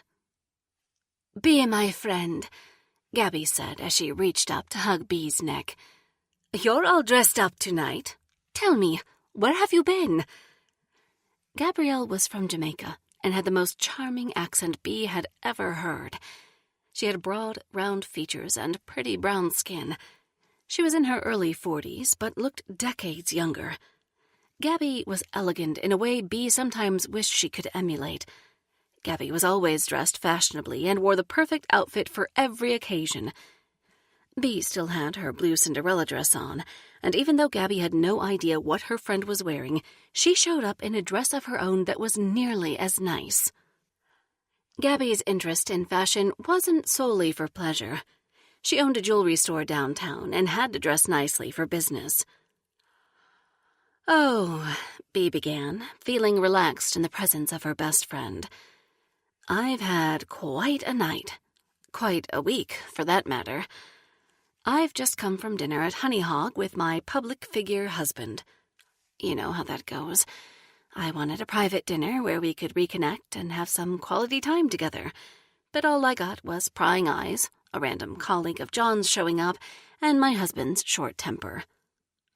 "Sounds about right," Gabby said with a laugh. Bea was so glad to see her. She hadn't seen her friend for more than a week, not since before the phone call that had rocked her semi-peaceful world. When Gabby had dropped Max off back at the house, Bea hadn't been there to greet her. "I've missed you," Bea said. "I know I should have called. It's been crazy." "No need to explain, lady. How is it that we live so close to each other, but we don't get together near enough?" Bea asked. "I'm available," Gabby said. "I'm not the one with the famous husband who drags me out for show." Gabby laughed as she said it, but she knew as well as Bea did that it was no laughing matter. Not really. "So fill me in on what's happening. Max told me some stories. It seemed like there was much more below the surface. What he told me was probably the tip of the iceberg, no?" "Yep, you've got it," Bea replied. "I'll tell you everything, but first I need some of those chocolate-covered strawberries you brought to bribe me with. I need to be well fed if I'm expected to tell my story again. It's long and complicated." The friends poured themselves glasses of wine, then ate chocolate-covered strawberries in silence as they looked up at the stars together. Bea knew she could tell Gabby anything. She wished she had told her about the night at Eagle's Point a long time ago. Gabby knew about Travis, but she hadn't been privy to the reason that Bea had broken things off with him. Gabby also knew how John was. It was no secret that she wished Bea would leave him. Gabby wasn't the type to tell her friend what to do, though. She was strong, confident, and had a good head on her shoulders, but she wanted Bea to come to things in her own time and her own way. Gabby would never try to force the issue. She was more of a quiet encourager for her friend, a cheerleader who was always in Bea's corner. When Bea was ready, she told Gabby the entire story, sparing no detail. She explained what had happened over the course of the past week, and then she filled in the blanks by explaining what had happened during the incident a decade ago. Gabby's eyes grew wide as she listened, but her face showed no sign of doubting her friend's character. Just like Lana and Travis had done, Gabby made it clear she was on Bea's side and would stand by her. "What did I do to deserve a best friend like you?" Bea asked as she leaned her head on her friend's shoulder. "I'm touched that you will stand by me after everything you've just heard." "Of course I will," Gabby said. Don't give it a second thought. That's what friends are for. And besides, I think that man at Eagle's Point got what he deserved. I know I don't have a child of my own, but if I did, I'd like to think I would have done the same as you. Only I probably would have hit that man a few more times with the bat and kicked him around a bit before pushing him over the edge. He deserved to suffer. Bea felt a pang of guilt at Gabby's flippant attitude. I don't know, Gab, she said. I took a man's life. He was a human being. He probably had a family who waited for him to come home. That's terrible. And I'm responsible. I can't say that I agree, Gabby replied. That man had your child and was taking him away, after having altered his appearance, no less. That's sick. The kind of sick that doesn't deserve to live. If he had survived to stand trial, I guarantee you he would have been put away for the rest of his life. Or better yet, sent to the electric chair. I never thought about it that way, Bea said. Then think about it that way now, Gabby persisted. Do you know what they do to child molesters in prison? No, I don't, Bea replied. I'm not real familiar with prison life other than what I've seen on Orange is the New Black. Gabby shook her head from side to side, slowly with a smile on her face. She'd always seemed somehow savvier than Bea. She was more worldly, being from Jamaica and having traveled abroad. She was also smarter, Bea wasn't ashamed to admit. Having a smart friend like Gabby often came in handy. Whenever there was a dilemma that Bea couldn't figure out on her own, she could always count on Gabby to brainstorm and come up with a solution. She really should have told Gabby about her predicament a long time ago. What? Bea asked teasingly. I didn't want to Google prison life and make myself look guilty. Bea Hughes, you never cease to amaze me. I'll take that as a compliment.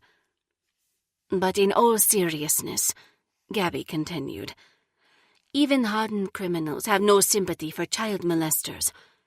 In the prison, guards will look the other way while the other prisoners serve up what's coming to them. If you ask me, you did the world a favor by taking that guy out.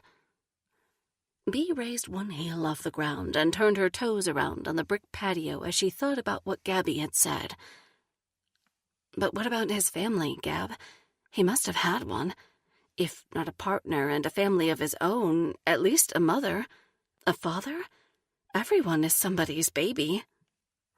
You need to stop thinking about it like that, Gabby insisted. That man tried to take your baby. Do you even know what he did to Max when he had him in the bathroom? I mean, it sounds like he had the time and might have molested our boy. Max was probably too young to have known what to report. But that mess has lasting effects on a person's mental health. No, I don't know what happened in the bathroom. That very question has haunted my nightmares. Well, that, along with the prospect of being taken away from my family and arrested. Gabby, I've lived in fear every day for 10 years. It has changed me. Yeah, I get that, Gabby affirmed. And I've noticed the difference in you. Looking back, it all makes sense now. I thought it was about John. It seemed like your self-esteem took a hit when you got with him. And hell, Bea, I thought Travis was a good thing. You didn't ask my opinion when you broke it off with him, but if you had, I would have told you I thought you were making a mistake. It seemed like you were depriving yourself of a good man who could love you right because you didn't feel you were worthy of that love. As your friend, that makes me sad. It makes me sad, too. More than you know. Gabby sat up straight and put both hands on her thighs like she was formulating a plan. She stared out at Bea's art studio across the lawn. Bea could almost see the wheels turning in her mind. It's time to reframe this, Gabby announced. Now that I know the whole story, I see it all differently. For starters, you need to dig deep and get in touch with your old self. We need the old Bea Denton who believed in herself and sold her paintings in New York City galleries to make a comeback. John Hughes can only hold you back if you let him, and the same goes for what happened at Eagle's Point. Prison can hold me back." "Hush," Gabby said. "None of that talk. There's hope for you, Bee." "Do you really think so?" "I know so. You can either feel guilty that a man died and blame yourself, or you can feel proud that you defended your son against certain evil. Not to mention, you rid the world of that evil and probably saved other kids from being his victims. Many people would call you a hero." The word made Bee shudder. She didn't feel like a hero. "I don't know about that." Gabby pursed her lips as she continued to think. Bee waited patiently, thrilled that someone was helping her take this on. Lana and Travis were compassionate listeners who would support Bee, but Gabby was a go-getter who would offer more. Bee was happy to take any help she could get. Some kind-hearted prodding from her friend seemed like exactly what Bee needed right now. "Let's do this," Gabby began. "Let's start with a little internet research. I'll do it on my computer if you're worried about using one of your own. But we need to find out who this guy was. Do you know if his body was ever recovered?" "No," Bee said. "I don't. I've been sort of like an ostrich with my head in the sand about the whole thing. I've tried to focus on Max and to be grateful for every day I get to spend with him." "That's understandable," Gabby said. "But it won't help you put this drama to rest, which is what needs to happen. I want you to start thinking about taking back control of your life instead of just waiting to be tossed around like a leaf in the wind." That description resonated with Bee. "Wow," she said. "That's exactly how I feel, like a leaf in the wind, light and powerless against its forces." "Will you let me help?" Gabby asked. "I sure would like to do whatever I can." "Yes," Bee replied adamantly. "I need all the help I can get. I know with you I'll be in capable hands. Let's do it." "Good," Gabby echoed. "But what about my situation with John and the impact the hooded figure on video is having on his career?" Bee asked. "I don't want to get too focused on the man from Eagle's Point and lose sight of the damage that's happening right here in the present day. For better or worse, anything that happens with me is tied to John, and it could make or break the career he's worked so hard for." "The way I see it," Gabby clarified, "we have two separate issues here. That means we have two tasks at hand." "Okay." "The first is to find out everything we can about the man you saved Max from. If he was as bad of a guy as you think, we might get some answers that could help ease your guilty conscience." "That would be amazing," Bee said. "I hadn't thought such a turn of events would be possible." "Yeah, well, I know it's a long shot, but if he had hurt other kids in the past, you might even be able to come forward and be hailed a hero."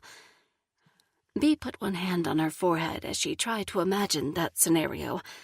It seemed too good to be true. "And the second issue?" "That would be the matter of John Hughes. I'd like to see you getting the love you deserve.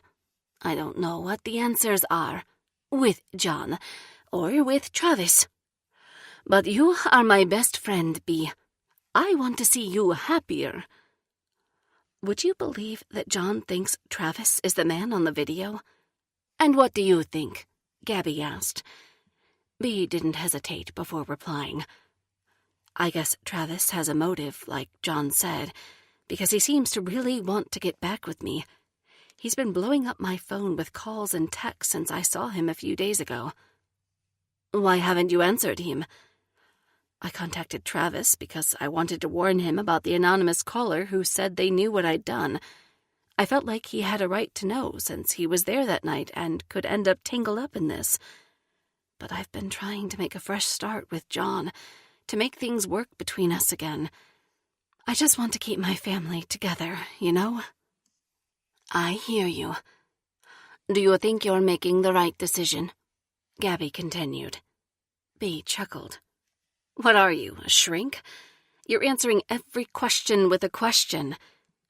And how does that make you feel? Gabby said in her most therapist-like voice. The ladies laughed together. That reminds me, Bea added. Jenny McGuire, the principal at Max's school, gave me the name of a psychologist she thinks I should go see, and the attending physician at the hospital the other day recommended I follow her advice. I haven't called the guy yet. Let's get busy crossing some important things off your to-do list, shall we?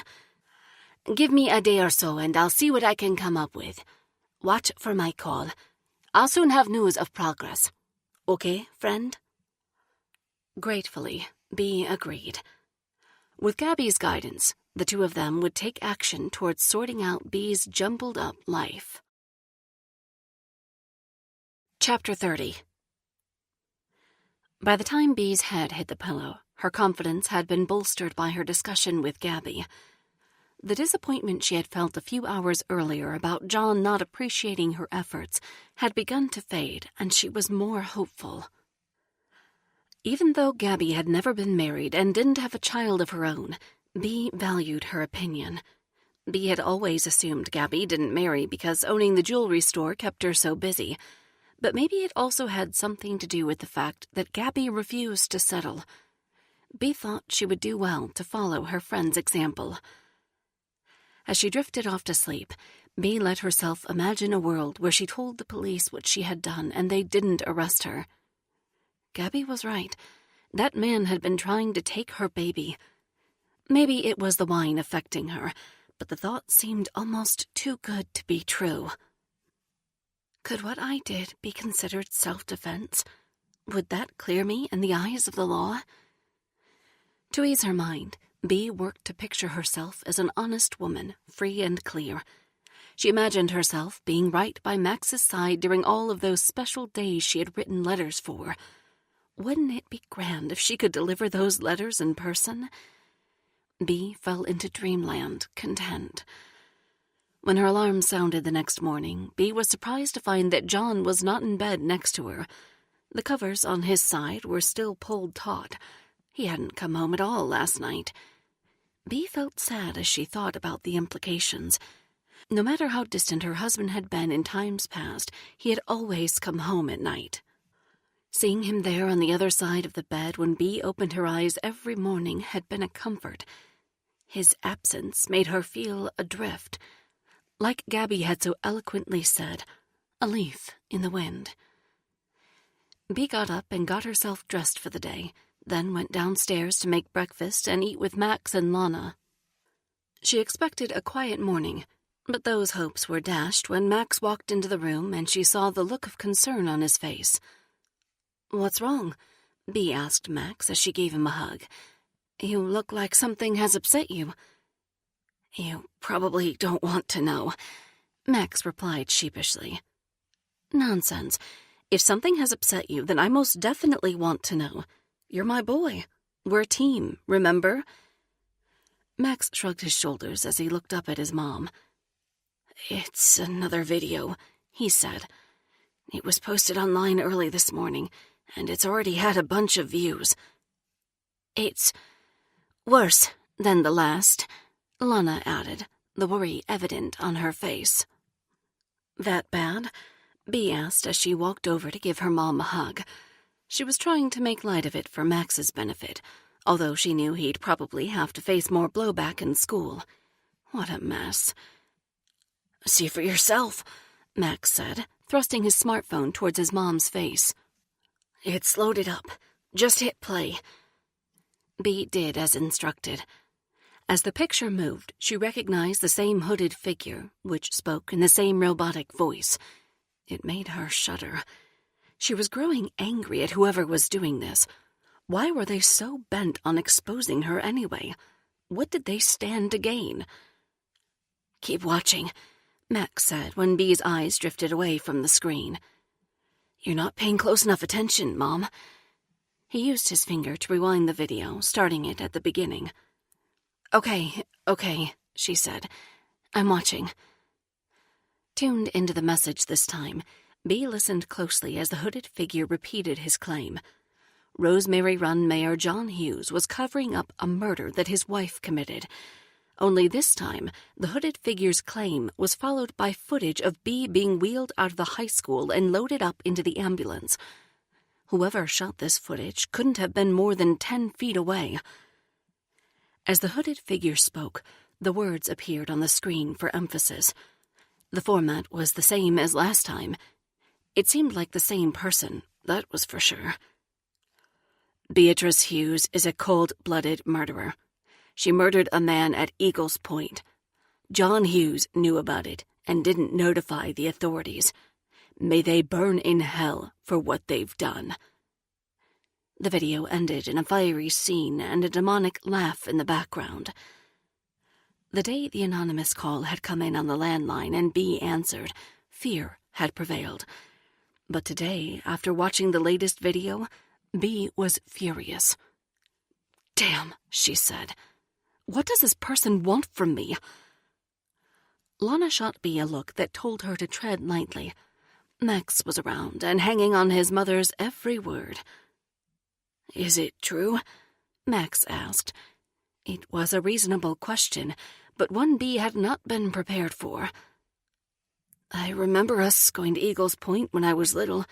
I used to play on the playground there." Bea looked at her mom for guidance. She was tempted to tell Max the truth right then and there. She certainly didn't want to lie to him, but it was a lot to place on his young shoulders. Bea knew she needed to think carefully before involving him. Before she could answer her son, there was a loud knock at the front door. "I wonder who that could be," Bea mumbled. "It's not even 7 a.m. "I'll get it," Max offered, moving towards the door. Bea was cautious about what her son might be stepping into, so she told him to wait while she answered it herself. "I've got it," she said. She had a feeling it wasn't good news. Before Bea opened the front door, she stepped close to it and looked through the peephole. The light was still dim outside, and visibility was low. She flipped the switch to turn the porch light on. As she did, she saw a sudden burst of light pointing back towards the door. Unsure of what was happening, and against her better judgment, she opened the front door. The moment the morning air hit her skin, camera flashes blinked all around her. A man dressed in a business suit and tie was shoving a microphone into her face, while several others crowded behind him trying to do the same. "Mrs. Hughes," the man shouted, assaulting Bea's senses. "Is it true that you committed a murder at Eagles Point, like the video claims?" Before Bea could process what was happening, much less answer, the other microphones were coming at her, and questions were being shouted from the crowd. She couldn't tell who was saying what. It was all a dizzying blur. "Is your husband aware of the crime you committed?" A lady in a blue pantsuit asked forcefully. "Are you going to turn yourself in now that you've been exposed?"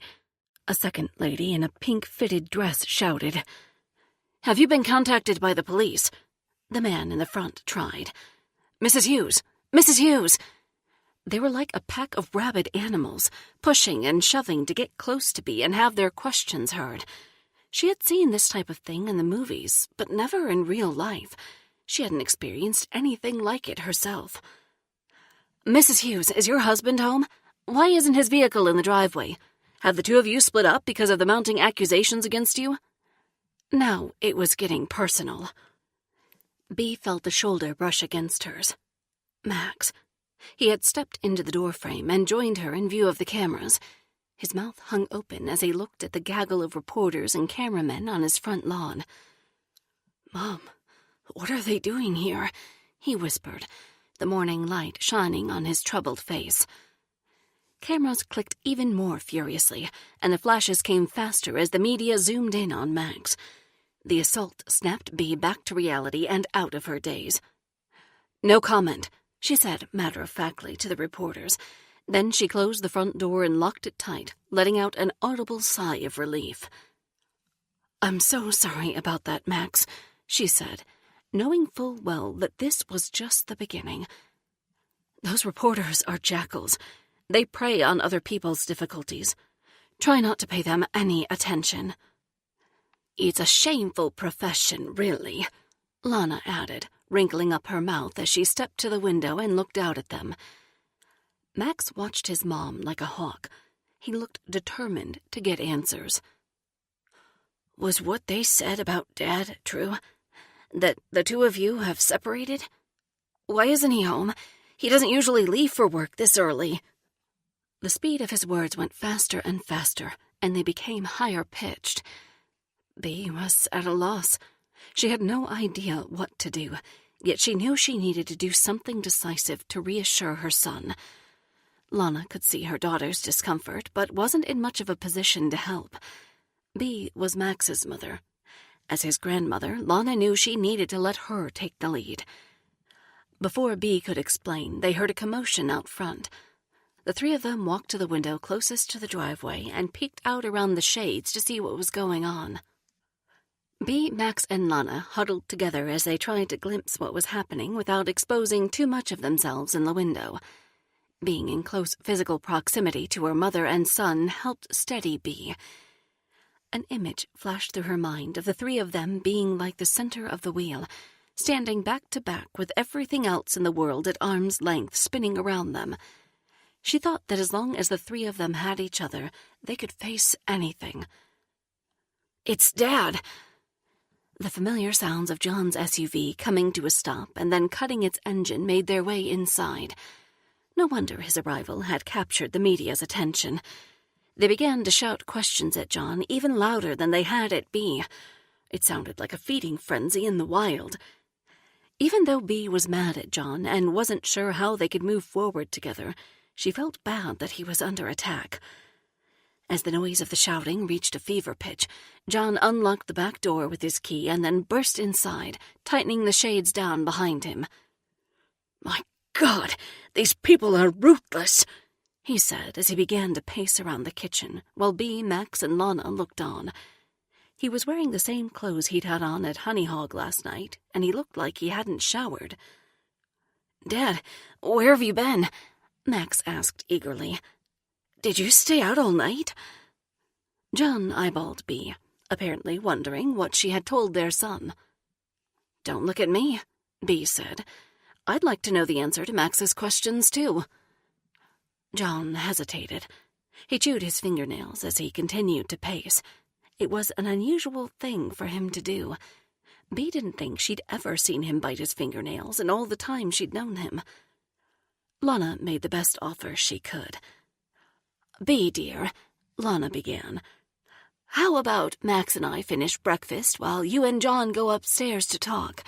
I could make my homemade cinnamon rolls everybody loves. It won't take long to whip them up. I know how Max likes them.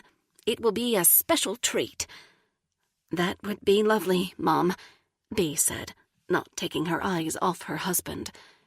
We have some catching up to do. Max seemed interested in the cinnamon rolls, but not totally convinced. What about school? He asked. If we don't leave soon, we won't make it on time. School isn't our top priority right now. Will you give it a rest? John roared, lashing out at his son. Max took a step back as if he'd been pushed by John's rage. He wasn't accustomed to being talked to this way. Lana put her arm around Max. I've got him, she said softly. Go. Talk. Annoyed, John stomped upstairs. Bea followed. Chapter 31. The bedroom door slammed hard in Bea's face. John was on a tear, perhaps worse than ever before. But Bea wouldn't be deterred. She needed to talk to her husband and come to some shared understanding. She opened the door and entered the bedroom. When she did, she saw John standing near the rose petals she had placed in a bowl on top of a dresser. "Did Travis give you these?" he shouted. He looked rabid, like a junkyard dog.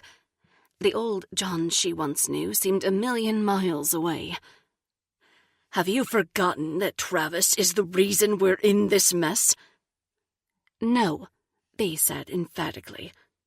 "Why would you think they're from him?" "Gee, I don't know," John barked. "Do I really have to spell it out for you? I'm not stupid, you know." "John, He's not behind the videos. Travis wouldn't do something like this. Well, he's my #1 suspect, John said. I'm damn near certain it's him. If it isn't Travis appearing on video, then he's behind it. Maybe he's hired somebody to stand in. Stop it. The rose petals were for you. For us, Bea explained. I had a romantic evening planned. I spread them out on the bed. Last night... John raised his eyebrows as he made the connection.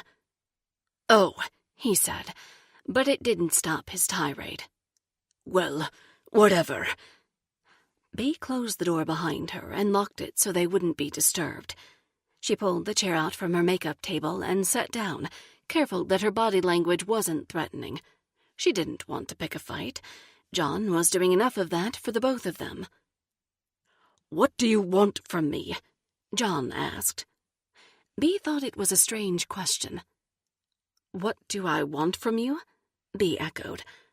I want you to be a good husband and father, to care for me and Max and to treat us nicely. What do you think I want from you? John began to pace again, agitated. You're never happy, he said. That's not true, Bea said. I was happy yesterday. I was looking forward to our special night together. Yeah, well, I can't control what happened, John said, dismissing her. There are things you don't understand. Bea took a breath. You used those same words the other day in the hospital. What is it I don't understand? Enlighten me.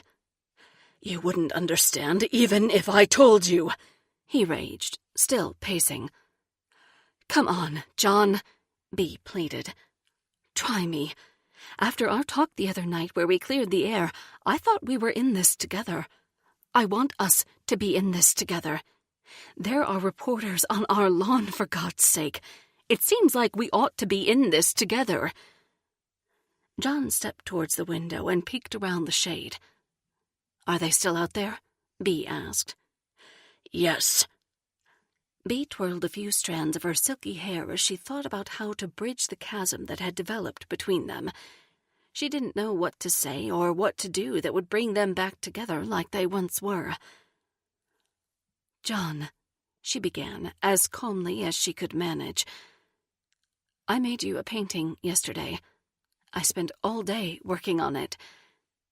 He paused and looked at her, tilting his head toward one shoulder. It's nice of you, Beatrice. It really is. Do you want to know what I painted?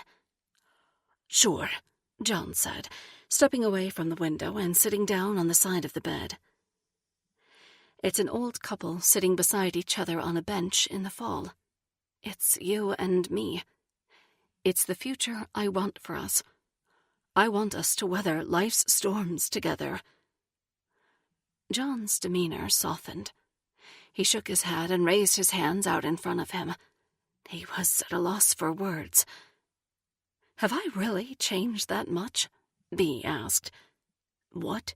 No, it's got nothing to do with that. Bea was quiet as she mustered the nerve to ask him the question she most wanted an answer to.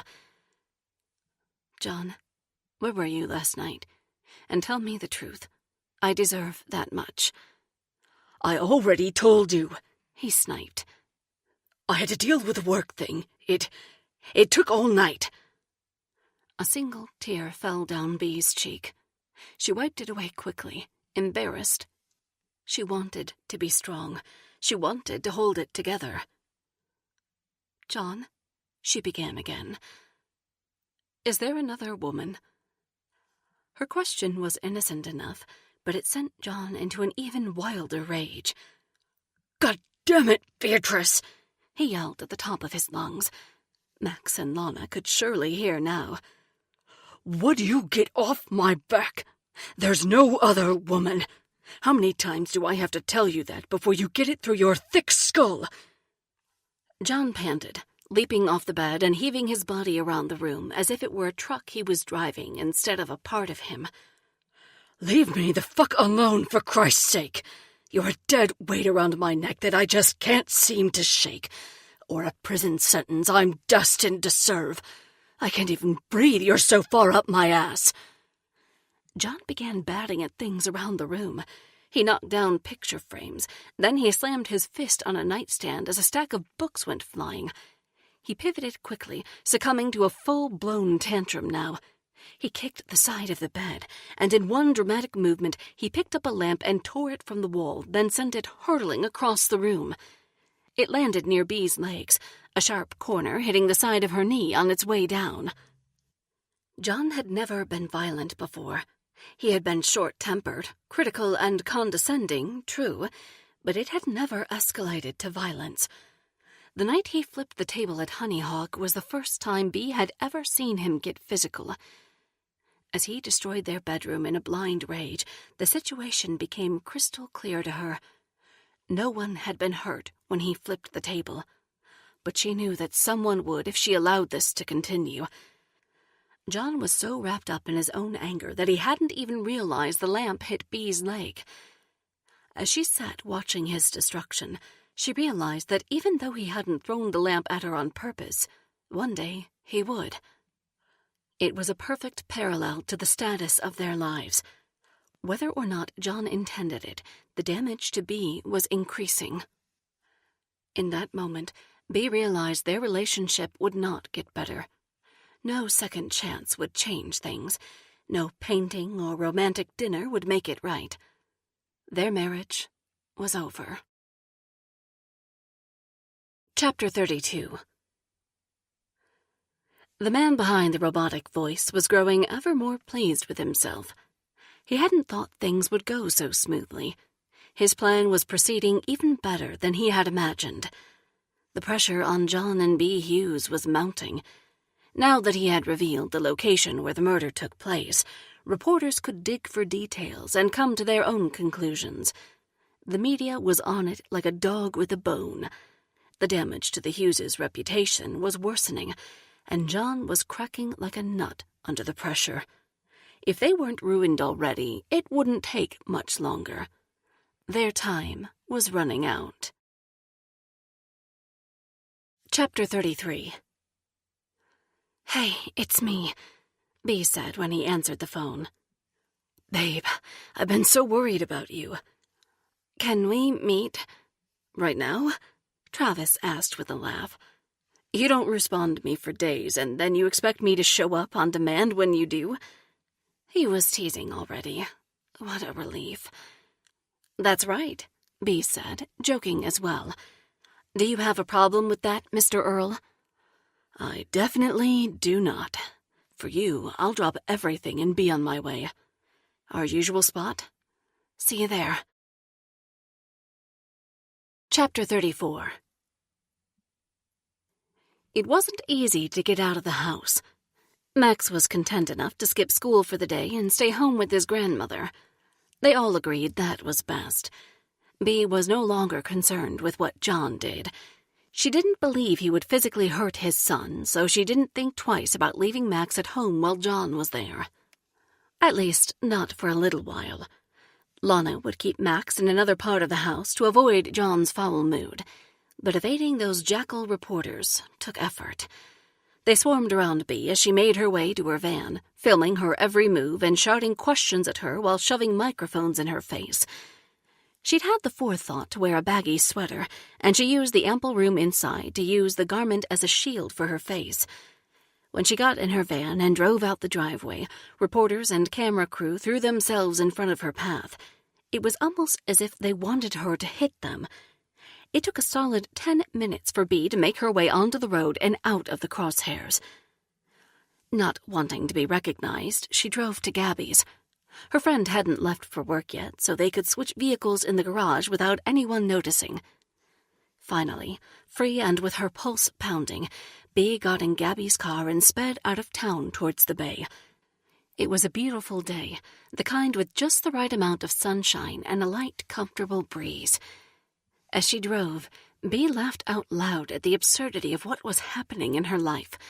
She still wasn't sure how things had gone so wrong, But she was beginning to understand that maybe they had needed to go wrong so that somehow, someday, they could go right. Maybe things had to fall apart for the pieces of her life to be reassembled and put back together. She owed Travis an apology, and she owed him an explanation. He had proven himself, and he deserved to know the whole truth. When she arrived at their old meeting place, Galley Books, Bea parked on a side street and walked the half a block to the front of the building. She and Travis had spent countless hours there, canoodling at corner tables while thumbing through books and sipping bubbly beverages from the store's old-fashioned soda fountain. Even though Bea hadn't been to Galley in a long time, the place looked and felt the same. Monty, the owner's toy poodle, greeted her with a sniff as she walked in the door. He had been just a pup when she'd seen him last. "Monty," Bea gushed as she stooped down and stroked his curly gray fur. "Look at you, old pal."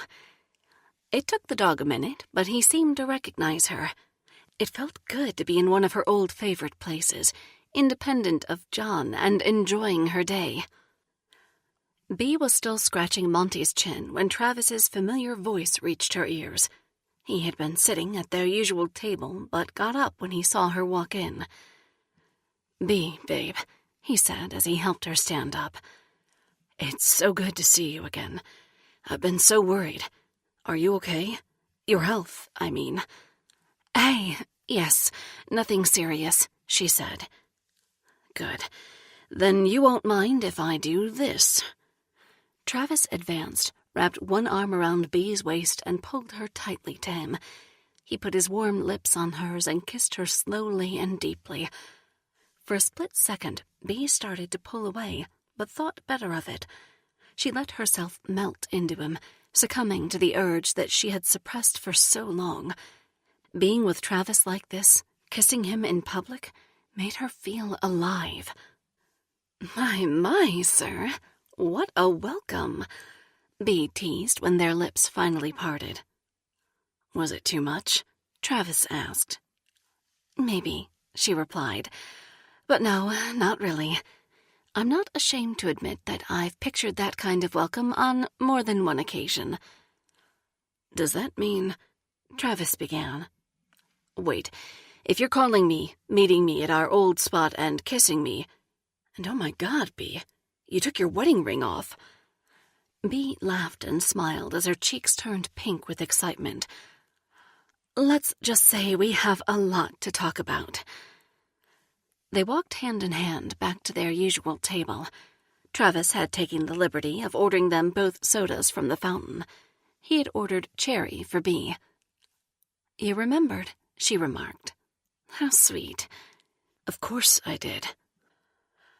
They sat down and sipped their sodas, but couldn't keep their hands off each other. Bea could tell Travis was holding back, not wanting to be presumptuous, but she had already made up her mind. She was ready. Bea slid one hand under the table and placed it on the inside of Travis's thigh. He sat up straight in response, puffing his chest out and smiling. Slowly, she let her fingers brush upward towards his most sensitive spot as she watched him squirm. No one else was sitting close to them, so she had some fun with it. She moved her whole body close to Travis and nuzzled into his neck, dragging her bottom lip to his earlobe.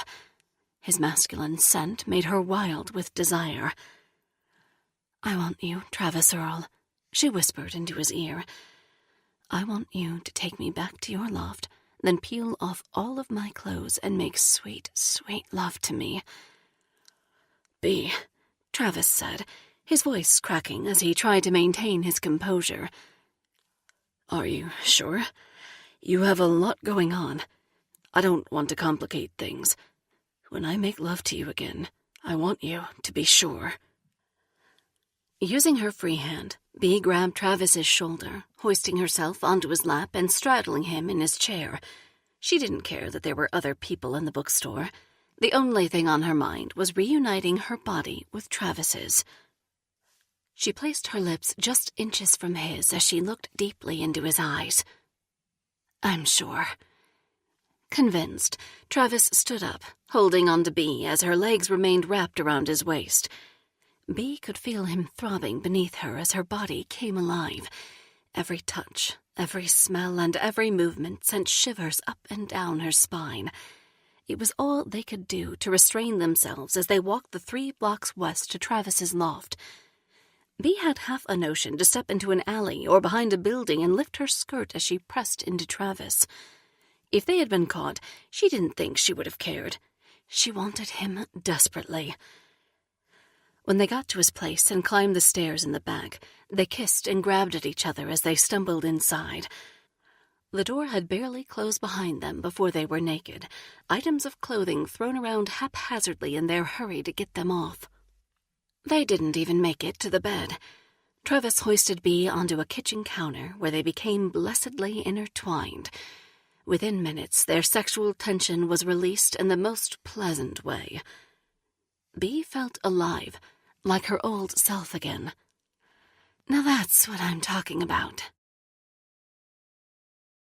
Chapter 35. "Hoo-wee!" Travis exclaimed as he tilted his head back, an expression of pure joy on his face. "I've been waiting for this for, well, forever. At least it feels that way." Bee smiled bigger than she had for as long as she could remember. She often smiled big with Max, of course, but this was different. "Travis Earl, I think you just rocked my world." "Good. So you're saying my performance was up to snuff?" "Oh, yes," Bee said. "High marks for sure." She leaned her head down on Travis's shoulder, running her fingers over one chiseled bicep. "Bee, babe." "Yes?" "I hope you know my feelings for you are about far more than just the physical. Don't get me wrong. The physical is like the biggest fireworks show at the biggest 4th of July celebration," Travis said with a laugh. "But I care about you, who you are deep down. It doesn't matter what you're going through or what you've done. I see you, and I choose you." "I know you do," Bee said softly. "Bee, I love you." Travis had never said that before. Even though Bee knew it, it meant something else for her to hear the words. "Travis, it might not have always seemed like it, but I love you too. I always have." Travis leaned his forehead against Bee's and gazed into her eyes. "I wasn't kidding when I said I want a real future with you, a happily ever after. I want to put a ring on your finger that they won't take off until your last day here on Earth, if that's what you want." "I think I do," Bee said. "I need a little time to sort myself out and get a solid foundation under me and Max, but I want you in my life. From now on." "I want you to be sure," Travis said. "I won't be a consolation prize. If you have any doubt, I'll wait. Hell, I've waited this long. What's a while longer? Wait, don't answer that." They both laughed together. "I'm leaving John," Bee said. "At least that's settled." "Finally," Travis said. "What made you decide?" "I'm not completely sure, but the pressure we've been under lately seems to have put a microscope on our relationship. It has shaken me up and made me take an honest look at how things are. I've lived in fear for a long time, afraid to make a change. Now that change is coming whether I like it or not. I've gained a newfound freedom to make my life my own." "I can see that." "I think John's a good guy, fundamentally," Bee continued. "He loves his son, that's for sure, and he has been good to me in several important ways. But I don't think our marriage is what a marriage is supposed to be. I can't put my finger on it, but something big is missing. It has been since the beginning. I think I mistook John's caring for me as what a spouse is supposed to be, when his affection is more paternal, you know? I guess I've finally come around to believe that I deserve more, and really, John deserves more too. I'm not sure what would make him happy, but it isn't me. It's time for both of us to move on. I know it's been hard on you, Travis said. I'm sorry about that. But since the day I met you, I knew that you and I belonged together. When you walked into my furniture store and I saw your face, something settled over me, and I knew.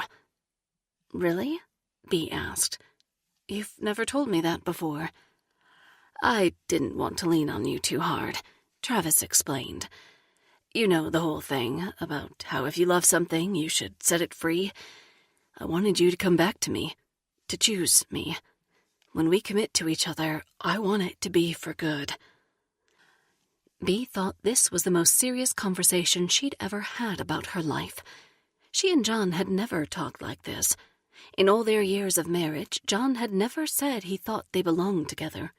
His marriage proposal had always felt more like a business transaction, an acquisition, even.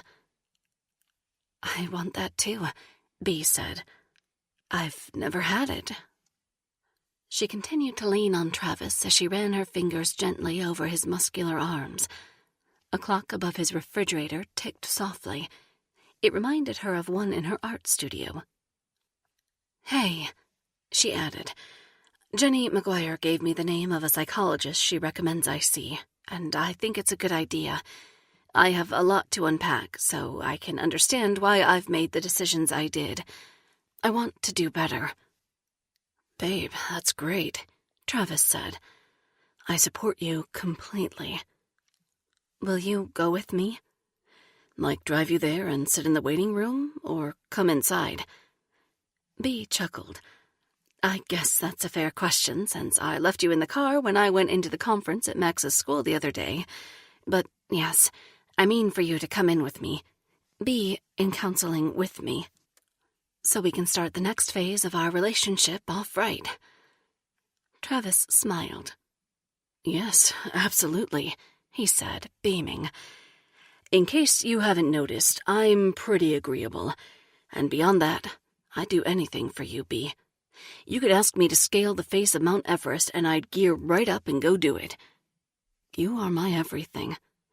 I'm just happy for the chance to show you how much you mean to me. I might have an anxiety disorder, Bea said. Yeah, I got that idea at the school the other day. But you don't see me backing off. I'm here to stay. I might also have a minor heart condition. Whoa, what? Travis asked. I wasn't expecting that. Is it okay? Are you okay? Emphasis on minor, Bea clarified. But I have to go see a cardiologist. Something about a fast heartbeat. All right, that sounds manageable. What else have you got? Bea shook her head as she thought about the enormity of it. You know, the teensy problem of what I've done and the person who knows about it? The person releasing videos with information designed to expose me? Oh, plus John having covered it up. Ah, that little thing, Travis said as he settled in while Bea told him the rest of the story. Chapter 36. By the time Bea and Travis left his loft together to get some lunch, she had made another big decision. What Gabby had said about being tossed around like a leaf in the wind had made an impression on her. Bea didn't want to live that way. She didn't want to live in fear, cowering every time someone knocked on the door or the telephone rang.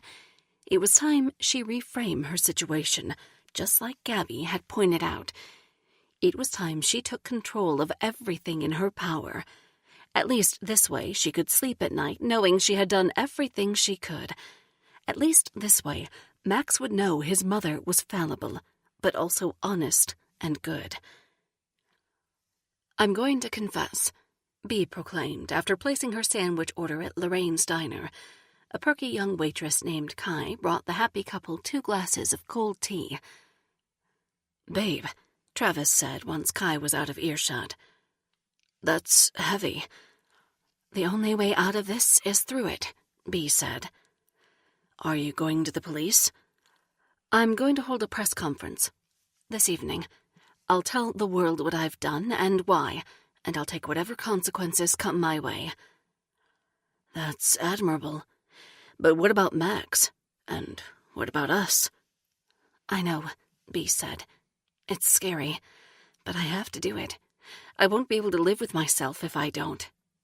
And besides, the person behind the video seems to know the truth anyway. There's no hiding from him or her. I won't lie or deny the truth." "Okay," Travis said reluctantly. "The thought of losing you the same day I got you back is downright heartbreaking. But like I said, I love and support you no matter what.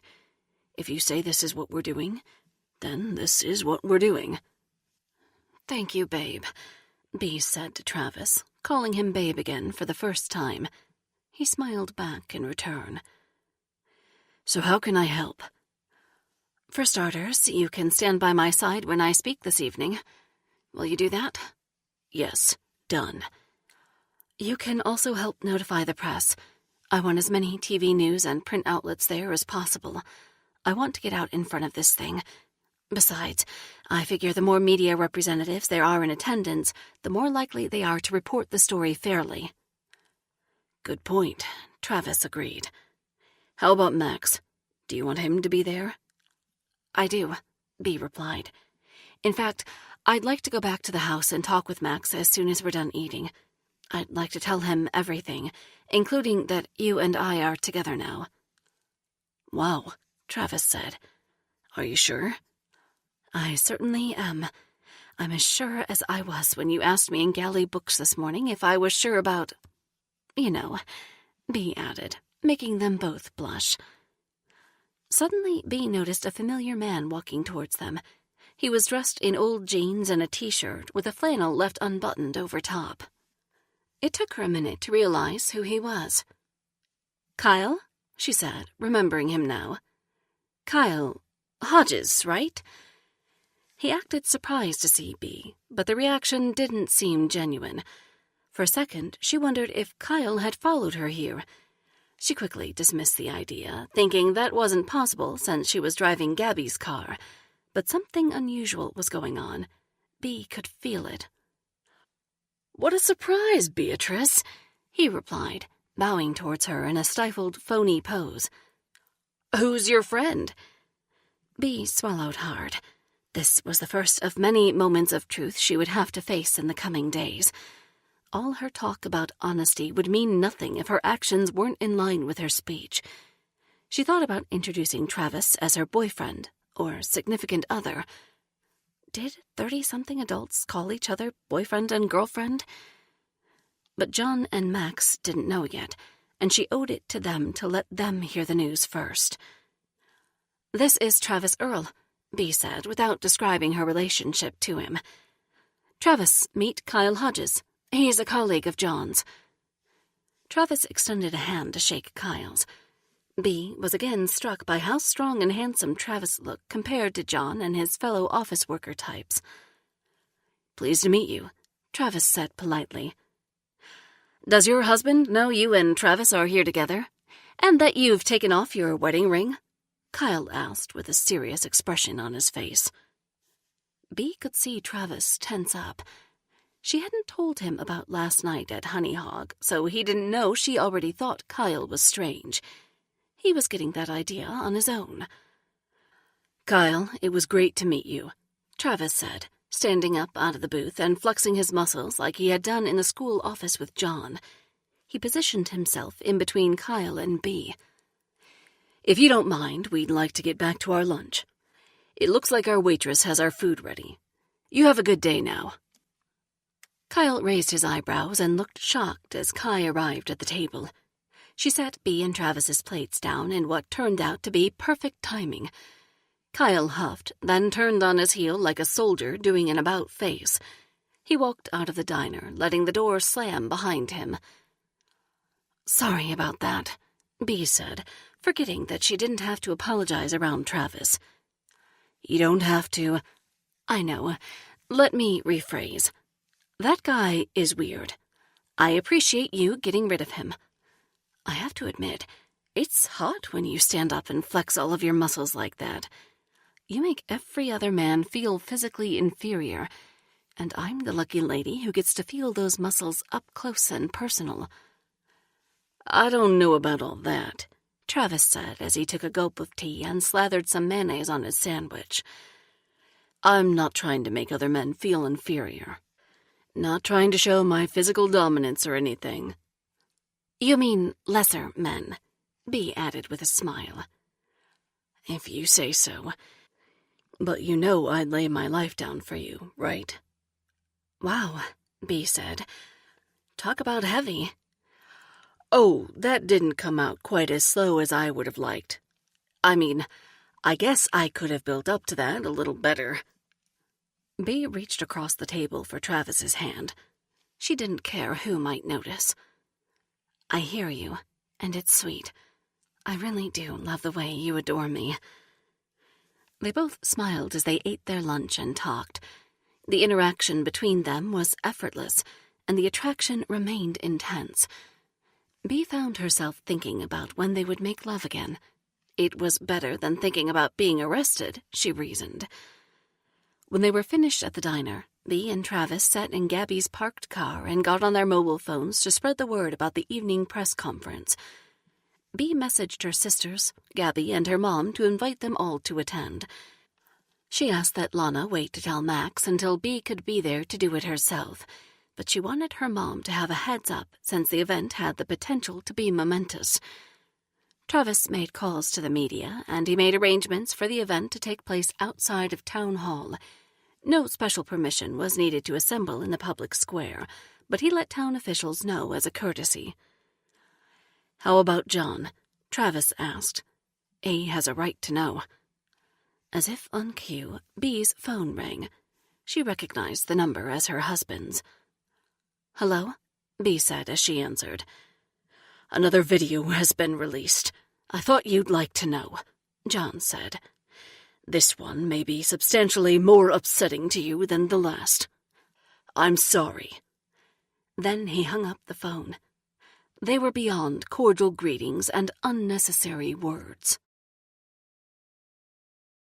Chapter 37. When Bea and Travis arrived at the Hughes house, the reporters from the morning were nowhere to be found. John's SUV was gone. As Bea parked Gabby's car and they walked towards the back patio, she saw that Myra White was sitting outside with Lana. "Bea," Myra said, "you're just the person I was hoping to see." "Is that so?" Bea asked as she walked over to give her neighbor a polite hug. "Let me first introduce you and Mom to my friend Travis." Lana looked thrilled to finally meet Travis. "I've heard so much about you, Travis. Welcome," she said.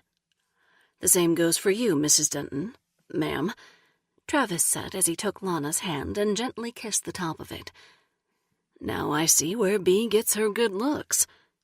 Lana blushed. Travis had already won her over. Bea didn't want to be rude to Myra, but she needed to talk to her mom and her son.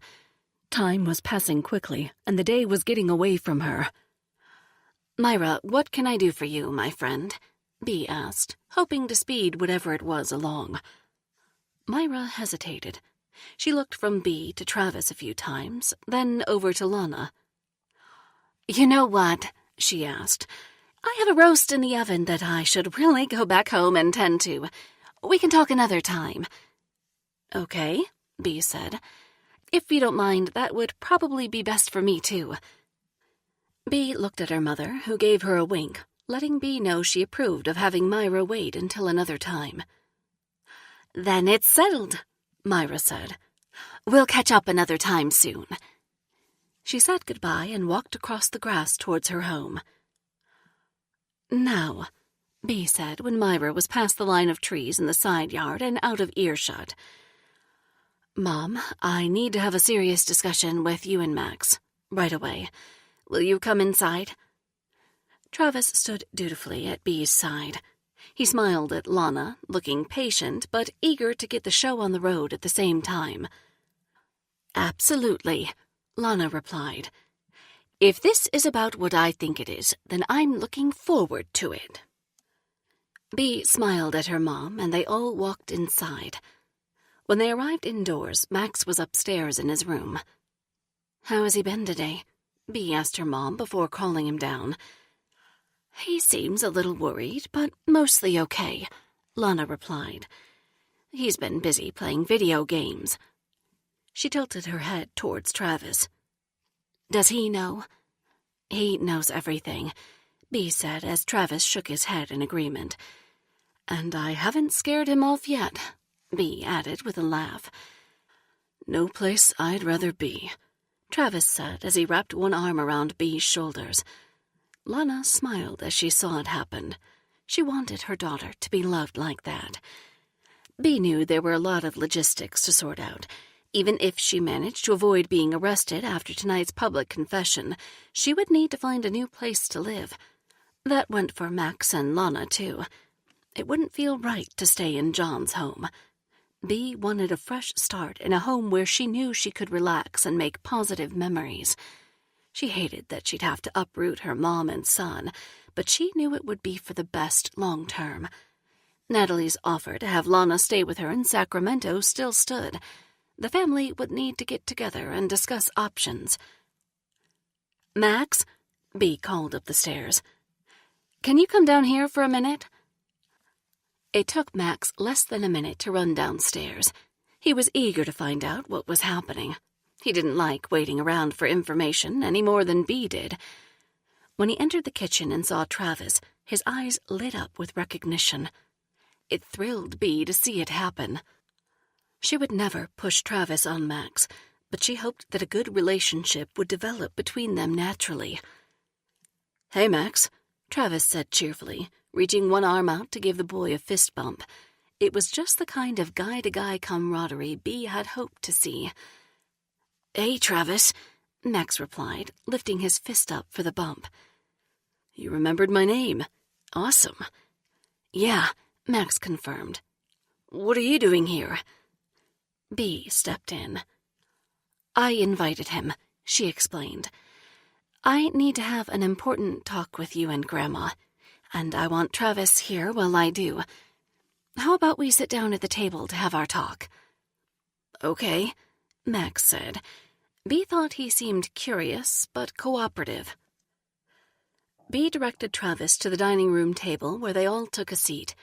It felt like a full circle moment, because Bea had met Travis for the first time when she visited his furniture store to pick out this very table. It seemed fitting that she would tell her mother and son she and Travis were together now as they all sat around this very special table.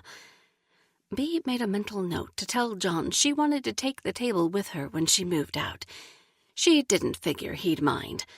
After all, why would he want reminded of the day his wife met the man she would leave him for? "So, what do you want to tell us?" Max asked, his bright eyes eager to learn whatever it was his mom had to say. "Is it about Dad? Is it his temper again?" "No, that's not it," Bea said. "At least, that's not all." "Go ahead," Lana prompted her daughter. "We're listening." Bea took a slow, deep breath and looked up at the ceiling. She knew the words she was about to speak would change their lives forever. When she told Max what she had done, he might never look at her the same way. When she told Max she was leaving his dad and seeing Travis, he might not look at her the same way. But both truths had to be told. There was no turning back now. Bea could only hope her son would understand why. She hoped that if not now, someday he could have compassion for everything she'd been through. She hoped her son would believe she'd done her best for him. "Max, I have 2 things to tell you, and they're big. I'm not sure which one is the easiest to talk about, so I'll start with the reason Travis is here." "Okay." "Your father and I are getting a divorce," Bea blurted. She leaned back in her chair and put her palms flat on the table as she waited for Max's response. He looked at her, stunned. He didn't speak. No one did. After a long few minutes had passed, Bea tried again. "Did you hear what I said, son?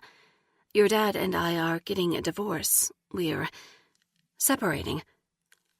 "I heard you," Max said. "Like the reporter said this morning. They were right. And Travis is going to be your boyfriend." "Yes," Bea confirmed, swallowing hard. The conversation was turning out to be more difficult than she'd realized. "Why?" "That's a very long story," Bea replied. "The important thing to know is that your dad and I care about each other. We will still be friends, and we both love you very much. That will never change." "I mean, why do you have a boyfriend already?" "Max," Lana inserted. "Hear your mom out. It's understandable that you're upset, but I promise you she's doing what she thinks is best." Travis reached under the table and squeezed Bea's hand. The warmth of his skin felt so good. She was happy to be part of a couple. A real couple. "Travis and I have known each other ever since you were a baby," Bea explained. "The truth is, Max, your dad and I have always been better friends than we have been a married couple. I'm not sure why that is, but I knew something was different not long after our wedding. By the time you were born a year later, I was sure. And then, when you were a baby and we were shopping for furniture, I met Travis." "Has he been your boyfriend since I was a baby?" "No," Bea said, "but I've known I wanted him to be. I stayed with your dad to give it my very best try. I wanted us to be a happy family." "But we're not." "Right," Bea confirmed. "We love each other, that's for sure. But I now understand that me, you, and your dad will be a better family and a happier family if he and I aren't married." Max sat quietly as he fiddled with the edge of a cloth napkin on the tabletop. Bea let him have his time and space to think. She waited for him to ask questions when he was ready. "Are we going to move to a new house?" "Yes," Bea confirmed. "We are. I'm not sure where your dad will live. Maybe he'll stay living in this house. But I'll live in a different house, probably with your grandma. And you'll have 2 homes, one with me and one with your dad. As far as I'm concerned, you can go back and forth any time you want. I want it to be comfortable. I imagine your dad will say the same." "I know how it works," Max said. "I have friends at school whose parents are divorced, and they have 2 houses. Some of them have stepmoms and stepdads." Bea reached her free hand across the table and took her son's. "I know that all sounds scary. It's a little scary for me, too. Change usually is. But we will get through it together. You'll see. Your dad and I will both be happier, and that will be good for us all." Travis cleared his throat. It startled even him. He wasn't intending to interject, but he was nervous. "Will we live with him?" Max asked, gesturing towards Travis. It was a reasonable question. Bea wasn't sure how to answer yet. She'd made enough decisions for one day and wasn't ready to make any more. "I'm not sure yet," she answered truthfully. "But when I figure it out, you'll be the first to know. Does that sound fair?" "Sounds fair to me," Lana said, trying to be encouraging. She reached over and tousled some of Max's hair. "I'll be here with you every step of the way, grandson. It won't be so bad, I promise." Max sighed begrudgingly. Bea could tell he wanted to cooperate. He was just trying to wrap his mind around it. "I guess it's fair. Yeah." He also seemed like he had something to say. "Is there something you need to tell us?" Bea asked. Max hesitated for a long minute, moving his fingers quickly back and forth across the cloth napkin. "I guess not right now." He looked at Travis as he said it. Max wasn't ready to share with him. "Okay, for now," Bea confirmed. "We'll keep going to the next part." "Yeah, What's the second thing you need to say? Max asked. Bea took the biggest, deepest breath ever. Then she told Max what had happened at Eagle's Point. She told him how the person on the videos was right, and how she might be arrested. She told him how the wretched man had locked him in the bathroom and was trying to take him away. She told him she'd hit the man with the baseball bat and then pushed him over the edge, and she told him she was going to make a public confession. When she finished, Max said but one simple sentence in response. Mom, you're the very best. Chapter 38. The size of the crowd surprised Bea as she gazed out the window of the stately town hall lobby. Folding chairs were assembled in front of the podium where she was to speak outdoors on the square. Already there was standing room only. Her family was sitting on the front row to show their support. Max, Lana, Natalie, Ruth, and Ruth's husband Steve waited patiently. Bea didn't see Gabby, but she assumed an empty seat next to Max was being saved for her. Word of the press conference had apparently spread quickly, because Myra White, Jenny McGuire, Annie Rogers, and Susanna Herrera sat amongst the crowd. Reporters and cameramen gathered at the back, testing their equipment and periodically filming briefings in advance of the event. Bea had left a voicemail for John to warn him about her public confession, but she wasn't sure whether he'd received it.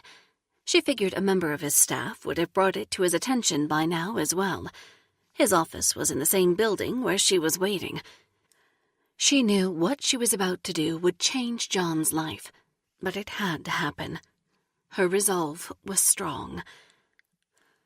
Travis sat in a wingback chair beside Bea, holding her hand as she stood.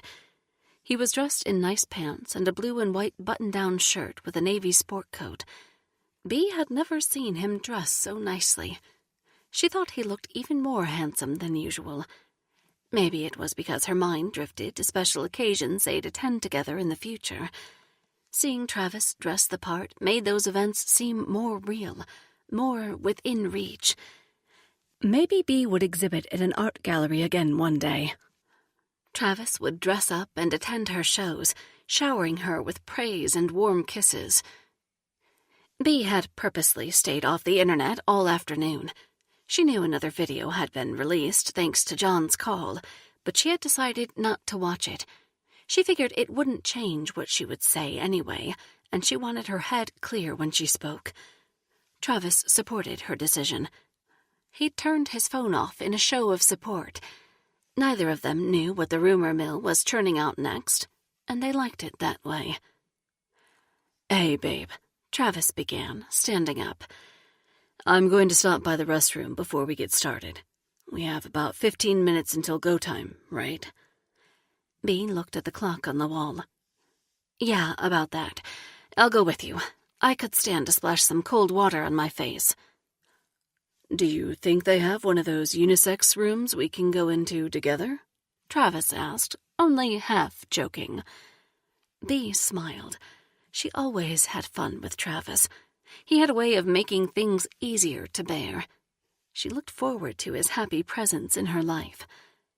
"You're too much," she said with a chuckle as they walked hand in hand out of the lobby and down a long hall, looking for the restroom.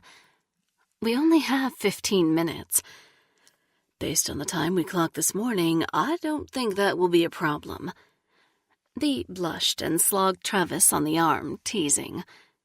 "Ouch, you brute," he joked as they came upon the very sort of unisex restroom Travis was referring to. John's office was on the other side of the building, and Bea didn't think she'd ever been on this side. She was unfamiliar with the layout. "Hey, here it is," Travis said. "Let's go in." Bea paused, thinking about how little time they had, but she wanted Travis again. She quickly acquiesced. "Okay," she said. "After you." Taking the lead, Travis leaned with his weight and opened the door, one hand still intertwined with Bea's. The door latch caught at first, like maybe it had been locked, but the force of Travis's push had jimmied it. Unencumbered by the latch, the door burst open, swinging wide on its hinges. As it opened fully, Bea and Travis saw a sight they never would have expected. The small space was filled with two men, naked and sweaty in a compromising position. Both men kept their eyes closed at first. They were too immersed in their love-making to notice the onlookers at the door. Heaving and thrusting vigorously and clearly enjoying himself, the man on top finally slowed to a stop as he glanced up, and a look of horror spread across his face. "Beatrice?" "My God, John," she replied, covering her mouth with one hand. "And Kyle!" Chapter 39. It all makes sense, Bea thought to herself as Travis shut the door, giving John and Kyle their privacy. "Babe," Travis said, looking deeply into Bea's eyes to see how she was taking the revelation. "Are you okay?" Bea stumbled backwards, leaning against a wall in the hallway as she struggled to get her bearings. The lack of romance, the friend-like rapport, and John's building frustration with their marriage all fit like a puzzle, suddenly complete with the insertion of one final missing piece. "I am," Bea said. "I truly am. It was never about me. It wasn't my fault. But, wow, I can't believe I missed this." John rushed into the hallway, frantically piecing his clothing together. "Beatrice, I'm so sorry. I really am." He sounded more sincere than he had in ages. "I don't know what to say. I'm so sorry." Travis stepped back, while Bea stepped forward. Tears began to stream down her cheeks. "It's fine," she said, stepping closer to John and taking his face in her hands. "John, it's fine. I didn't know." John began to cry now, big, fat tears. "I couldn't tell you," he said between sobs. Well, "You're gay." John nodded his head up and down to confirm, Bea's hands wiping his tears as her own continued to fall. "Yes." He leaned his head down on his wife's shoulder as he cried. She cradled him, wrapping her arms tightly around his shoulders and rocking him back and forth. "John Hughes, don't you be sorry," she said through her own tears. "This is who you are. You said I couldn't understand you, but now I do." "Oh, Bea," John said. It was the first time she could remember that he'd called her by the name she preferred. Suddenly, he didn't seem like a condescending father figure. Suddenly, he seemed like a cherished friend. She loved this man, and now they could love each other properly, as dear friends and co-parents to a wonderful boy. Kyle emerged from the bathroom, more put together than John, but still disheveled.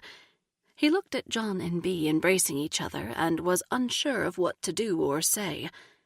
His demeanor was different than it had been at Honey Hog and Lorraine's. His adversarial air was gone. John began.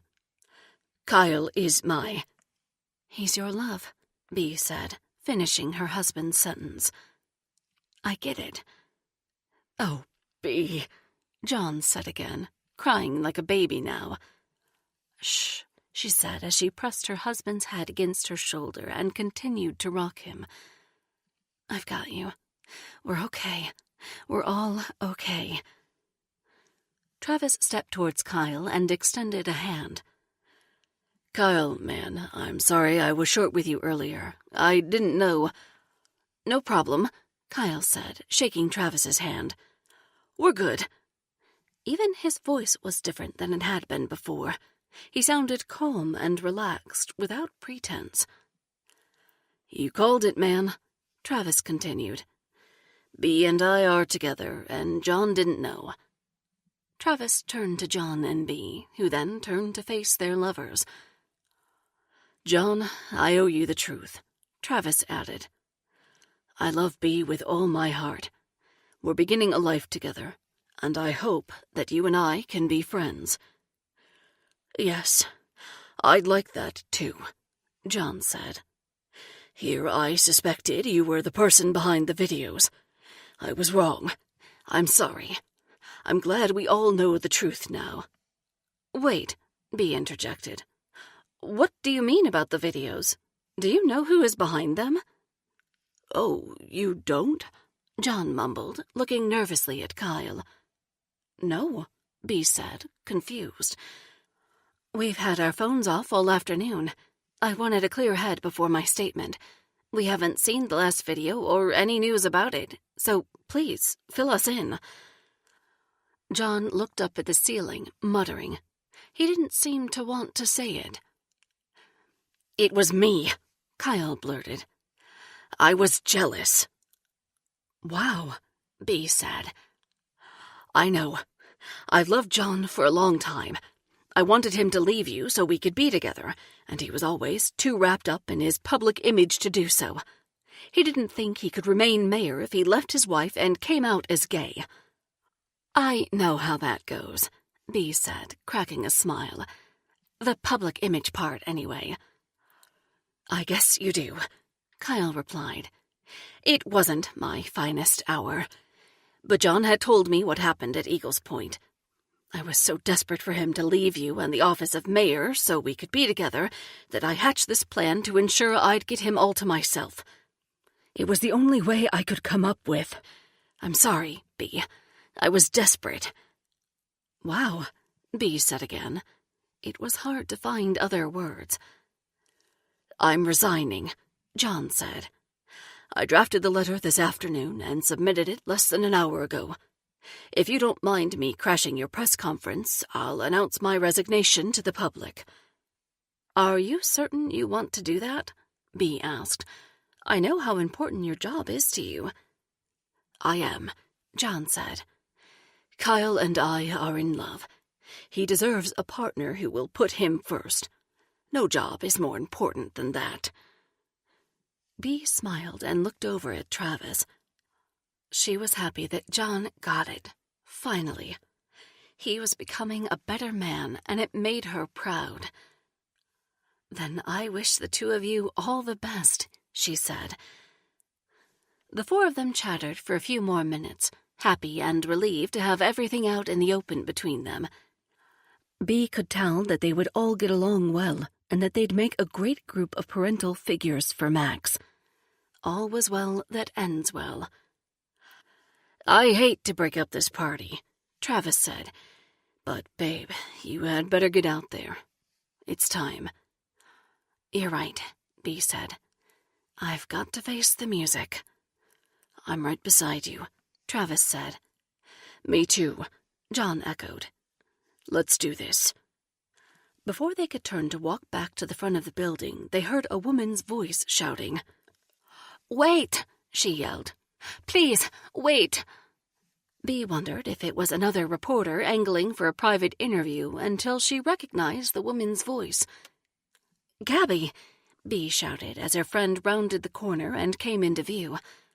What are you doing here? I'm about to go out there and confess. You will do no such thing, she said as she flung open her leather satchel and pulled out a manila file folder. And hello, everyone, she said, looking at Travis and Kyle. I'm not sure who you two are or what is happening here, but we'll have time for introductions later. Travis and Kyle nodded their understanding. What? Bea pleaded. I have the best news for you, and I do mean the best. Okay, get on with it, Gab, Bea said. I've just come from the NorCal Federal Prison near Sacramento. I found the guy. It's all documented right here. He didn't die. A hush fell over the four of them as they listened in complete and total shock. He didn't die, Bea. He didn't die. You didn't kill anyone. But how? Bea asked. I hit him with a baseball bat and pushed him over. I saw. I don't know all the details, but he's alive, and he's a very bad man. My God, John mumbled. The injury you gave him caused him to seek treatment at a clinic, and that's how he was apprehended. A young nurse who said the man gave her the wheelies convinced her supervisors to check into his record, Gabby explained, her voice somber. His DNA matched that found on the bodies of 2 young children who were kidnapped in Marin County. They washed up in San Francisco. Bea thought she might vomit. She was revolted by the vile man's actions. 2 babies taken away from their families and killed. My Max, my God, Bea muttered. How sick. I know, Gabby said. I spoke with the warden. It was all I could do to get through the meeting without hurling into his trash can. It's sickening. But you know what this means? I do. She's a hero, Travis proclaimed. That's my girl. He leaned over and kissed Bea lightly on the lips. I'm so proud of you, babe. Exactly, Gabby said, jumping up and down. And now I know who this one is. Travis Earle, huh? Pleased to meet you, Gabby, he replied with a smile. John's gay. We're divorcing and will remain friends, and this is his partner, Kyle, Bea added, gesturing. Now you're all caught up. They all laughed. It felt good. Epilogue. Bea canceled the press conference, noting that the claims in the video had been debunked and that she had no additional comment. Instead, she reserved a table for 10 at Honey Hog, where her big, happy family enjoyed a nice dinner together without incident. John gave the people of Rosemary Run the chance to prove that they could accept his relationship with Kyle and amicable divorce from Bea while he remained in the office of mayor. He tore up his letter of resignation just in time and was pleasantly surprised when they did exactly that. Bea and Travis, followed by John and Kyle, had beautiful, meaningful wedding ceremonies with receptions where they all danced until dawn. Assisted by Ruth's real estate firm and Natalie's title company, the couples found new homes just down the street from each other, where Max can go back and forth as he pleased. Max positively blossomed under the love and protection of so many happy people, eventually deciding to attend art school like his mother. Explaining that Freddie Denton had left money for just such an occasion, Lana paid cash for a building downtown to house her daughter's new art gallery. Ruth and Natalie threw Bea a fabulous party to celebrate the grand opening. Now Bea regularly hosts events so popular with townspeople and tourists alike that there is typically standing room only as crowds clamor to purchase her works of art. The painting Bea created of the old couple on the bench hangs in a prominent spot in her gallery, reminding her every day of the beauty that lies in growing and changing and the irreplaceable worth of a dear, treasured friend. This concludes Her Hidden Past by Kelly Ott, narrated by Chelsea Stevens. Copyright 2019 by Kelly Ott. This unabridged audiobook is published by arrangement with Kelly Ott and was produced in the year 2021 by Tantor Media Incorporated, a division of Recorded Books, which holds the copyright thereto. Please visit Tantor.com for more information on our growing library of unabridged audiobooks.